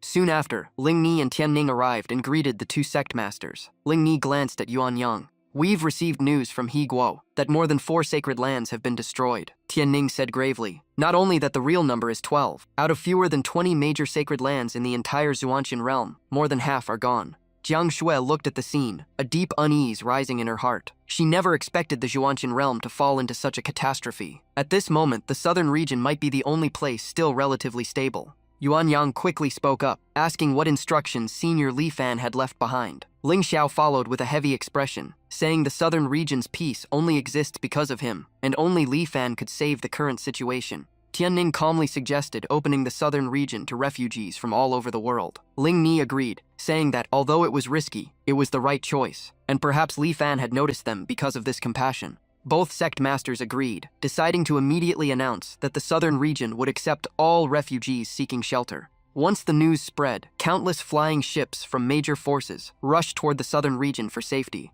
Back under the ancient tree, one cultivator asked in confusion why they still could not break through. They had already killed more than half of the top experts, and the world tree's roots were soaked in blood, yet it still remained stable, so they considered destroying it directly. Another shook his head, sensing something wrong, saying the highest power in this world should only be at the immortal level, and wondered why Zheng Xuan had not returned, suspecting the southern region was abnormal. At that moment, a subordinate rushed in and reported urgently that Zheng Xuan was dead, shocking everyone since he was a true immortal and should be invincible in this realm. The subordinate presented blood-stained soil from the ascension platform in the southern region, confirming he was drained and his soul erased, while the leader warned that their actions might have already drawn attention from the immortal realm and ordered a temporary halt. The leader then noted that cultivators of the Xuanqian realm were gathering in the southern region and decided it would be easier to eliminate them all at once, ordering Lua Ming to act and also contact the immortal envoy. He looked into the void with interest, saying this world was finally becoming interesting. The scene shifted back to Li Fan's small courtyard as Ling Ni and Tian Ning came to pay their respects again. Li Fan casually asked how things were going, and Ling Ni simply replied that many people had died. Li Fan frowned slightly, sensing chaos spreading across the Xuanqian realm, and asked if the situation elsewhere was similar, while Ling Ni felt reassured that he already understood everything. Tian Ning then asked cautiously if their decision to accept refugees into the southern region was wrong. Li Fan gently replied that there was nothing wrong with it, as doing what is right within one's ability is always correct. At that moment, the system suddenly issued a new mission, requiring him to accept 10 disciples and teach them survival skills, leaving Li Fan feeling helpless. He worried that while skills like music, chess, calligraphy, and painting were manageable, other strange talents would be difficult, and finding 10 suitable people seemed even harder. He considered asking Ling Ni for help, since she had outside connections, but hesitated, not wanting to break the image of a hidden expert. Noticing his gaze, Ling Ni asked why he was looking at her like that. Li Fan smiled and asked for her help in finding people to pass down his teachings, explaining he wanted to pass on some knowledge due to the current chaotic world. Tian Ning was shocked and asked if he intended to take disciples. Li Fan nodded, saying he could not ignore the situation, while Tian Ning excitedly offered to spread the news, believing his so-called minor arts were actually great opportunities, as Ling Ni reflected that despite his detachment, he still cared for all beings, while Li Fan inwardly sighed at the system forcing him into it. He coughed lightly, trying to stay calm. There's no need to make a big deal of it, just let things unfold naturally. In truth, he thought of himself as an ordinary man, and had nothing worth showing off, especially since what he taught was nothing impressive. Tian Ning and Ling Ni replied in unison that they understood and would obey. Back at the Taiyan Sacred Hall, both sect masters were stunned speechless upon hearing the news. What? Senior Li Fan wants to take disciples? They immediately realized that if this spread, it would shake the entire world. They quickly asked if there were any specific instructions. Ling Ni and Tian Ning relayed his message. Yuan Yang fell into thought and said it could not be made public to the sects to avoid disturbing the senior, and must only be spread quietly so the fated could come. After speaking, both sect masters could not hide their curiosity and half-joked. I wonder, do we still have a chance? Elsewhere, a chubby young man flew on his sword, grumbling in frustration. What destiny? It's all nonsense. Sending me to investigate this is just annoying. He landed and headed toward the Sword God sect, still annoyed after years of being an outer disciple. Thinking about his skill in growing spirit plants, he felt a bit more confident, believing he would not be without a place to go, even if he left. As he thought, he suddenly looked up and saw a flying ship passing overhead, surrounded by dragon aura. It was clearly from the Holy Dragon royal family, making him wonder why such a force had come to the southern region. On the ship, a subordinate reported that the mission to escort the prince to Changli Mountain was complete. Another voice immediately protested, asking why they were abandoning him in such a dangerous place instead of bringing him in. The next moment, he was thrown straight to the ground. A cold voice came from the ship, saying they were already risking their lives and would not take unnecessary burden. Lu Rong observed from a distance and suspected that the man might be the abandoned prince of the Holy Dragon Empire. Long Ziswan quickly turned and introduced himself, asking if Lu Rong was from the Dugu clan, hoping to travel with them for safety. Lu Rong revealed he was not from the Dugu clan, but an outer disciple of the Sword God sect. Long Ziswan invited him to travel together, and Lu Rong agreed without hesitation. Later, Long Zishuan helped pull Lu Rong onto a tall tree and asked if he had also come for the rumored opportunity to become a disciple of a great expert. Lu Rong admitted yes, but said there was no sign of any expert here, only people being used as sacrifices. Long Zixuan said he was basically in the same situation, calling himself a useless prince with a broken dragon soul, despised and oppressed in the royal family. Lu Rong replied bluntly that they were both the same. Suddenly, Lu Rong noticed something ahead and pointed it out, sensing something unusual and believing a remarkable existence must be inside since it remained untouched amid such chaos. Long Ziswan decided to enter, but Lu Rong stopped him, warning they knew nothing of the danger inside. However, Long Ziswan insisted, saying he had nothing left to lose and would take the gamble. Lu Rong hesitated but refused to enter recklessly. Watching him, Lu Rong finally gave in, deciding to follow even if it meant risking his life. After walking a short distance, they saw Long Zixuan stop and stare at a puddle of water. Lu Rong asked why he had stopped, and Long Zixuan told him to take a closer look. Lu Rang froze for a moment before realizing the water was filled with spiritual energy. The two immediately knelt down and drank it greedily, amazed at its purity, and even thinking it could be used for refining spirit medicines. An old man rushed over in shock, asking what they were doing, and warning them not to drink that water since it was contaminated by upstream farming. Long Zixuan was stunned, asking if it had been fertilized with manure. The old man waved them along, inviting them to follow him home, while Lu Rong looked confused and asked what to do next. Long Zixuan stared ahead and said they could not disobey the senior's arrangement. Long Zixuan's gaze landed on the old man's walking stick, and his expression changed instantly. "Brother Lu, this senior is not ordinary. That staff seems to surpass even the immortal-grade weapons of my sacred land. He might be the expert we are looking for." The old man scooped water with a ladle and said casually that the water over there was not clean, so each of them should drink a bowl to quench their thirst, and they could also pick some fruit along the road. The two stared at the ladle in disbelief. This is a dragon bone of top-tier quality, a treasure beyond immortal grade, yet it is being used as a water scoop, and the spirit herbs nearby not just top grade, but far beyond anything they had ever seen. Seeing them frozen in place, the old man looked confused. "What's wrong? Why are you just standing there?" Long Zixuan and Lu Rong immediately knelt down. "Senior, please accept us as disciples." The old man laughed and waved his hand. "Haha, so that's why you came to this small village. You came to the right place, but you got the wrong person. I'm not the one who takes disciples." Long Zixuan looked up. "If not you, senior, then who?" The old man placed his hands behind his back and spoke calmly. "I don't have that ability. The one who takes disciples is Xiao Li. Xiao Li can do anything, mastering all kinds of skills. Everything here was helped by him. This staff, this ladle, even the trees in the yard were all made by him. If you learn even a little from him, it will be enough for a lifetime. Go find Xiao Li." The two immediately rushed toward Li Fan's house, their minds shaken. So the real expert is someone else then. Just how terrifying is that person? This is truly a heavens and opportunity. That old senior must at least be an immortal, and he has already pointed them in the right direction. Lu Rong and Long Zixuan stopped in front of the small gate, unable to look away. "The Li senior mentioned by the immortal is here. We must seize this chance before anyone else arrives." Their eyes locked onto the 3 calligraphy characters above the gate. Those 3 characters carried an indescribable pressure, making it impossible to look away. Long Zixuan muttered that it felt even more terrifying than anything left by the royal ancestors of his empire. Ziling also looked out curiously, wondering who they were. The two stepped forward and introduced themselves. "I am Lu Rong from the Sword God sect, and this is Long Zixuan from the Holy Dragon Empire. We have come to seek Senior Li for discipleship." Ziling's eyes lit up with anticipation. She had not expected visitors so soon. "Please wait a moment. I will inform my master immediately." Lu Rong and Long Zixuan watched her leave, both puzzled. Is that girl also the disciple of that senior? As expected, he is extraordinary if even his disciples are this young, yet already at the Saint Realm. Lu Rong was shocked. What? She is already at the Saint Realm? In his understanding, that level could only be reached by beings on the verge of immortality. We must remain respectful.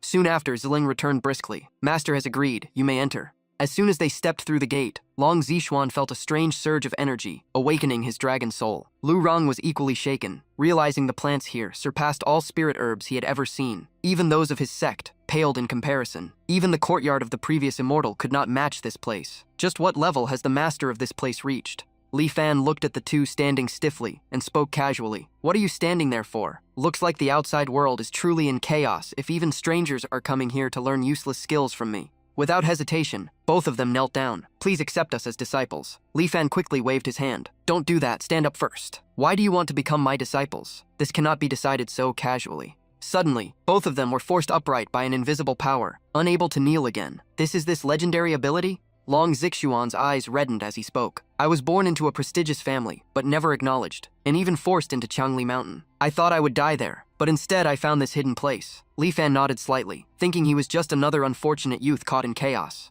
Lu Rang quickly spoke, saying he wanted to stay and learn farming, having loved planting since childhood, believing that growing even one plant like this would satisfy him for life. Li Fan calmly replied that they could eat and drink freely, and since they were here, they could stay. The two were overwhelmed with excitement, unable to believe it. Had they really succeeded in becoming disciples, just like that? Their long-awaited opportunity had finally arrived. Li Fan lifted the teapot and poured a few cups, then called out, "Come sit. It's a long journey. You must be tired. Drink some tea and rest." Long Zixuan took a sip in one go, and his body immediately changed. The damaged dragon soul within him was replenished with spiritual energy and began to recover. The place he had searched for all this time was here. Li Fan turned to Lu Rang while holding his cup. Earlier you said you wanted to learn farming, right? Lu Rang could not hide his excitement. Yes, senior. Li Fan nodded. Then I'll teach you. Farming isn't difficult. At least it's within my ability. Long Zixuan cupped his hands and bowed. Master, I would like to go to that lake for a moment. Li Fan glanced over and laughed. So you want to learn fish farming? All right, I'll teach you that too. One handles the garden, one handles the fish. That works out well. After speaking, he stood up. Follow me. I'll guide you step by step. Nanfeng, bring the hoe. Holding the hoe, he led the way. Come, we'll start at the vegetable garden. I'll teach Lu Rang first. When they arrived, both of them froze. What lay before them far surpassed the concept of a normal vegetable garden, making them question Li Fan's true identity. Li Fan raised the hoe high. To learn farming, you must first learn how to work the soil. Watch carefully. As he worked, he explained every basic motion, each step containing its own hidden principle. Only by understanding this could one nurture all living things. Lu Rang immediately bowed. One move from Master has opened a path of enlightenment for this disciple. I will do my best to comprehend it. Li Fan handed him the hoe. From now on, this will be yours. Taking it in his hands, Lu Rang felt a surge of excitement. Li Fan then led Long Zixuan away. Come, I'll take you to the lake. He pointed at the water and explained fish farming, emphasizing precision and how it could calm the mind. The key is feeding them properly. Watching Li Fan's explanation, Long Zixuan gradually realized something. From the moment he entered, his dragon soul reacted because what was in this lake was not ordinary fish, but true dragons. The foundation of the Holy Dragon Empire was built upon an ancestor who once glimpsed enlightenment from a fallen dragon. But now, before him was an entire lake of true dragons. Nanfeng and Ziling stood nearby, equally shaken, realizing these beings were beyond imagination, and without Li Fan's presence they would not survive here for even a moment. Long Zixuan kept bowing repeatedly in gratitude. Thank you, Master, thank you. Master Li Fan waved his hand. No need for that. Stand up. From now on, you will be in charge of feeding the fish. He assumed the boy had suffered too much before and was desperate to stay. Long Zixuan still struggled to grasp the movements of the creatures. Lu Rang was in a similar state, unable to even lift the hoe without exhausting his spiritual energy. Li Fan looked at them puzzled, thinking one was dazed while standing, and the other lacked the strength to use a tool, assuming they were physically weak from hardship and needed gradual recovery. Elsewhere, the dark cultivators continued their search. One reported that Zheng Shuan's aura had completely vanished, confirming his death, and that the target was likely still hidden in the southern region. Another calmly replied that they would move on and find a new force to exploit. At the Rofu Sacred Hall, two powerful figures discussed Sword Dao and its next breakthrough. Suddenly, a rough laugh interrupted the solemn atmosphere. Ha ha, a bunch of nobodies dare speak so boldly. The two figures were revealed to be the Rofu Sacred Master and Cao Yijian. An eerie figure suddenly appeared behind them, pressing close to the Rofu Sacred Master. I am here. Two black-clothed men then struck, sending Cao Yijian flying with a single attack. One of them looked down coldly. Trash. Tell me, what is the strongest force in the southern region? Seriously injured, Cao Yijian lay on the ground, shaken. Impossible, this power is beyond us. Could it be at the immortal level? He forced himself to answer that he was new to the southern region, and suggested the Taiyan and Ziyang sacred lands might know more. The black-clothed men exchanged glances, and decided to use them temporarily instead of acting openly, suspecting those sacred lands were connected to Zheng Shuan's killer. One of them tempted them. Do you want to stand at the peak of the southern region and control everything? Help us with one small task, and it will all be yours. The two elders froze, staring at the figures before them. His attitude changed instantly and he bowed in submission. "Greetings, master," he laughed loudly. At the floating Taiyan Holy Land above the clouds, major factions gathered, including Luo Fu and the Divine Sword Sect. After submitting, the two elders grew confident and spoke boldly. "With all major sects present, everything now depends on you two." Cao Yijian laughed. "With our current power, the southern region has no choice but to bow." Yuan Yang stepped forward, probing them with his tone. "Why did you gather so many people here?" Cao Yijian smiled with hidden intent. "We just came to visit the two holy lords of Taiyan and Ziyang, and discuss splitting southern region resources." Ling Chao and Yuan Yang erupted with killing intent, anger visible. "Ungrateful traitors." Yuan Yang followed up. "Do you really think the southern region is that easy to bully?" The Luo Fu Holy Lord looked at them with disdain. "Anyone can come here, but if you don't want to die, leave now." Tian Yang stared back calmly. "Quasi-immortal level? No wonder you are so arrogant. But one of you is not enough to shake the southern region." Luo Fu and Cao Yijian released their auras at the same time. "Not enough with one? Then what about two?"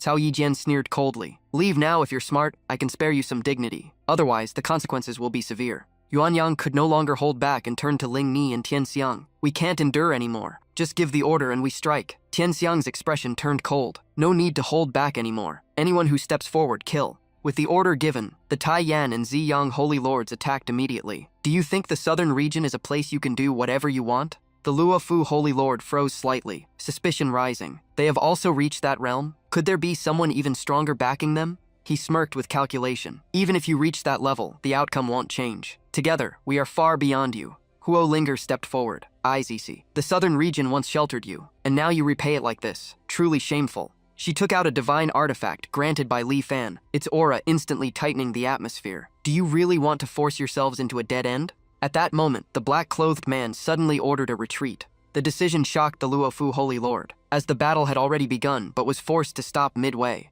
The black-clothed man shouted, pointing out the gap caused by the opponent's immortal weapon. "The two of them stand no chance at all." Luo Fu raised his hand and stopped everyone. "Wait." He changed his tone and proposed another option. Since both sides walk the orthodox path, a full war would damage the entire southern region. Let the younger generation decide through battle and use the result to divide resources. Yuan Yang looked at Ling Ni for her opinion. Ling Ni met his gaze, still furious. "Whatever you decide, I support it." After hearing her answer, Yuan Yang declared, "Fine, the southern region agrees. In 3 days, the younger generation will compete." The people from Luo Fu Holy Land and the Divine Sword Sect quickly withdrew. Ling Chao watched them leave, full of doubt. They were clearly ready for war, but changed instantly when the divine goddesses appeared. Yuan Yang agreed, sensing something unusual behind it. Ling Chao voiced his suspicion to the two goddesses. "There may be someone else controlling them." Yuan Yang added that reaching that realm so quickly is impossible without external help. Ling Ni turned to Tian Xiang with caution. "We should report this to Senior Li." Tian Xiang agreed without hesitation. The scene shifted to Li Fan's small courtyard. Li Fan leaned back casually, tapping along with the sound of the zither, enjoying the peace. This kind of life is true comfort. Only the mission of recruiting 10 disciples remains unfinished. Nearby, Nanfeng was immersed in the music, entering a mysterious state. In her hazy consciousness, she saw a strange vast space, unsure where she was. Long Ziswan and Zisling looked at her in shock. She seems to have broken into a new realm. Li Fan noticed the rhythm was slightly off and gently adjusted the tempo. With that, Nanfeng's state stabilized, and she understood her master was guiding her. The next moment, she woke up, clearly feeling her transformation. She immediately bowed. "Thank you, master, for your guidance." Li Fan replied calmly that obstacles are inevitable on this path. Long Ziswan looked at Nanfeng in shock, unable to believe her speed of progress. Ziling believed it was all thanks to the presence of their master. A voice from outside called out. Li Fan noticed and invited them in. When Tianxiang and Ling Ni entered, he asked what they needed.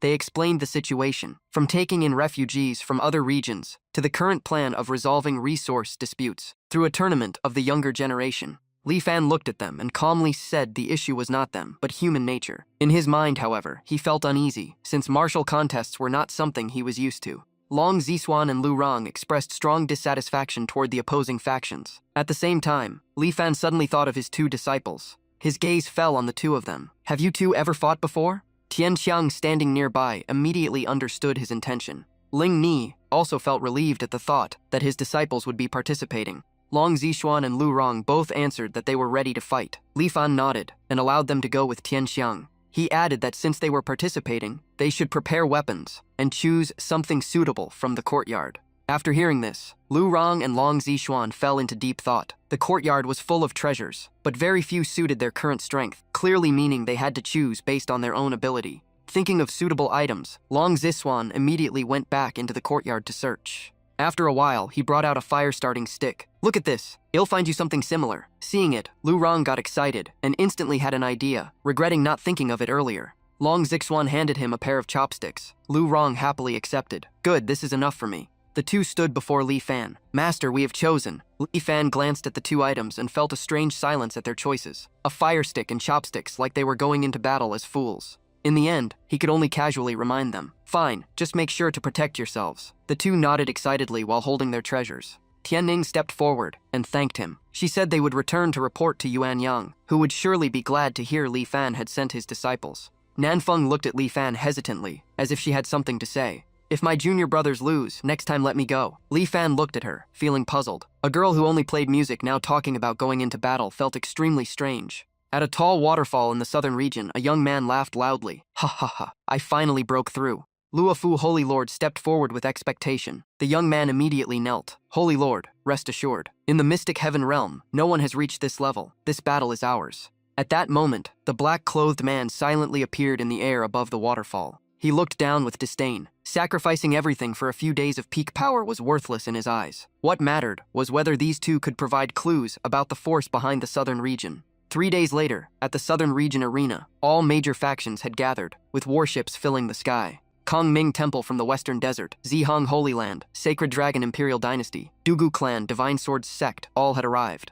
Ling Chao looked at Long Zishuan and Lu Rong and said solemnly, "We are counting on you." Lu Rong clenched his fists. "Rest assured, we will follow Master's teachings." People from Luofu Holy Land arrived as well. The Holy Lord smirked. "I hope your useless disciples can last a bit longer." Ling Chao and Yuan Yang immediately grew furious. Who wins is not decided yet. The Luofu Holy Lord laughed arrogantly, clearly confident in victory. The match officially began. A monk stepped onto the stage and bowed. "Little monk Qing Chen, I seek guidance." Murmurs erupted below. Soon after, Tuogao from Luofu stepped forward in response. In an instant, his figure flashed forward, appearing beside Qing Chen with countless afterimages that left no time to react. One strike shattered Qing Chen's foundation. He laughed mockingly. "Is this what you call immortal talent?" Qing Chen was blasted off the arena with no ability to resist at all. The crowd below was instantly shaken. A young man had actually reached the Great Ascension realm, far beyond their imagination. Tuogao stepped forward, his tone dripping with mockery toward Kongming Temple. Keeping him alive was already mercy. Standing on the arena, he radiated arrogance. "Who else disagrees? Come up." The Luofu Holy Lord looked at Ling Xiao and Yuan Yang with disdain. "Your disciples are no match. If you're smart, kneel and admit defeat. I might spare you." Ling Xiao exchanged a look with Yuan Yang, both sensing something behind Luofu's forces. Yuan Yang mentioned that everything seemed to be within Senior List's expectations. At this moment, Lu Rang stepped onto the arena. "Tuo Gao, I'll fight you." The people of the Divine Swords sect looked at him with contempt, mocking his past as a discarded nobody. Ling Xiao stepped forward, his gaze cold as he locked onto Cao Yijian. "I hope you won't regret what you just said."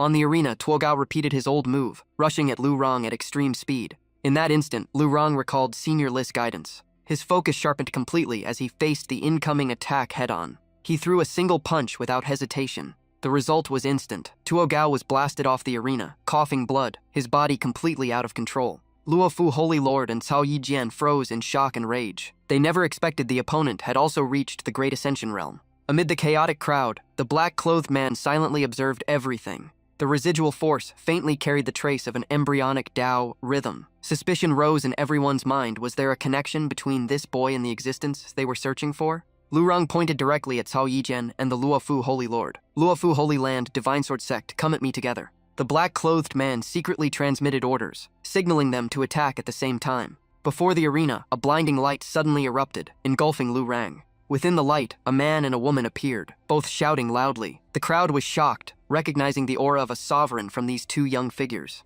Lu Rang looked at them with disdain. Such empty threats meant nothing to him, as greater existences stood behind him. The two attacked together, their sword lights merging. "Senior brother, kill him together." On the viewing platform, both holy lords grew tense. The situation had fully tilted. Ling Xiao immediately suggested using a quasi-immortal artifact, but Zishuan spoke to calm him. Hearing this, Ling Xiao and Yuan Yang gradually steadied themselves, remembering they were disciples of Senior Li and must have protective treasures. On the arena, Lu Rang slowly took out his old pair of chopsticks. With a simple motion, the two quasi-immortal swords instantly lost their power. One of them vanished on the spot, while the other turned pale, his aura collapsing. Luofu Holy Lord could no longer remain calm and slumped into his seat, his mind filled with confusion about the origin of that seemingly ordinary object. The two black-clothed men in the crowd were also shaken. In their eyes, those chopsticks had already surpassed normal limits, and greed began to rise. One of them immediately ordered his subordinates to go onto the arena. The two subordinates trembled, fear clearly written on their faces, unwilling to face the outcome they had just witnessed.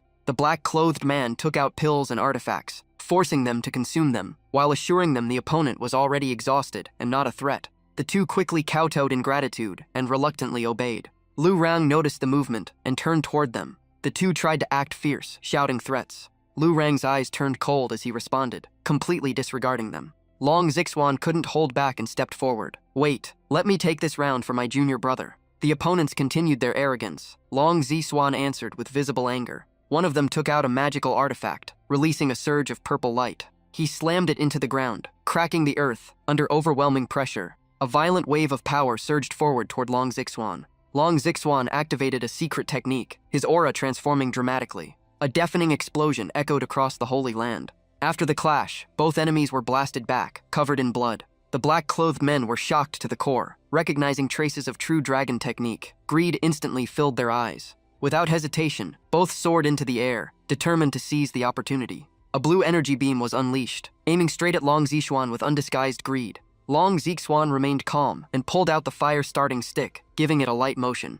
Instantly, two strands of black chi emerged and locked onto the two black-clothed men. The crushing pressure left them unable to resist, their faces twisting in pain. In the blink of an eye, their bodies disintegrated completely and vanished without a trace.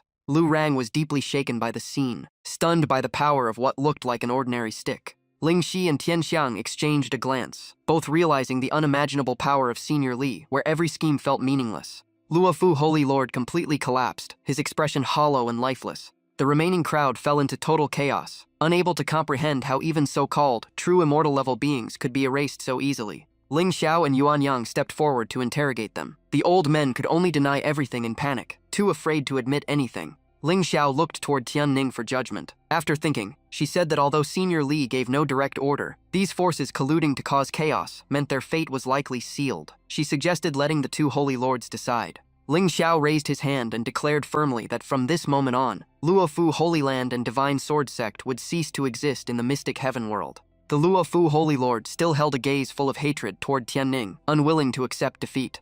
A reckless thought surged within him as he rushed forward, aiming to strike Tian Ning in a final desperate attempt. Facing the attack, Tian Ning remained calm and slowly took out her hairpin. She pointed it toward him. A golden burst of energy erupted from it. The light pierced through both of them, shaking them to the core as they could not believe the power contained in such a small object. Witnessing this, all cultivators nearby knelt in unison in reverence. Tian Ning only calmly asked everyone to coexist peacefully. An elder stepped forward and asked about rumors regarding the great expert at Changli Mountain. Ling Xiao confirmed it and said even he was not qualified to meet that person. At Li Fan's small courtyard, Zi Ling was focused on every brushstroke, fully immersed in her painting. Nanfeng observed and realized Zi Ling's state resembled the bottleneck she once experienced.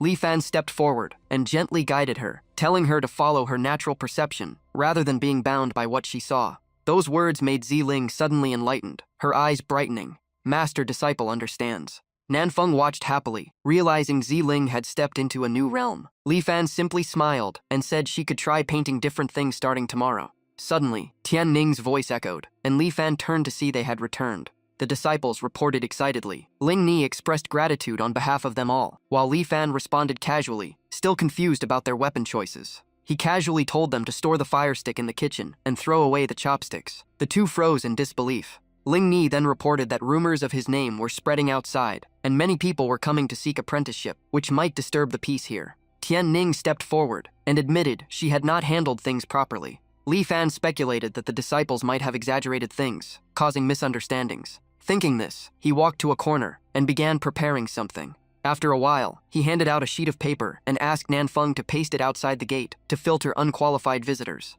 Nanfeng read it and realized it resembled a trial for those seeking to become disciples. Everyone in the courtyard observed it and felt it contained profound meaning, beyond ordinary understanding. At the same time, several flying ships were heading toward the mountain village.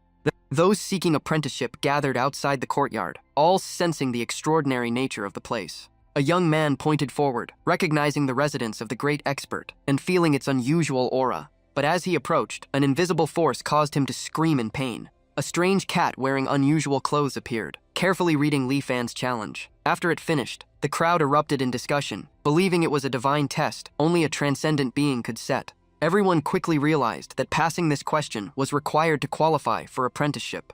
Looking at the drawing, they felt layers of profound meaning hidden within it, far beyond normal comprehension.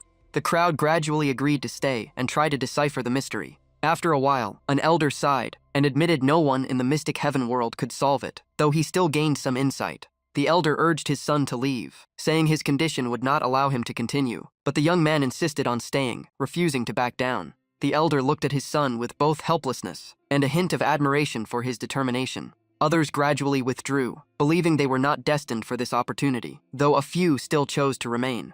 Inside, Nanfeng grew worried when she saw that no one could solve the problem, and most had already left. Li Fan sat in a corner, drinking tea, thinking that setting such a test was necessary to avoid accepting the wrong people. But suddenly, he sensed something was wrong, and his expression changed. He turned to ask Nanfeng about mathematics, only to receive a confused look in return. Li Fan's mind became chaotic, unable to understand what was going on. He immediately asked Nanfeng to remove the challenge, realizing the mistake was that this world lacked such foundational knowledge. Facing Nanfeng's confusion, he could only briefly explain that the problem was unsolvable. After that, Nanfeng left. She retrieved the posted challenge under everyone's gaze. A young monk nearby asked about her identity and received confirmation. Another young man stepped forward and asked why the test was removed. Nanfeng explained that the content involved fields no one here could understand. When asked if they could enter, she simply shook her head as there were no clear instructions. The two exchanged glances and decided to enter anyway, regardless of consequences.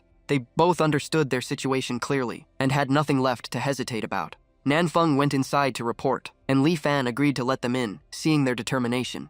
Upon entering, both immediately knelt and requested to become disciples. Li Fan looked at the young man and asked his purpose, receiving a firm answer. When he turned to Qingchen, he spoke frankly, causing the other to feel complicated thoughts about the identity of the person before him. At that moment, Lu Rang walked past carrying fish feed. The sight shocked Qingchen, who realized the item in his hand had an extremely extraordinary origin. A thought flashed through his mind. Could this person be a Buddhist existence capable of manifesting countless incarnations? Li Fan silently observed Qingchen, thinking that strict Buddhist rules were not something he could teach, and wondering how to refuse. Suddenly, Qingchen knelt heavily before Li Fan and shouted, "Senior, I am willing to abandon everything to follow your Tao." Li Fan froze. Abandon everything meaning becoming a layman? That might actually be acceptable, as long as he didn't keep chanting scriptures beside him all day. Feeling relieved, Li Fan waved his hand. "Fine. From now on, you will be responsible for cleaning the courtyard." Qingchen was overjoyed. "Thank you, master." Li Fan casually waved him up. "Enough formalities. It's getting late. Time for dinner. We'll start teaching tomorrow. Nanfeng, Ziling, bring out the dishes." The two newcomers froze in shock. "This is food? It clearly looks like sacred-grade elixirs." Long Ziswan laughed. "Eat up, junior brothers. We reacted the same way at first, but you'll get used to it. It's just normal meals here." They began eating and chatting freely. No wonder senior brother Long and senior brother Lu are so extraordinary. "Ha ha. Tomorrow we'll take you to the vegetable garden. Everything comes from there." Suddenly, everyone's attention shifted to Nanfeng. While eating, her aura changed dramatically as her cultivation broke through. Nanfeng felt a bit embarrassed. "Sorry, I couldn't control it. I accidentally stepped into the immortal realm." The two newcomers stared blankly. She became an immortal just by eating a meal? What exactly is this hot pot? The scene shifted to the edge of the highest heavens in the sea of clouds, where three black-clothed men appeared among the sky layers, and one stepped forward to report. "Among the 21 lower realms connected to the sacred cloud domain of the mystic heaven world, we have investigated through the Immortal Records Hall.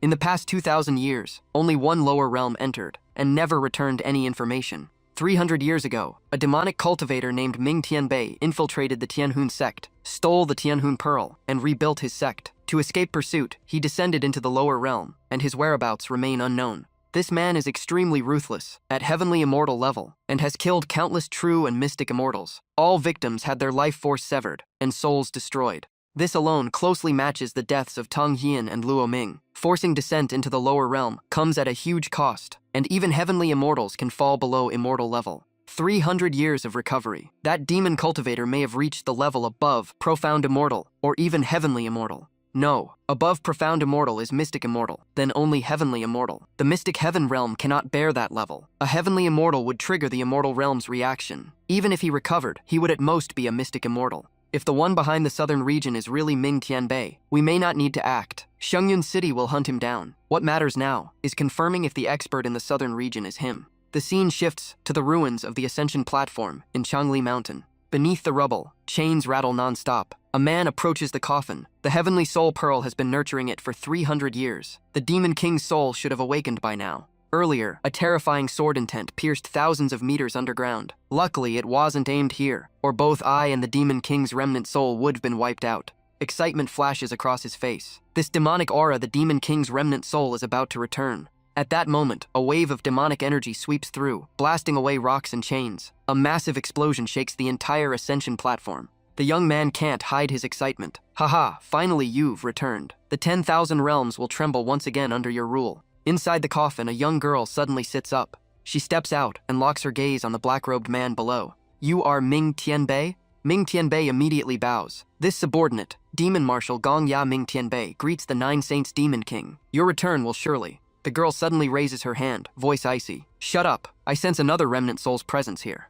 A twisted demon god appears, speaking coldly. Remnant demon guard Gong Yuan greets the remnant demon king. Please follow me, remnant soul, and merge into the true demon king body. Ming Tianbei steps forward. A remnant? You're from Demon Marshal Jingmi? Zhusheng, leave now. The demon guard raises his hand, oppressive aura bursting out. The soul I guard is the true orthodox one. A mere mystic demon like you dares stop me? Please, remnant soul, come with me. Zhusheng glances around. Just after breaking free from Seal, She's already in trouble. She teleports both of them to the surface, voice weak. Carry me, we need to leave. My power hasn't fully recovered yet. The remnant demon guard reveals a strange smile. Waves of demonic energy leak from his mouth. His body twists into a monstrous ghostly figure, chasing after Zhusheng and Ming Tianbei. Zhusheng grips Ming Tianbei tightly. I sense a very unusual aura below. Ming Tianbei also speaks. That village Changli Mountain was flattened, yet it's still intact? Zhusheng immediately orders. Go down there. Hide inside the village. At the foot of Changli Mountain, two black-robed figures scout the area. The expert in the southern region may be hiding in that village ahead. Approaching carelessly is dangerous. We only need to confirm if He's a demon cultivator.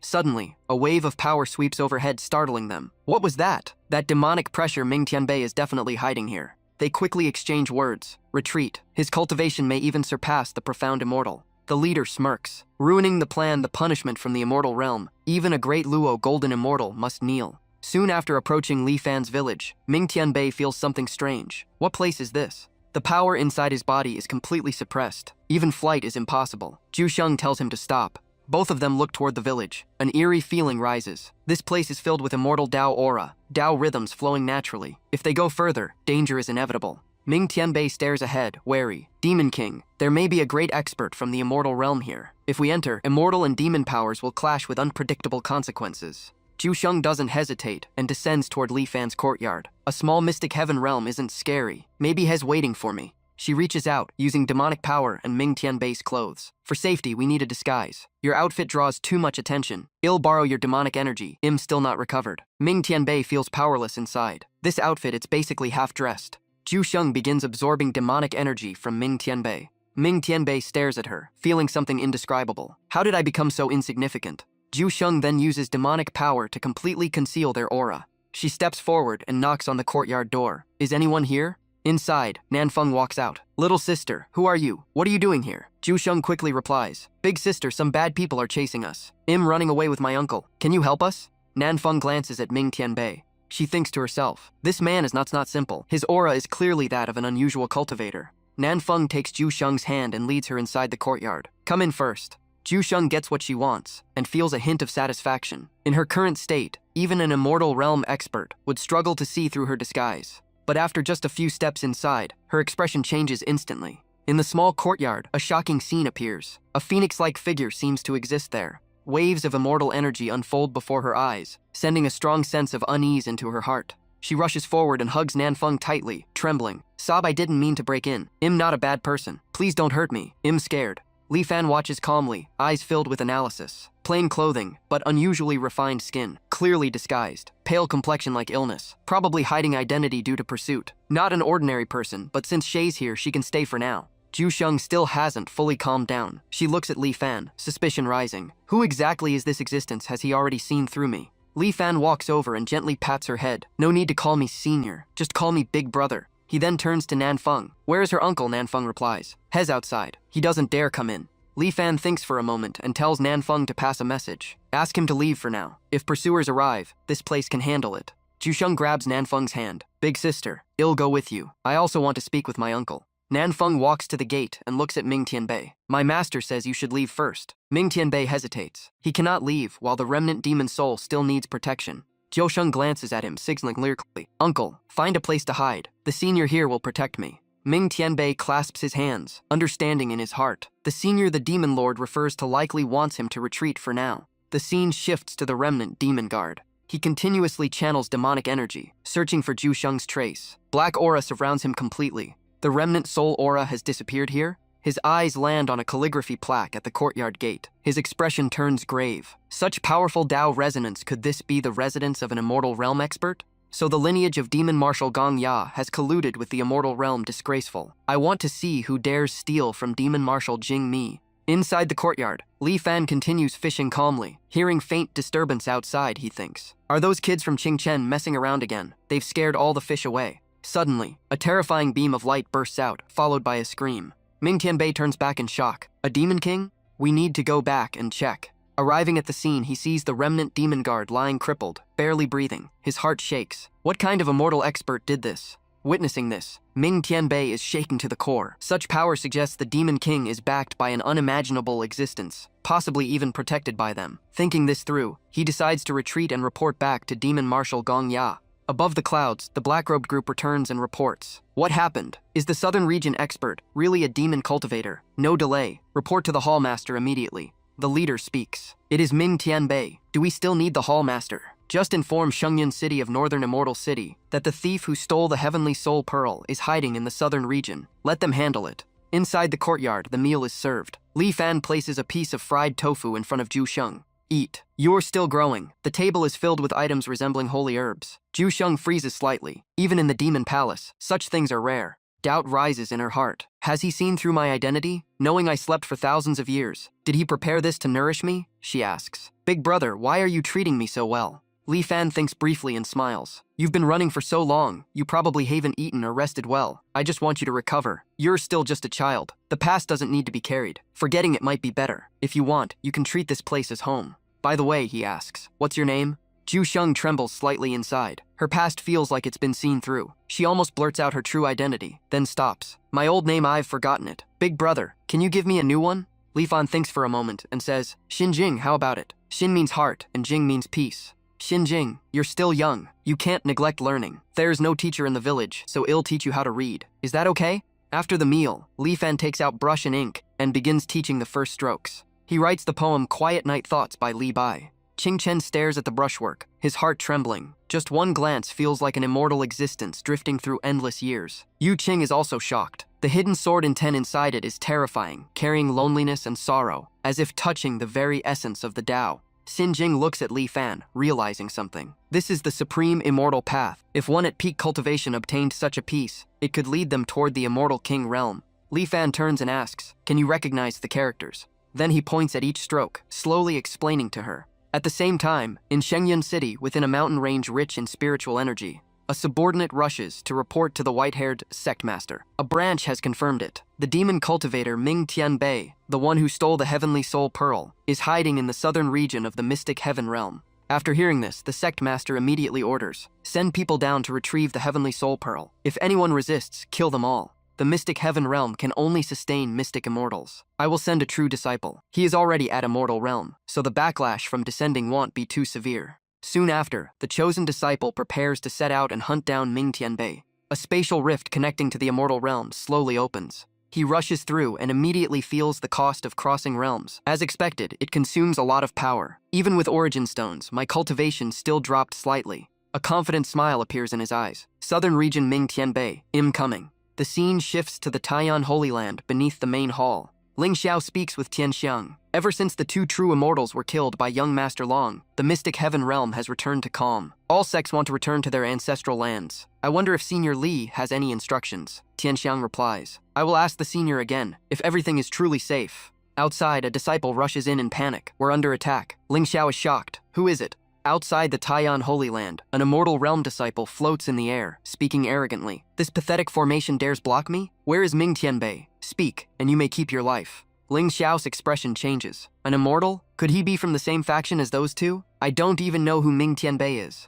In an instant, the figure disappears, then reappears right in front of Ling Xiao, throwing a punch. Shut up. From now on, every useless word costs a life. Ling Ni angrily draws out an immortal artifact. Just a mere immortal dares claim dominance over the mystic heaven realm? The opponent sneers, eyes landing on her item. Oh, an immortal treasure? A tiny place like this actually has something like that. You're just delivering it to me. Tian Ning panics. Sister Ling Ni. He laughs coldly. Little girl, come here. A streak of immortal power flashes in an instant. When everything settles, the disciple's arm is gone. He clutches the wound in horror. How is this possible? Ling Ni looks at him coldly, her aura unwavering. Do you think you're above us? Try saying that again. She stands in the air, voice crushing. You dared invade here and attack my people. You will pay the price. The opponent stares at her in confusion. A mystic immortal grade defense artifact. How do you have something like this so easily? I am from the immortal realm. You lower realm ants dare offend me? I will turn you all to dust. He pulls out a token and shouts. This is immortal authority granted by Elder Heavenly Soul Sect, even if you are a mystic immortal.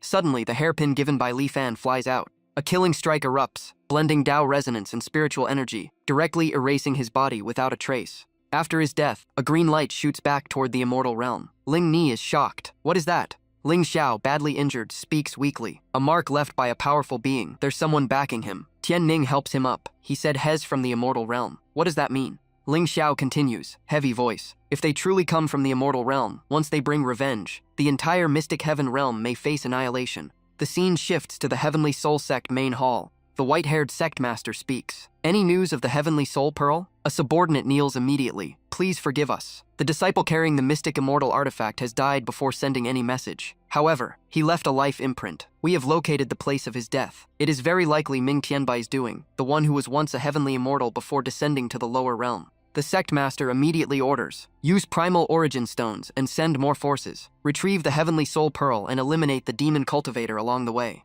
Not long after, a subordinate steps out before the crowd of disciples. He announces slowly, the sect master has decided. Recover the Heavenly Soul Pearl and wipe out the demon cultivator. Deploy the strongest mystic immortal experts and use primal origin stones to break through world restrictions and descend. In the small courtyard, Li Fan is teaching Xin Jing characters when Tian Ning and Ling Ni arrive. He asks, what happened that made you both so anxious? Tian Ning recounts everything. Senior people from the upper realm were sent down to capture Ming Tianbei. They clashed with us and even attacked Senior Ling Xiao. Li Fan is slightly surprised, thinking, people from above, are they some kind of official force? Xin Jing, standing nearby, also quietly thinks, has the immortal realm discovered me? Tian Ning continues in detail, then says, in the emergency, we killed him. She immediately kneels. It's all our fault for causing trouble for you. If there is punishment. Li Fan turns calmly. You did nothing wrong. I'm even pleased you killed them. If they want to come, let them come. In his mind, death in the cultivation world is normal, especially for those who act arrogantly.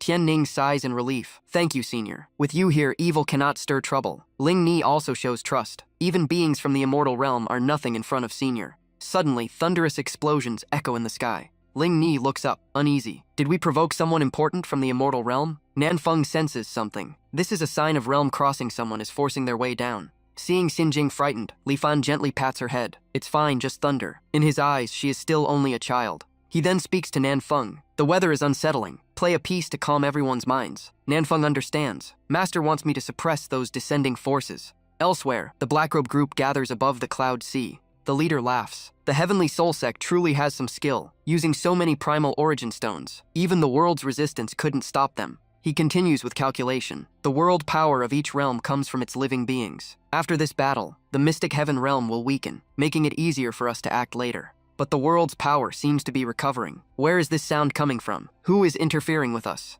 It can't be a demon cultivator. Outsiders are not acknowledged by the world itself. Could it be the origin consciousness of the mystic heaven realm resisting? Deploy all primal origin stones. After descending, wipe this place clean and erase even the world's will. A massive surge of energy crashes into Changli Mountain, bringing countless celestial phenomena. the experts of the Heavenly Soul Sect also descend, confirming the death of their true disciple. One of them channels spiritual energy. Massive stones are lifted into the air. He roars, "You dare shelter demons and obstruct our descent? Your crime is unforgivable. From today onward, this world will be erased." A colossal mountain manifests, covering the sky. In the distance, Ming Tianbei notices a figure standing atop Changli Mountain. It is an enforcer of the Heavenly Soul Sect. He clenches his fist and moves forward silently. Just a mystic immortal dares speak like this. No matter what, he will protect Demon Lord's majesty. Suddenly, multiple mystic immortal figures rise into the sky, making Ming Tianbei freeze. What is happening? 10 of them. A bald elder strikes the ground with a palm. The impact shakes the entire mystic heaven realm. Ming Tianbei roars in despair. "Impossible, I cannot accept this. The Demon Lord has just awakened." Another cultivator is blown away, shocked. "That's a true immortal from the upper realm. Why isn't Senior Li stopping them? Has he failed?" Originally intending to fight in the sky, they are stunned to see a true immortal-level existence appear. A nearby monk sighs deeply, eyes heavy with sorrow for all living beings. Meanwhile, Nanfeng continues playing the zither, but her mind sharpens. That clash earlier was clearly a world origin level confrontation. This opponent is beyond imagination. Xinjing stands anxiously. Li Fan speaks to calm her. "Don't be afraid. You are Xinjing. Even if the sky falls, it won't shake you." He looks at the sky, puzzled. This weather has never appeared before, truly strange. But even if unusual, it's just a phenomenon. Why are they so afraid? He hands a piece of music to Nanfeng. "Play this piece to steady the hearts of the juniors and seniors." Looking at the score, Nanfeng is shaken. Every note carries dense killing intent, sending chills down the spine. Could Master want to use this piece to wipe out all those mystic immortals? Li Fan turns and speaks calmly. "I know your style leans gentle, but music is not only softness. It also carries battlefield might and the sound of border wars." Those words awaken Nanfeng. She immediately begins performing according to the score. Yu Qing suddenly widens her eyes, looking at Nanfeng, "Senior sister." The zither sound erupts, sending shockwaves outward as radiant light explodes across the space. Even the mystic immortal celestial observer in the distance feels immense pressure. This sonic force is not ordinary. He immediately pours out full spiritual power, activating a heaven sacrificial soul defense. A massive energy burst ignites, illuminating the sky of the great Tao. On Nanfeng's side, a string suddenly snaps, making her flinch. Li Fan calmly adjusts the rhythm. If he is strong, let him be strong. A light breeze still passes over the mountain. Nanfeng's eyes sharpen. "Just like before, Master is guiding me again." In an instant, she stabilizes her mind. The zither sound erupts with heaven-shaking power. The Heavenly Soul Sect immediately feels the pressure intensify. What is happening? The attack is getting stronger. Everyone, don't hold back anymore. This opponent is not simple. Another string on Nanfeng's zither snaps. Li Fan lightly touches the strings. A loud sound becomes almost silent. How can one string contain the whole intent of a composition? Nanfeng gains sudden enlightenment again. "I understand now. Great sound has no sound. The great Tao is simple. I understand Master's intent." The Heavenly Soul Sect thinks they have suppressed the demon cultivator, and shouts to continue. When no one responds, he turns and yells, "Fellow disciples?" But what he sees freezes him in place. His body stiffens completely. Could the Heavenly Soul Sect already be facing a great disaster? On Ling Xiao's side, Tianning catches falling golden light like rain. It is immortal rain, a sign of a golden era in the mystic heaven realm. She looks up. "We may never reach immortal realm. Senior Li is far beyond true immortals." Acting effortlessly, Ling Xiao murmurs, looking into the distance. That battle music was performed by Li Senior's disciple Nanfeng. Elsewhere, Zi Ling stares at Nanfeng. Senior sister has reached mystic immortal, skipping directly from immortal to beyond true immortal. Nanfeng curiously asks, "Master, does this piece have a name?" Li Fan suddenly stands up. Of course it does. It is called Emperor Venerable Breaking Formation Melody. Xinjing stands aside, stunned. He is playing chess. This ancient situation may affect the fate of all heavens. At the cloud sea above the heavenly border, the black-robed group grits their teeth in fury. The destruction of 10 mystic immortals shocks them. One reports, "Leader, the yellow mist sea is about to revive. Absorbing the essence of those 10 experts will revive the world tree, even stronger than before." The leader shouts urgently, "Ignore that. The plan to merge 10,000 realms cannot be delayed. Seize the world tree now." They activate a divine artifact, attempting to devour the world tree, as a colossal entity appears and swallows it. The leader suddenly changes expression. "Not good. It is heading toward the southern region. Do not let it descend." A streak of spiritual light rushes forward, calling out, "Little tree, don't be afraid. I'm here to help you." That figure rapidly approaches the divine tree. But in the next moment, a piercing force passes through his body. He screams in pain. At the brink of death, he activates a substitute technique. Only a remnant soul returns to the immortal realm. A gate guardian shouts, "What soul dares cause trouble here?" He urgently replies, "Take me to the hall master immediately." The guard recognizes him in shock. "You Chenbing? Weren't you in the Mystic Heaven realm? How did you end up like this?" Inside, the old hallmaster speaks gravely after hearing news of the devouring artifact's destruction. Even he could not break it. This makes him suspect a connection between the Mystic Heaven realm and the ancient First Heaven realm. He then turns to Elder Zhang Te, who controls spatial Dao laws not restricted by the lower realm, and orders him to investigate personally. Zhang Te accepts the order excitedly and descends immediately. He activates a divine artifact, locking onto the coordinates of the Mystic Heaven realm. Arriving at the mountain village where Li Fan resides, he stands in the mist, carefully scanning the surroundings. As a mere heavenly immortal, he could easily enter Xuantian realm, which meant the lowest level here had to be Xuan immortal. The spiritual energy was insanely dense, even forming immortal spirit qi, and the small village gave him a chilling sense of danger. Just then, Li Fan's old neighbor stepped out and loudly questioned the sneaky stranger. Zhang Te looked at the old man and instantly felt crushing pressure from his overwhelming aura. Even the walking cane radiated a terrifying presence, making him want to retreat at once. The old neighbor simply coughed, thinking it was just a thief who got scared and ran. Zhang Te fled in panic at near-vanishing speed, heading straight back to the immortal realm. His mind was filled with fear, convinced that place was beyond dangerous. Lucky he escaped alive. On the way back, he furiously shouted the name Yu Chenbing. At that moment, Yu Chenbing had just been healed by the camel master when Zhang Te stormed in. Confused, Yu Chenbing asked what happened, surprised he returned so soon. Before he could finish, a heavy punch slammed into his face. Zhang Te exploded in rage, cursing him without restraint. The camel master immediately demanded an explanation. Zhang Te pointed at Yu Chenbing, saying this idiot almost got him killed in Xuantian realm, describing the forbidden southern village and the terrifying old man. The camel master frowned and questioned how he even made it back alive. He reminded them that almost no one who entered a forbidden zone ever returned, unless they defied the rules themselves. So he asked if anyone there truly noticed Zhang Te. In his view, it might not be a forbidden land at all, but a special artifact creating fear and illusions. Hearing that, Zhang Te began suspecting it could be an immortal monarch-level artifact. The camel master calmly stated that once the fusion of the 100 realms ends, Xuantian realm will be crushed, and they can seize the treasure. Yu Chenbing sat in the corner, bruised and confused, still not knowing why he was beaten. Meanwhile, in the quiet night of Shengyun City, the sect master of Tianhun sect recalled how a single melody killed 10 Xuan immortals instantly. His subordinate anxiously asked for a solution, fearing other forces would attack once they sensed weakness. The sect master decided to spread news that the immortal monarch breaking formation melody of Saints Sound Immortal appeared in Xuantian realm. After careful thought, he declared this was the only way to divert attention and ordered the news released. The subordinate bowed and left to carry out the command. Soon, the news swept across the 4 regions, and major forces prepared to break the boundary and compete. A bald old man roared angrily, unwilling to be obstructed. A muscular man responded with open provocation. A senior monk stood silent, but his eyes showed clear displeasure. A cold woman suggested silencing all the noisy ones. Not long after, she appeared atop Changli Mountain.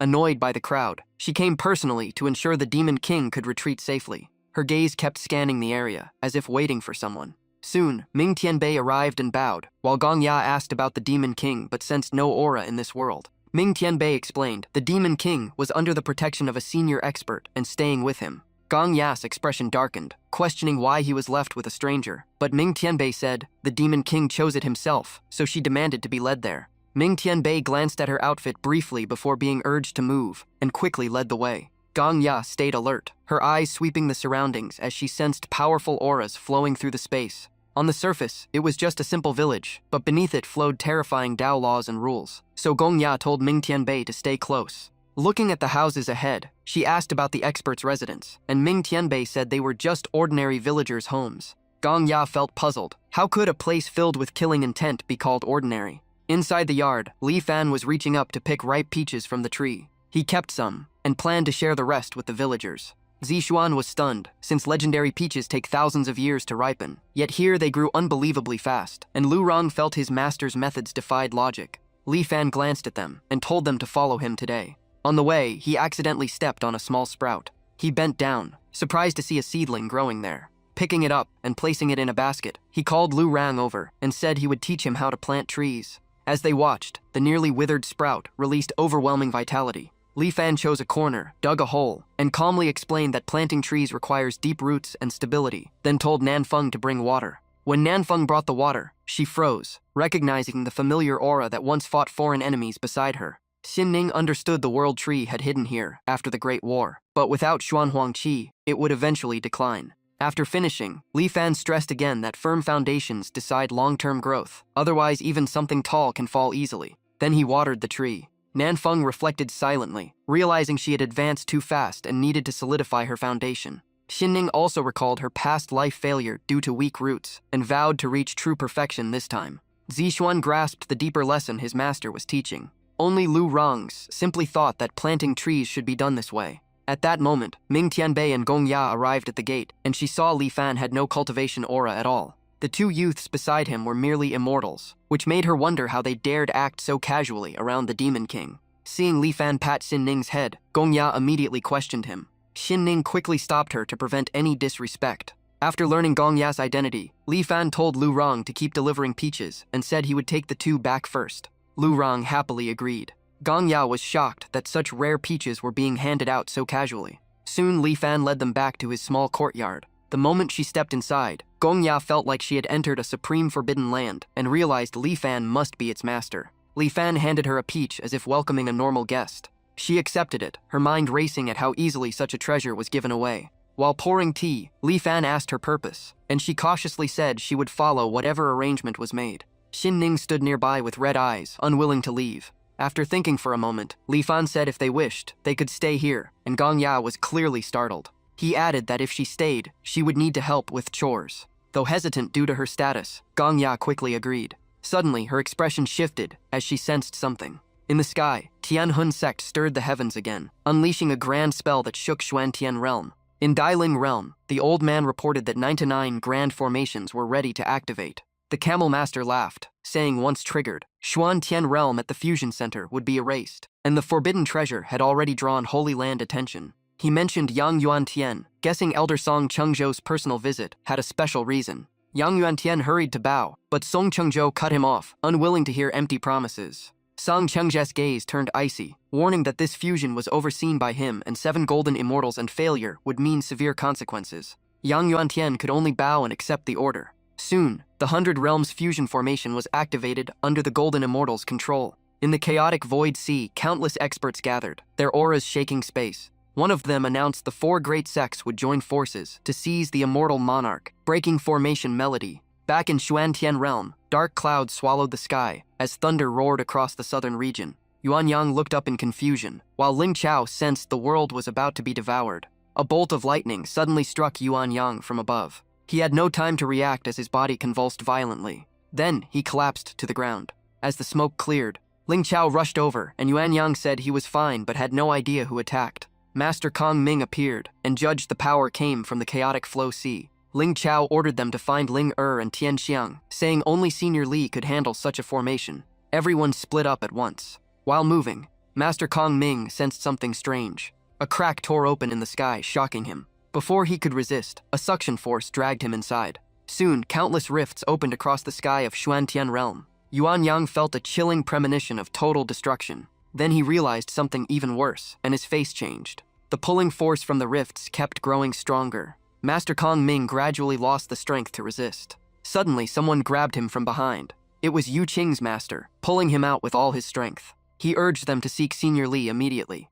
At Li Fan's courtyard, the air already felt like doomsday. Li Fan stared at the sky, sensing this disaster was different from before. Outside, Tian Ning's voice called out urgently. Ling Shi rushed in, reporting that Xuantian realm faced catastrophe from the chaotic void. Li Fan's expression changed, unable to hide his unease. Gong Ya suggested going out to check, but Xin Ning advised staying. Just then, Dugu Chenliu requested an audience. Yu Qing recognized her father and called out, and Li Fan allowed him in. Chen Liu entered and quickly reported the unstoppable disaster. Li Fan stood silent, knowing he was just an ordinary man. Still, he forced himself to remain calm before his disciples. He turned and asked Gong Ya to pour tea. Chen Liu felt both anxious and confused at this reaction. The disciples, however, trusted his composure even more. Li Fan lifted the teacup, then set it down because the tea had gone cold. Chen Liu finally noticed the tree before him and realized it was the world tree. Remembering it had once been hunted, he guessed Li Fan saved it. Even a cup of tea revived it to this extent, leaving him stunned. In the sky, countless worlds began to appear. They slowly forced Xuantian realm toward fusion. Gong Ya realized this was a forced world merger. She grew worried seeing Li Fan still unmoving.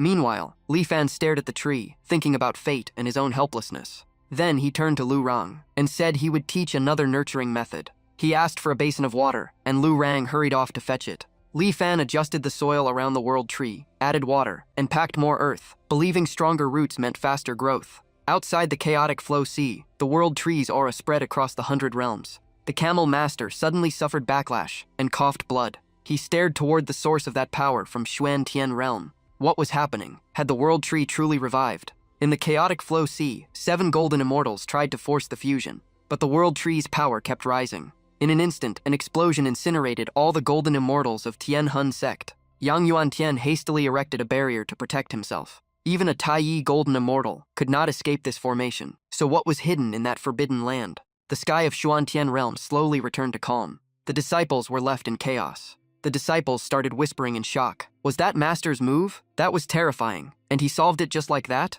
Li Fan stood there blankly. Did I even do anything? He secretly thought planting trees might be stronger than anything, and maybe this path could shake the heavens. Gong Ya was shaken to the core. What kind of existence could wield the world tree like that? Xin Ning looked at Li Fan with awe. This wasn't exploitation. It was giving the world tree a heaven-defying opportunity. Li Fan slowly said, "One flower, one world, one leaf, one Bodhi. Change your mindset and everything becomes scenery." The disciples froze. In their master's eyes, world-ending power was just passing scenery. Qing Chen suddenly gained insight, immortal power surging around him. "I understand now, master." In front of everyone, he broke through to Xuan Immortal. In a distant sect of Xuantian realm, people knelt and worshipped. "The world tree has manifested. We pledge eternal servitude." In Huangdao realm, another sect watched the dark sky filled with thunder. In Diyuan realm, sects fled in panic. "This aura is different. It's over. We're finished." Yang Yuantian watched nervously as Diling realm was being dragged away by an unseen force. Song Chengzhou roared, "You fool! Not only did you fail the fusion, you brought destruction. The immortal monarch won't forgive you." The golden immortals tried to escape. "Retreat now. If chaotic void erupts, even heavenly immortals won't survive." Someone shouted through spiritual power, "Gather together if you want to live." He summoned an immortal artifact as shelter. "Everyone, get inside." Yang Yuantian sat in the corner, face pale. Diling realm is finished. Song Chengzhou yelled that even if the formation broke, the fusion continued, and something terrifying was happening. Yang Yuantian stared in shock. Only higher realms absorb lower ones. How could Xuantian realm do this? Song Chengzhou clenched his teeth. Not just us. All 99 realms are being pulled in. The forbidden land hides a huge secret. He fixed his gaze forward. Countless parallel worlds were being absorbed. Xuantian realm now shone brilliantly in the vast void. Back in the courtyard, Li Fan calmly said that matter was settled, and he had something else to do. He had long wanted to expand the courtyard and asked everyone to help. Ling and Tian Ning smiled brightly. "Helping senior is our honor." Yu Qing clasped her hands. "I know woodworking. Leave it to me." Li Fan excitedly said, "Let's begin," and announced the new name, Wu'er Leisure Pavilion.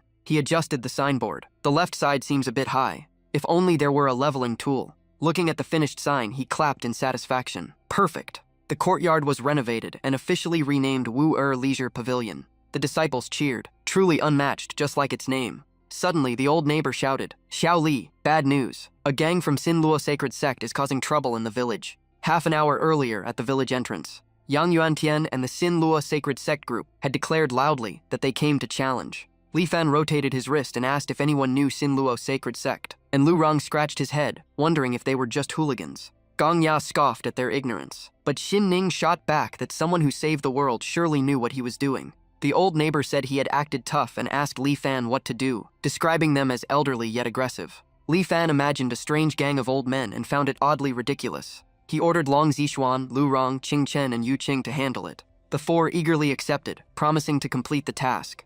Outside, Yang Yuantian hesitated, but Song Chengzhou refused to retreat, as old Zhao arrived with Li Fan's 4 disciples and pointed at them. Yang Yuantian watched nervously as they appeared. One teleportation gate after another opened. Groups of immortals stepped out, confused that the world showed no rejection or suppression at all. The village felt strange, as if several golden immortal auras were hidden within. Lu Rang stepped forward and pointed. "Which old man wants to die first?" A white-haired elder rushed out. "I'll test you." In a blink, Lu Rang split his head from his body. "All that arrogance for this?" Yang Yuantian trembled. "One move kill." Elder Song, "We should retreat." But Song Chengzhou roared for a golden immortal to step up. Chen Go appeared and was instantly neck-snapped by Yu Qing. Yu Qing said coldly, "Next." Yang Yuantian nearly collapsed, begging Song Chengzhou to withdraw. Song Chengzhou's eyes burned red. "Retreat means death anyway. I'll do it myself." Long Zixuan stepped out, spinning his flaming staff. Slow old men, who's next? He slammed it down. Afraid already? Trash sect. Song Chungzhou charged in fury. A massive explosion echoed all the way to the courtyard, drawing Li Fan's attention.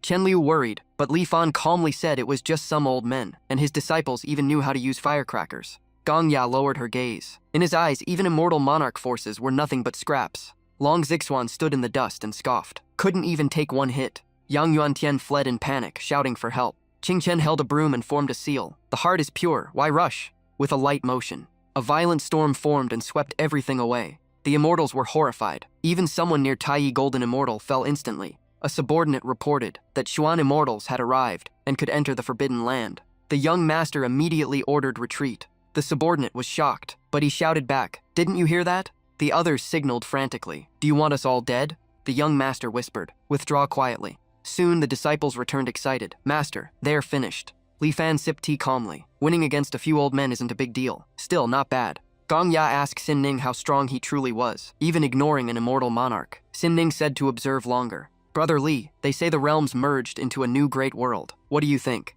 Li Fan looked confused. "Why ask me? I'm just a farmer." Then he added, "Just focus on your own work." Gong Ya fell silent. In Senior Li's eyes, the fusion of 100 realms meant nothing. Ziling stepped forward eagerly. "Since it's a new world, what should we name it?" Li Fan thought and said, "Drop Xuan, just call it Tian Realm, and rename 100 realms to 100 provinces." Following that thought, 100 provinces began forming a unified whole. The world tree activated its power. The monument of Xuan Tian Realm fell to the ground. The engraved words began to change. The old name was replaced with Xuan Huang Province. In the distance, two masked experts watched. Tian Realm? Bold choice. The black-masked ones said the new world was strong, but not beyond limits. The white-masked one replied that names didn't matter, only who ruled. In the following months, the provinces fought and expanded territory. 4 major alliances formed: Diling, Diyuan, Difeng, and Xuanzi. Only the central Xuan Huang province remained stable due to a mysterious figure. The scene shifted to Taiyan Sacred Land under a clear sky. A subordinate rushed in. "An envoy from the Diling Alliance has arrived."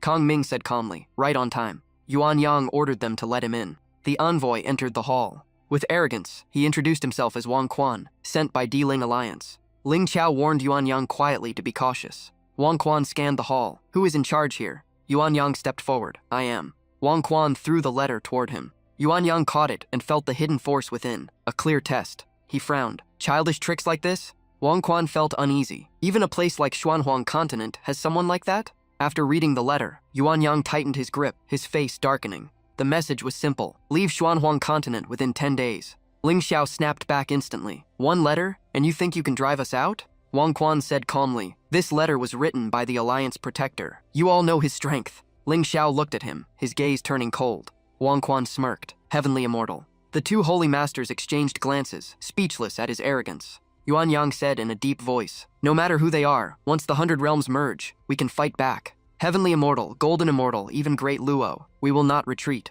Wang Quan pointed at them and growled, "Just wait. In 3 days, our army will flatten this place." He left right after. Ling Xiao and Yuan Yang laughed. The royal envoy left in such a hurry. We did not even serve him properly. Prepare some sunflower seeds to send him off. After that, they reported everything to Ling Ni and Tian Ning, and both were honored as alliance leaders. Yuan Yang spoke seriously. "We embarrassed the envoy, but if the Earth Spirit Alliance truly attacks, we cannot hold with our current strength. Only you two can unite everyone. Please do not refuse. This concerns the survival of Xuanhuang Continent." Tian Ning thought for a moment. Maybe we should ask Senior Li. He might already have a plan. Back at the small courtyard, Li Fan was sitting by the fish pond, busy thinking about lunch. Just then, he sensed Tian Ning and Ling Ni approaching. The two explained everything. After hearing it, Li Fan simply said, "Then form an alliance. Support each other." Tian Ning agreed happily. Li Fan suddenly remembered something and raised his hand. "Oh right, I have something for you." In the Earth Spirit Alliance Hall, a subordinate reported. Xuanhuang Continent not only refused, they acted tough.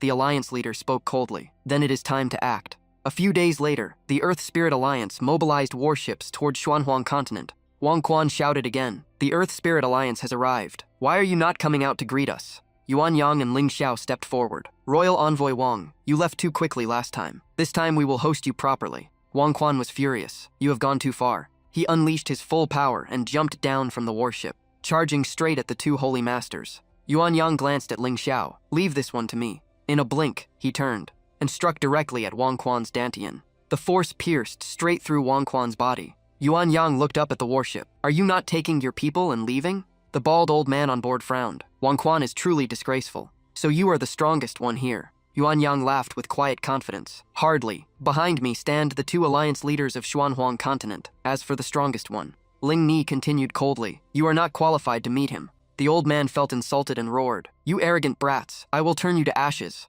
He waved his hand, and countless bolts of lightning struck the Taiyan Holy Hall. Ling Ni stood still, her gaze icy. A deafening explosion echoed across the Holy Land. Within the sea of flames, Ling Ni used the immortal artifact given by Li Fan to control the fire. She locked onto her target. The ones turning to ashes will be you. With that, she hurled the artifact toward the warship. It tore through the air at terrifying speed, giving them no time to react. The warship exploded and was completely destroyed. Ling Ni looked up with disdain. Know your place. Elsewhere, Bai Xiaoqing secretly left the courtyard for a walk, but stopped when she sensed the aftermath of the battle. Since the realms merged, Xuanhuang continent has only grown more dangerous. Thinking that, she turned around and descended from the sky, telling herself it is safer to stay by Senior List's side. Above the clouds, members of the 4 great alliances gathered. An old man said, seems negotiation has failed. A 3-headed woman frowned. With those conditions, who would agree? A young master nearby sneered. Are you overestimating yourselves? A burly man glanced over with a threatening look.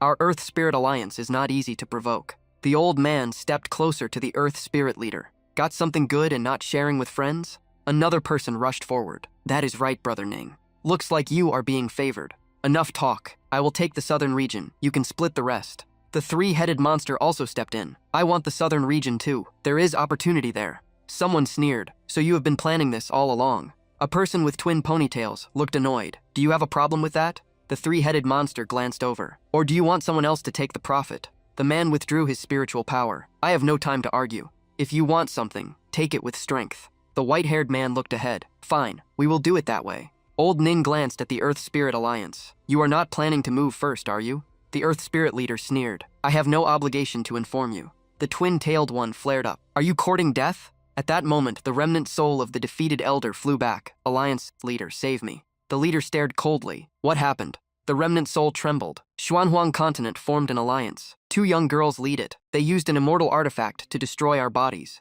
Old Ning laughed. Unexpected. Seems the southern region fortune is not yours. Another elder roared in anger. A heavenly immortal was wiped out. Is that not enough for you to understand? The 3-headed monster thought to itself. Xuanhuang continent must be hiding a true expert. Back at the small courtyard, Li Fan scattered feed and said, Who forgot to feed the chickens today? If you want eggs, forget it. Lu Rong hurried over with a bowl. Master, I will do it. Please rest. Long Zixuan shook his head. Such a small task, and Master still has to remind us. Nanfeng picked up her zither. Master, let me play you a tune. Ziling hugged Li Fan from behind. Master, look at my painting. After the battle, Yuan Yang and Ling Xiao burst into laughter, finally feeling relieved. Those people were always too arrogant. Ling Ni and Tian Ning shook their heads. It was all thanks to Seniorless Immortal Artifact. Otherwise, we would have been in danger. Yuan Yang recalled that terrifying power and felt even more shocked. Before that treasure, everything else seemed insignificant. Suddenly, a voice thundered from the sky. People of Xuanhuang continent, come out and die. Ling Ni looked up. They came fast. Tianning observed carefully. 4 warships. Ling Xiao said grimly. The 4 great alliances have joined forces. Above them, the warships closed in. Someone grew anxious. They are all here. What do we do? Yue Poshan stood on a warship and shouted. Who killed my protector Zhu Xuan? Ling Ni stepped forward, her aura surging. I did. Yue Poshan jumped down, eyes full of disdain. Just a profound immortal? He gathered his power and launched a direct strike at her. I alone am enough. Ling Ni raised her hand and pulled out the needle, her eyes cold. The 4 great alliances? I thought you were real heroes. To her, they were nothing but bullies who relied on numbers, and the needle in her hand easily unraveled the attack. The remaining force split apart and slammed into the ground, explosions shaking the sky. The 4 great alliances stared at the needle in shock, a quasi-immortal artifact. Ling Xiao and Tian Ning grew worried. This man is a golden immortal. Alliance leader, do not be careless. He is 3 realms above sister Ling Ni. A Sha Yao fixed her gaze on Ling Ni, then waved her hand as a giant python shot forward. This quasi-immortal artifact is mine. Yue Poshan frowned, eyes locked on Ling Ni. You think you can keep the treasure from me? He activated a dark technique and sneered. Let us see if you truly have the skill. Ling Ni stood still, calm as the python lunged. Then she moved. Spiritual power surged through her body, and she leapt into the air, narrowly avoiding both killing blows at once. Her eyes turned icy, as expected, shameless to the core. Her aura rose sharply as she poured all her power into the needle. Why not all of you come at once? The next move was mysterious and unpredictable. blasting away both the Python and Yua Potion's attack. Yua Potion froze in shock. That strike just now used 80% of my power. Asha Yao's greed deepened. She transformed into a python again and charged. I like this quasi-immortal artifact more and more. For a brief moment, Ling Ni thought of Li Fan. Meanwhile, the four great sects rushed in together, shouting, "Just relying on a quasi-immortal artifact and you dare act arrogant? The girl and that artifact will both belong to me." How bold. Ling Ni steadied her mind and faced the entire alliance. Yuan Yang shouted anxiously, "Alliance leader Ling Ni." Ling Ni suddenly snapped awake and took out the Liyuan divine bow. She channeled divine power and recited the incantation. In an instant, the Liyuan divine bow transformed into a massive divine structure. Yua Poshan and Old Ning hovered in the air, intrigued. Another quasi-immortal artifact. This aura surpasses the last one. Do not rush. Let us defeat the girl first, then decide. The group unleashed another wave of attacks toward Ling Ni. Ling Ni gritted her teeth and endured. "Senior Li, I am sorry. I am too weak to unleash this treasure's full power." After holding on for a while, cracks began to appear on the Liyuan divine bow. Yu Poshan smiled proudly. The girl cannot hold on much longer. Everyone, attack together. Suddenly, a surge of immortal power slammed into him, sending him flying back in pain. Tianning had stepped in just in time to help Ling Ni. Asha Yao shouted, "Shameless girl." Tianning shot back angrily. "Shameless? A bunch of old monsters ganging up on Sister Ling Ni." Old Yin rushed forward. "I will kill you to avenge Brother Yu." Asha Yao glanced over. "Avenge him? You just want the treasure." Ling Ni moved beside Tianning. "Do not worry. I will fight with you." She closed her eyes, circulating her spiritual power and forming hand seals. The Liyuan divine bow burst into flames, releasing terrifying pressure. Asha Yao was blasted away. "What? A mere profound immortal can unleash this much power? I must have that treasure." Tianning hurried over. "Sister Ling Ni, are you all right?" Ling Ni nodded. "I am fine. We cannot disgrace Senior Li. Let us finish this together." The two of them synchronized their techniques and controlled the twin needles. The four great alliances hovered in the air, watching closely. Suddenly, golden dragon phantoms emerged from the needles. Old Ling shouted, "Not good, scatter." Ling Ni and Tianning unleashed two golden dragons charging forward. Old Yin froze in shock as the dragons closed in. In the chaos, the attack missed its target and destroyed a warship instead. Tianning looked up. "We missed them. Sister Ling Ni, what now?" Old Yin pointed at them. "They are exhausted in body and spirit. Everyone, attack." The four great alliances unleashed killing moves at once. At the critical moment, Tianning stepped forward. "Wait." Old Yin roared. "You are about to die. What more is there to say?" Tianning spoke calmly. "I did kill one alliance leader, but it was forced. Please give me face and withdraw." Old Yin gritted his teeth, then waved his hand. "Enough nonsense. Die." At that instant, Tianning threw Li Fan's calligraphy scroll into the sky. "If you respect it, good. If not, you still must." On the scroll were 4 words. "Harmony is precious." Asha Yao stared in shock. "This carries profound Dao aura. Only a legendary existence from the first heavenly realm could write this." Tianning stood beneath it. Senior Li gave these words, "To avoid bloodshed, please return." Asha Yao felt tiny inside. "Before such an expert, we are like ants." The twin-haired man sneered. "After being mocked like this, you want to retreat? I will test them first." Asha Yao stepped forward politely, though clearly fake. "Miss, who exactly is this Senior Li?" Tianning replied coldly. "Senior Li lives hidden in the mortal world. You are not qualified to ask, and your smile is unpleasant." The two holy masters chimed in. "Yes, something is off about him." The twin-haired man clapped slowly, eyes full of mockery. He burst into laughter. "What a fine show." Asha Yao turned. "What do you mean?" he said calmly. "You are golden immortals ruling your regions, yet you are fooled by this." Asha Yao narrowed her eyes. "You think the scroll is fake?" he replied. "The scroll is real, but whether the one who wrote it still exists is another matter." Killing intent rose in Asha Yao's hand. "So just 2 juniors playing tricks. Today we act on heaven's behalf." Tianning stared ahead. "You dare disrespect Senior Li's decree?" Ling Ni put the scroll away calmly. "Words are useless. If they choose this path, we send them off." Asha Yao tested them. "We do not doubt. We only wish to meet this Senior Li. Or is he too afraid to appear?" Old Yin laughed mockingly. "Perhaps he is trembling in fear." Tianning shouted angrily. "Insolent." The sky suddenly twisted as a powerful aura descended with a voice, doing evil and still speaking arrogantly. Ling Ni and Tianning looked up. That voice, could it be? The red-haired man shouted, "If you dare show yourself, stop hiding." In the next second, Jiang Shui appeared mid-air, her aura suppressing the entire battlefield. Ling Ni and Tianning looked up in joy. "It is Fairy Jiangshi." The 4 great alliances grew uneasy, sensing her cultivation far beyond Golden Immortal. Jiang Shui looked down coldly. "I am here. What else do you want?" Old Yin instantly bowed. "So it is Fairy Jiang Shui. I have long heard your name." Her eyes turned icy. "You dare disrespect Senior Li. I grant you death." She raised her hand and a stream of frost shot forward. He tried to resist with all his power, but in a blink, he was frozen solid and shattered into nothing. The others were horrified. A golden immortal erased in an instant. This realm was beyond them. Jiang Shue's gaze swept across the rest. Her voice was calm. Who is next? The red-haired man turned pale and opened a teleport gate to flee. But the frost caught up before he escaped. In a single breath, he froze into ice and vanished as well. Jiang Shui stood in the sky, voice cold. 5 golden immortals bullying 2 young girls. No shame at all. If you like numbers, come together. Old Ning dropped to his knees in fear. Trembling, we will obey the decree. From now on, no more war. The rest knelt quickly. We choose harmony. Jiang Shui descended and walked toward Ling Ni and Tian Ning. Tian Ning looked at her in awe. So this is Fairy Jiang Shui's true strength. Jiang Shui turned back. Since Senior Li wishes for harmony, I will spare you.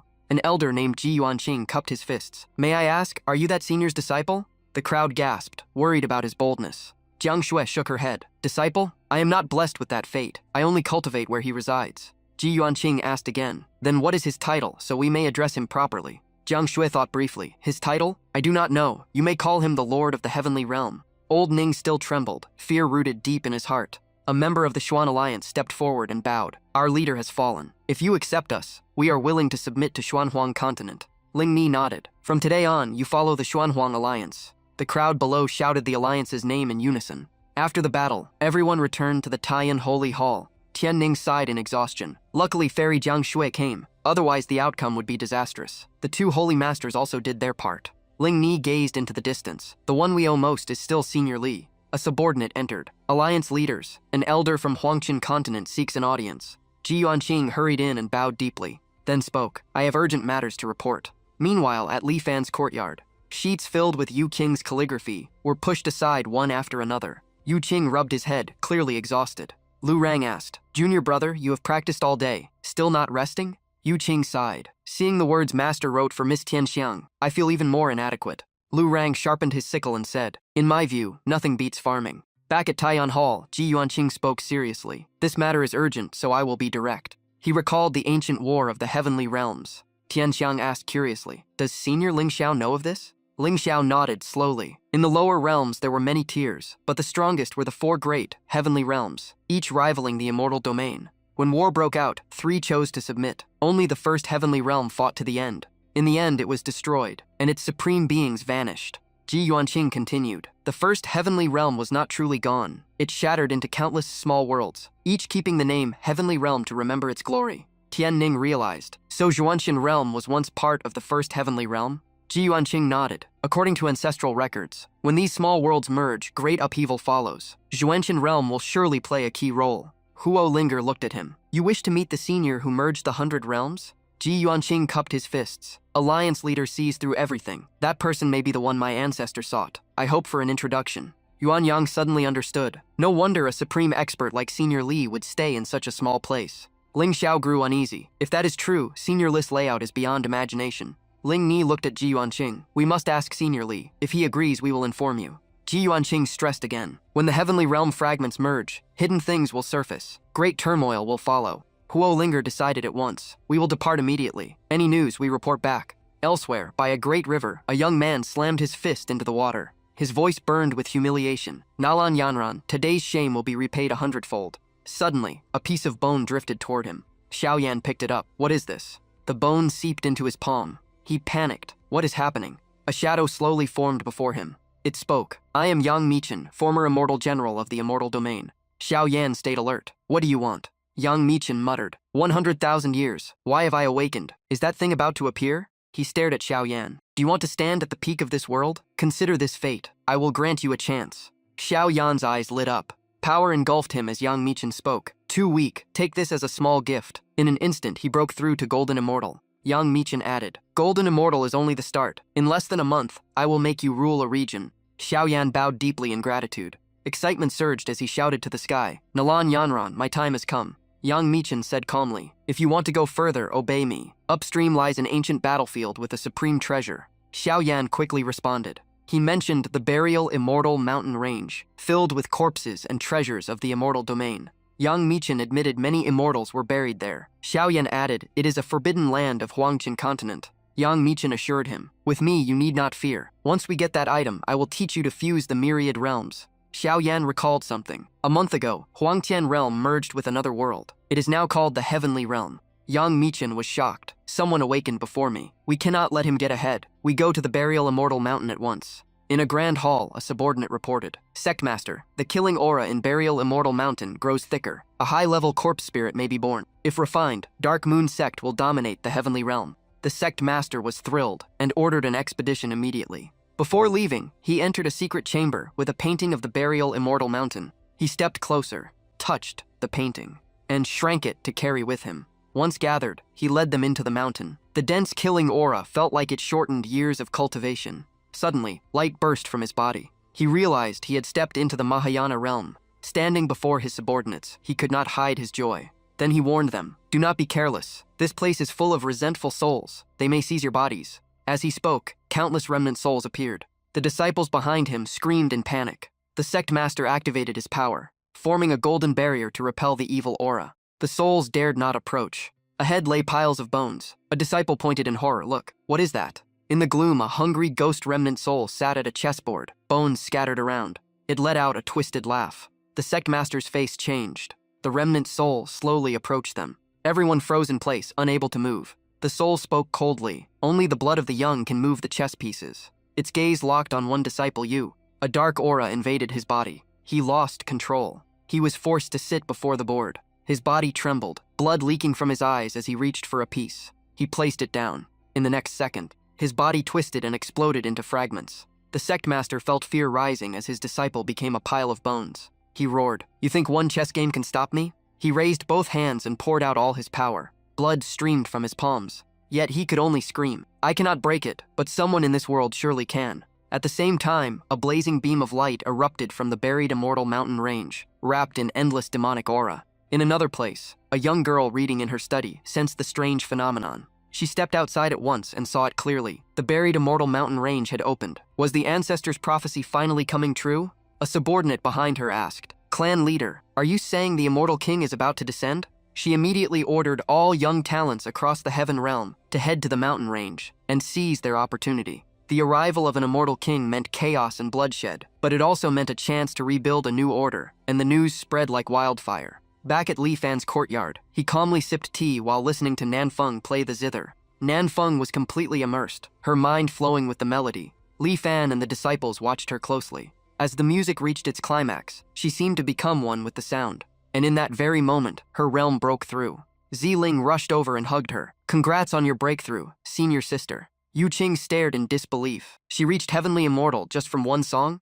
Li Fan compared silently in his heart, relieved that he had also advanced, or he might not keep up. In another corner, Lu Rong was still staring at the grass, mumbling to it affectionately. Yu Qing walked over and teased him about treating grass like his own child. Just then, Tian Ning and Linger arrived. The moment they entered, they bowed. "Thank you, senior. Thanks to your decree, the conflict has ended." Li Fan looked at them. "Good. If it dragged on, I would have had to settle it another way." Tian Ning added, "An elder from Huangtian Prefecture wishes to see you. He says it's urgent." Li Fan thought for a moment, guessing it was related to his calligraphy. Then he replied, "I won't attend." But inside, he was already thinking about recruiting a new disciple. Hearing that, Linger became even more certain of her guess. She said, "You don't need to go personally. The younger generation of every major force has already gathered in Huangtian Prefecture." Li Fan fell silent, as if he suddenly understood something. The atmosphere grew lively as Yu Qing and Lu Rang stepped forward together. "Master, let us go." "Yes, master. We can support each other on the road." Li Fan's gaze rested on them briefly before he nodded. "I was planning to send you two anyway. Prepare yourselves and leave at once." The two could not hide their excitement and quickly bowed. Suddenly, Lu Rang ran into the garden, grabbed a handful of grass, and stuffed it into a jar to take with him. Huo Linger watched in confusion. "Is he seriously bringing that jar of grass?" Yu Qing took out a brush, looking troubled. "Master, I want to bring this brush, but I can't control it." Li Fan rubbed his chin. "Makes sense. Even I find it heavy. Not suitable for a calligraphy contest." After thinking for a moment, Li Fan suddenly reached out and grabbed Bai Xiaoqing. Bai Xiaoqing had no time to react. A bunch of its thick fur was yanked out, making it cry out in pain. He then replaced the brush tip with that fur. He proudly held up the result. "Haha, a Cathair brush. Yu Qing, take it. Much lighter than mine." Bai Xiaoqing stood there half-bald, glaring at Li Fan with pure resentment. Yu Qing immediately bowed and accepted the brush with both hands. Everyone present, including Ling and Tian Ning, stared in shock. That was no ordinary brush. It carried the power of the White Tiger, practically an immortal weapon. The moment he held it, Yu Qing began writing a few lines of poetry. After trying it out, he looked satisfied and bowed in thanks. Li Fan waved it off calmly. No need. Go to the study and take the sunset painting I made. He knew Yu Qing's calligraphy was strong, but against true masters, it might not be enough. Yu Qing bowed again, fully aware that his master had prepared several protective treasures for this trip. Li Fan personally escorted them to the gate and added, "Ahem, if you meet anyone seeking the Tao, bring them back. I still have a few skills without successors, preferably someone like you two, with special interests." The two exchanged a glance. Those so-called minor arts were likely profound great Taos. Music, painting, calligraphy, even stranger paths. Their master truly had no limits. Lu Rang cupped his fists, eyes flashing with calculation. "Rest assured, master. I'll bring back someone who satisfies you." Li Fan then stood there, watching them leave for the competition. He turned to Gong Ya. "Gong Ya, even as a maid, there are things you must learn, like the art of tea. That's where you're still lacking." Gong Ya lowered her head respectfully. "Please guide me, Senior Li." The scene shifts to the teleportation array inside the secret realm of Taiyan's Sacred Hall. Ling Chao and Yuan Yang came to see them off, full of expectation. Since Senior Li's disciples are going personally, we're at ease. "Please wait a moment. The array will activate soon." Yu Qing replied humbly. "You praise us too much, seniors." The two sacred lords released their power together and activated the formation. Yuan Yang glanced at the jar of grass in Lu Rang's hands, his eyes darkening. "That's what young Master Lu is bringing?" Ling Chao observed carefully. "Not ordinary grass. I sense a terrifying sword intent." After standing in the array for a while, Lu Rang grew dizzy. "Ugh, this space is spinning. I'm about to throw up." Yu Qing also felt sick and quickly turned away. "Hey, if you puke, I won't forgive you." At that moment, a flying ship was heading toward Huangtian Prefecture. A young man spoke proudly. "This is divine brew from my Duanmu clan. If you two ladies don't mind, have a cup." The girl in green replied softly, "We dare not accept without merit. Thank you, young Master Duanmu." The pink-haired girl pointed ahead. "Duanmu Yang, someone is throwing up over there, and you still want to drink?" Looking toward the bow, Duanmu Yang frowned in disgust. He covered his nose and ordered, "Change direction. Stay away from those two." Yu Qing and Lu Rang quickly jumped onto the ship and cupped their fists. "Are you heading to the buried immortal mountain range? May we join you?" Duanmu Yang stood among the crowd, eyes full of disdain. "Ignore them. They look like poor nobodies." The girl spoke up. "These two aren't simple. Let them ride for now," Duanmu Yang replied reluctantly. "Since Miss Qinglan says so, I won't refuse." Lu Rang and Yu Qing showed gratitude. "Thank you. Where are you all from? Also going to the mountain range?" Duanmu Yang answered casually. "We're from the Earth-Wind Alliance. We're seeking opportunities there." Lu Rang smiled. "Perfect. Let's team up then." Duanmu Yang sneered. "Team up? Who are you? Who's your master?" Lu Rang replied lightly, almost joking. "Just villagers from the mountains." Hearing that, Duanmu turned away coldly. "This ship is for geniuses of the Earth-Wind Alliance. Find a corner and sit quietly." Lu Rang bristled and stepped forward, but Yu Qing quickly stopped him. After settling down, Yu Qing whispered, "Master gave us an important task. If we fight, we can do it later." Lu Rang smirked. "Didn't expect junior brother to think ahead." Yu Qing returned the look. "Learned it from you." Before things calmed, Duanmu walked over, voice pressing down on them. "This isn't a place for filth. Cause trouble, and I'll throw you off." Lu Rang couldn't hold back anymore. "Yu Qing, don't stop me. I'll teach him a lesson today." A subordinate pointed a blade at him mockingly. "Country bumpkins dare act up?" Duanmu added coldly. "If not for Miss Qinglan, you wouldn't still be standing." Qinglan's junior sister stepped out, displeased. "The ship is huge. What's wrong with two more people?" Duanmu waved his hand, pretending generosity. "No need to bother with them," a subordinate muttered. "If it were me, it'd make them kneel." Yu Qing kept pulling Lu Rang back. "Master's matter comes first. We'll deal with it after we arrive." After some time, the flying ship entered Huangtian Prefecture, and the buried immortal mountain range appeared ahead. Duanmu stared at it with ambition. Who knows how many immortals are buried there? The aura is overwhelming. Someone beside him echoed, "Looks like a huge opportunity awaits us." He turned to the Qinglan sisters. "Care to share a drink?" The two nodded gently. The three stepped inside and raised their cups together. Yu Qing suddenly appeared, voice calm but firm. "I suggest you don't drink that." Seeing them, Duanmu slammed the table and stood up. "Are you tired of living?" The subordinates kept eating and mocking. They really don't know their place. The young master just hasn't acted yet. Qinglan looked at Yu Qing curiously. "Why do you say that?" Yu Qing answered calmly. "As for why it shouldn't be drunk, I believe young Master Duanmu knows best." Anger flared in Duanmu Yang's eyes. "You keep provoking me. Do you think I'll let this slide?" Yu Qing pointed at him. "If there's nothing wrong, then dare to switch cups with them." Duanmu Yang growled. "Who are you to order me around?" Lu Rang sneered, eyes full of disdain. "You all saw it. He tried something on these two ladies. My senior brother exposed him, so now he's furious." The Qinglan sisters immediately cupped their fists. "Thank you for your care along the way, young master. Well, take our leave." Duanmu hurried to stop them. "Miss Qinglan, do you doubt me too?" Yu Qing and Lu Rang turned to leave. "Let's go. No point staying here." Duanmu pointed at them, rage boiling. "You come and go as you please? Do you think I'm easy to bully?" He shouted at once. "Men, kill them." In a blink, the two were surrounded. The subordinates charged together, blades slashing toward them. Yu Qing made a single move and swept them all away. Everyone froze. Such power. Even a supreme expert might not withstand it. This had to be near immortal level. A true prodigy. Lu Rang stroked his chin playfully. Junior brother went a bit hard. That's a straight slap to that young master's face. Suddenly, two elders appeared, overwhelming pressure spreading out, daring to attack on a Duanmu ship. Aren't you two arrogant? The crowd buzzed. Immortals from a major clan. Duanmu fanned himself smugly. In this world, talent isn't everything. Background decides all. Lu Rang mocked him. Boarding your ship is my biggest regret. If I knew it was full of people like this, I'd rather walk. The two elders were enraged and shot forward. Ignorant brat, courting death. Lu Rang calmly reached toward the jar beside him. He pulled out a small handful of grass. The two elders suddenly stopped mid-charge, eyes locking onto it. They felt a chilling, killing intent from that grass. One muttered, its quality surpasses even immortal artifacts. This is no ordinary item. Lu Rang spoke slowly, full of confidence. In terms of background, your entire Earth-Wind alliance can't compare.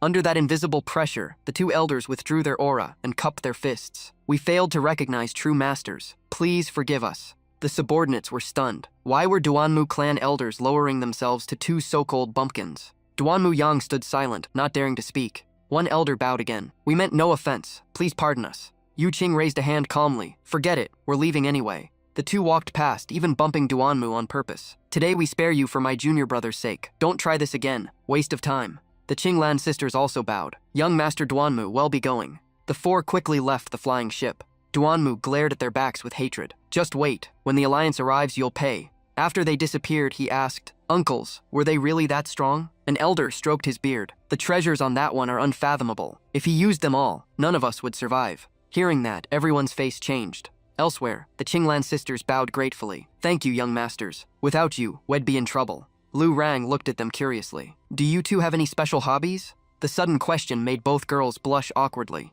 Xiaojiao snapped back, slightly annoyed. No. What kind of people do you think we are? Lu Rang scratched his head casually. If not, then forget it. Why so worked up? Yu Qing looked ahead. Senior brother, that's the buried immortal mountain range. The aura is heavy dark clouds all year. Definitely not simple. A female guard spotted them and called out. Who goes there? This place isn't for ordinary people. Qinglan and Xiaojiao presented their tokens and introduced themselves. After checking, the guard let them pass. Her gaze shifted to the other two. And them? Lu Rang awkwardly pointed at Qinglan. We're with them. The guard immediately scolded him. Do I look easy to fool? Xuanu sect has never accepted male disciples. Qinglan quickly explained. These two are our attendants. The female guard paused, her eyes flashing with a strange hint of evaluation. Inside the mountain range, countless cultivators from all over had already gathered. Lu Rang and Yu Qing stepped in and scanned the surroundings. A scholarly-looking young man approached. Saintess Qinglan, Miss Xiaojiao, you finally arrived. Where is brother Duanmu? From the crowd, Duanmu Yang raised his hand. I'm here.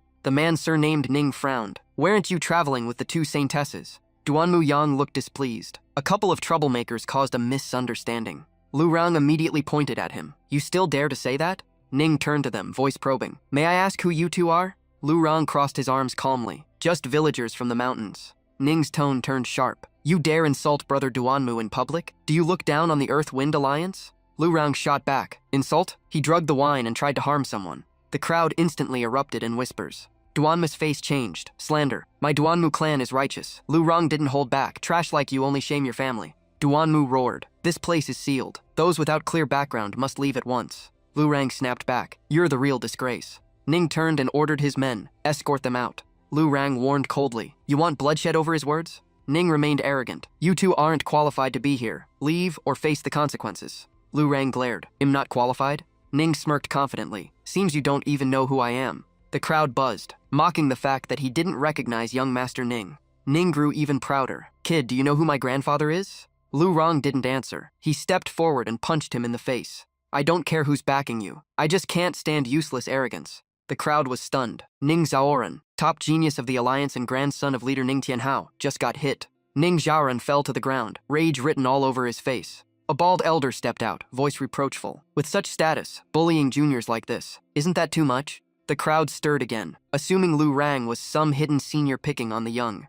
Lu Rang stood there, baffled at being labeled that way. He replied bluntly, if that's what you think, then what's wrong with teaching him a lesson? The elder stared coldly. This place is governed by the four great alliances. You'll bear the consequences. Lu Rang didn't back down. If you want to talk, fight. If not, move aside. The elder was furious but didn't dare act. In the end, he left with a warning. All eyes turned to Lu Rang in shock. He looked down at Ning Xiaoran with ridicule. Look at you, truly embarrassing. Ning Xiaoran got up, trembling with anger. How dare you touch me? My family won't spare you. Lu Rang struck again, sending him flying. So what if it's the Duanmu clan? Even a golden immortal wouldn't scare me. Ning Xiaoran struggled up, eyes full of hatred. My family will remember this. Xia Jiao stepped closer, studying them. You two, are you really seniors? Lu Rang waved his hands awkwardly. Don't misunderstand, we're still young. Yu Qing also clarified, denying the earlier rumors. Qinglan stood quietly, observing without a word. Just then, Ji Yuanqing arrived with his people, aura stern. He spoke up, demanding to know what happened. The bald elder quickly stepped forward, hinting that someone caused trouble. Ji Yuanqing's gaze shifted toward him, suspicion clear. The bald elder pointed at Lu Rang, accusing him of pretending to be young and attacking Duanmus people. Ji Yuanqing looked at Lu Rang, expression displeased. As a senior acting like this, don't you think it's excessive? Lu Rang exploded. I'm barely over 20 and not even married. Why do you keep calling me some old senior? The crowd began criticizing him, full of disdain. The bald elder kept pressing the issue loudly. Ji Yuanqing reminded everyone to maintain peace according to the rules. Though unwilling, the bald elder was stopped, yet still insisted the fault lay with Lu Rang. After some thought, Ji Yuanqing proposed a test. If you claim to be young, sit on the white bone chair and prove it. The crowd buzzed. That test was brutal. Anyone lacking strength wouldn't survive it. Ji Yuanqing stated clearly, as long as you walk away alive, this matter is settled. Lu Rang looked at the bone chair, a trace of doubt flashing in his eyes. Then he brushed it off. He walked over and sat down directly. Open your eyes and watch. Everyone held their breath. Time passed. He stayed calm, even looking around in confusion before laughing. What's so scary about this chair? Nothing's happening. The bald elder began to waver. The crowd was shaken again. A young man reaching this level? From afar, Ji Yuanqing silently acknowledged his potential. Xiao Yan was also present, observing closely. This guy was no simple figure. In his mind, he spoke with Yang Michin and was reassured. Once they obtained the opportunity inside, no rival would matter. Xia Jiao stared at Lu Rang in disbelief. He didn't look anything near 40. Lu Rang clasped his hands calmly. To be honest, back in my village, I'm the weakest one. The crowd froze, mouths hanging open. What? Isn't that too much? Lu Rang felt satisfied. This was exactly the reaction he wanted. Ji Yuanqing gritted his teeth, glaring at him. Lu Rang remained seated on the bone chair and spoke leisurely. Saints and saintesses of the great alliances, any special hobbies? His gaze fell on a girl nearby. You're not bad looking. How about coming back to my village as a cook? She glared at him furiously. Shameless fat pig. Lu Rang waved it off and walked away. Suit yourself, my village needs people. Anyone interested can come raise pigs and herd cattle. Limited spots. The atmosphere turned tense. The crowd burned with anger. Who do you think we are? Ji Yuanqing shouted, cutting through the noise. Enough. Break the formation. Lu Rang looked confused. Qinglan explained softly. Inside are 9 deadly chessboards. Only the destined young can solve them. The sky above tore open as violent winds roared. Lu Xing stared at the chessboard before him, his expression growing heavy. In his eyes, 2 brutal armies clashed, life and death only a step apart. The crowd watched closely. If even Lu Xing struggles, how can we dare try? A female cultivator whispered nervously. This isn't a normal chessboard. It's layered with countless formations. Someone shouted, look, Lu Xing has begun. His hands moved rapidly, shifting the pieces. Opposite him, an invisible hand appeared. It carried a strange pressure, pushing him into a corner. Lu Rang observed sharply, realizing the opponent was no joke. Sweat formed on Lu Xing's forehead as the tension peaked. Someone gasped. Even he's being forced like this? Suddenly, Lu Xing changed direction. He placed a piece at a crucial point. The formation collapsed instantly. The crowd erupted in cheers. As expected of the top chess genius of the Earth Origin Alliance, the Earth Spirit Alliance also succeeded. Elsewhere, Mu Shenxi of Xuansheng sect passed as well. The name Heavenly Derivation Sand Table echoed. A supreme treasure refined over generations, capable of breaking countless formations. The old Xuansheng sect master watched proudly. He did not disappoint. Behind Lu Xing, Ning Xiaoran's eyes flickered with calculation. Looks like we can't. Break it ourselves. The Earth-Wind Alliance leader looked grim. There's only one way left. Outside, Duan Muyang shouted. Ning Xiaoran, act now. Ning Xiaoran condensed an energy sphere, voice heavy. I can only rely on you. Lin Qisheng, please help. A face slowly appeared inside the sphere. A remnant soul emerged and answered briefly. Very well. My wish is to reach the end of the world. The title Heavenly Derivation Chess Saint echoed. Once the peak of the chess path, the remnant soul possessed Ning Xiaoran. The crowd murmured, are they cheating? Under that guidance, Ning Xiaoran poured in his strength. He broke through the 3rd board, but Mu Shengxi's supreme treasure suddenly lost effect, making the next step far harder. Ning Xiaoran is still struggling with the 2nd round. The observers sense something is wrong. Even with help, he looks like he has hit his limit. Lu Rang crosses his arms, clearly mocking. So much time and no progress. Seems that old man is useless too. Ning Xiaoran shoots him an annoyed look. If you look down on us, why are you still following? Suddenly, the remnant soul of Lin Chisheng vanishes like smoke. Ning Xiaoran suffers instant backlash, and his internal injuries flare up. Lu Rang says coldly, "Let's go, no need to watch. This guy has no future." Meanwhile, Liu Xing has already cleared the third round. His aura erupts violently. A strange force rebounds into his body, and exhaustion quickly shows. Lu Rang is shocked. Is that really Liu Xing? I would believe it if you said he was an old ancestor. This reaction is not good. Let's check the other side. On the other side, Xiaoyan calmly places each move, drawing whispers from the crowd. Who is he? No one has heard of him. Confidence rises in his heart. I am the main character of this world. Elder Yang, wake up. I've broken the second round. In his mind, Yang Michin replies heavily. Do you think I don't need to calculate? This round already touches the limit. Xiaoyan clasps his hands humbly. Elder Yang, I didn't mean that. You've worked hard. With guidance, he stays calm and steadily clears the third round. Ji Yuanqing is visibly shocked. He broke 3 rounds in a row, even surpassing Liu Xing. Someone steps forward sincerely. You're from Huang Tianzhou. You must have suffered. My family is a golden immortal clan. Join us, and any condition can be met. Xiaoyan points downward, signaling his choice. You and you, come here. Lu Rang finds it amusing. Qinglan beside him lets out a soft laugh. With that talent, he will be fought over by every force. Xiaoyan pulls 2 young girls into his arms, looking fully satisfied. He looks at Qinglan and Xiaojiao and commands, "You two, come here." Xiaojiao smirks as if it'd go with you. He continues arrogantly, "The guy next to you has some strength, but he's not qualified. Only with me do you have a future." Lu Rang feels irritated by that attitude. Qinglan smiles calmly. "Break the 4th round first, then talk." Xiaoyan says confidently, "Not just 4, I will clear all 9. The surrounding cultivators start whispering, full of doubt. He steps into the 4th round with full confidence, relying on earlier guidance. Soon, he breaks another round, shocking everyone and making them guess about the great fortune behind him.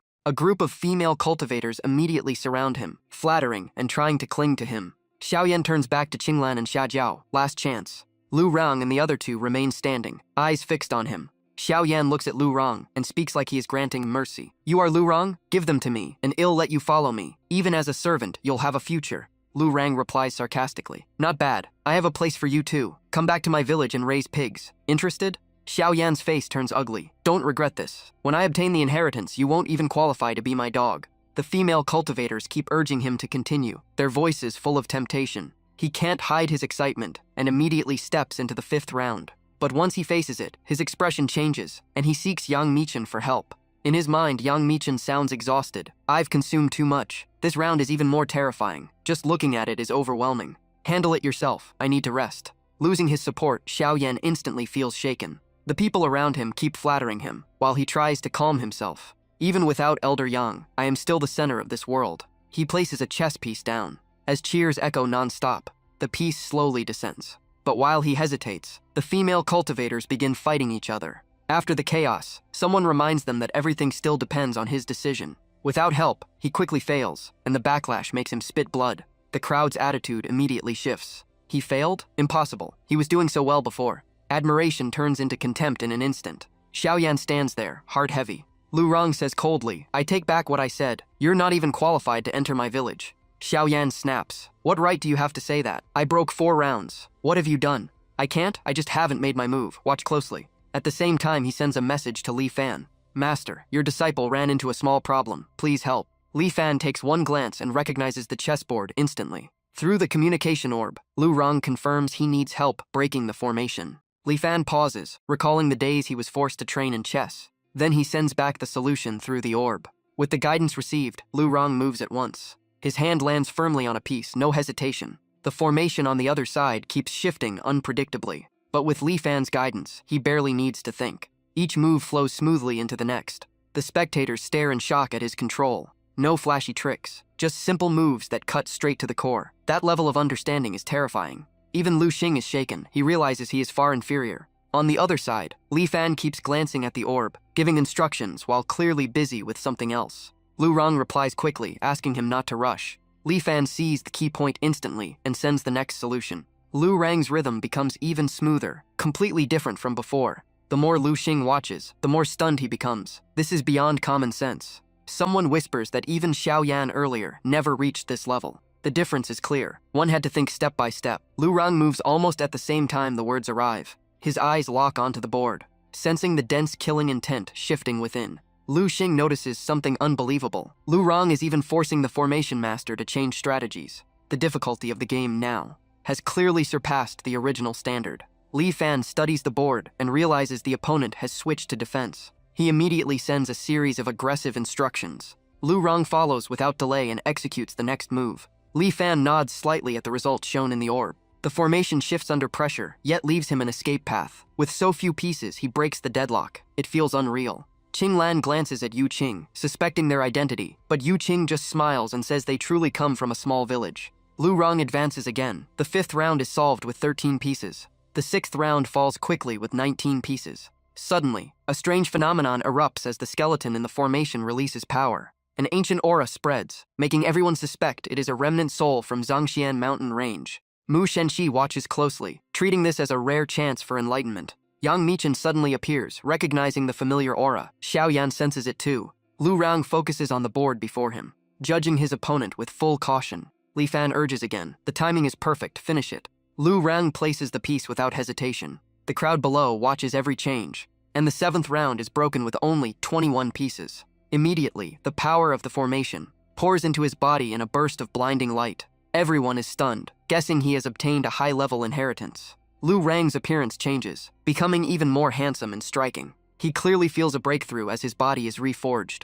The crowd buzzes. He has gained a massive opportunity. Among them, Ji Yuanqing reveals a calculating smile. In his mind, he is already planning to seize everything. The female cultivators, who once followed Xiao Yan, now regret their choice. Their gazes all shift to Lu Rang, treating him as the new pillar of support. Even his back looks different now. Lu Rang steps forward confidently. All right, the final round. The last mechanism slowly appears, named Immortal Lord's Only Path. He looks at it and pauses briefly, realizing this is the ultimate test. The surrounding space transforms, turning heaven and earth into a chessboard. Before him stands a white skeleton, radiating overwhelming pressure. They face each other in silence, while the cultivators below hold their breath. The final round is about to begin. The White Bone Tower activates a strange method. It opens the game with a move on the massive board between heaven and earth. Li Fan slurps his noodles and casually glances at the orb, giving calm instructions. The opponent's foundation is unstable and relying too much on calculation. The situation grows dense fast as both sides drop countless pieces.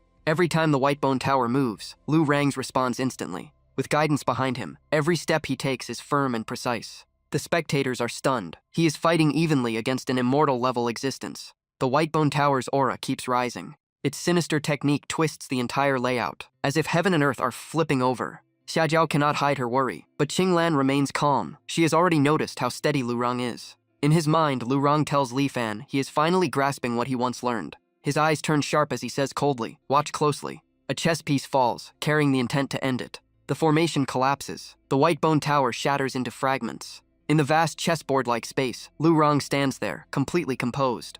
Li Fan glances at the orb with satisfaction. His disciple's realm has risen again. Mu Shengxi's eyes widen in shock. Before them stands someone like an immortal lord. The crowd instantly changes attitude, praising Lu Rong while stepping on Xiao Yan to gain favor. Lu Rang looks down with faint mockery. No one cared before. Now everyone wants to cling to me. Mu Shenxi throws away all pride and loudly asks to follow him. He even brings up pig farming as an excuse. Others rush forward too, offering all kinds of ridiculous reasons just to be chosen. Lu Rong sets one condition. If you want to take a master, go to Lishan in the southern region of Xuanhuangzhou. See who has fate. On the other side, Li Fan simply smiles, knowing he is nothing like the legend they imagine.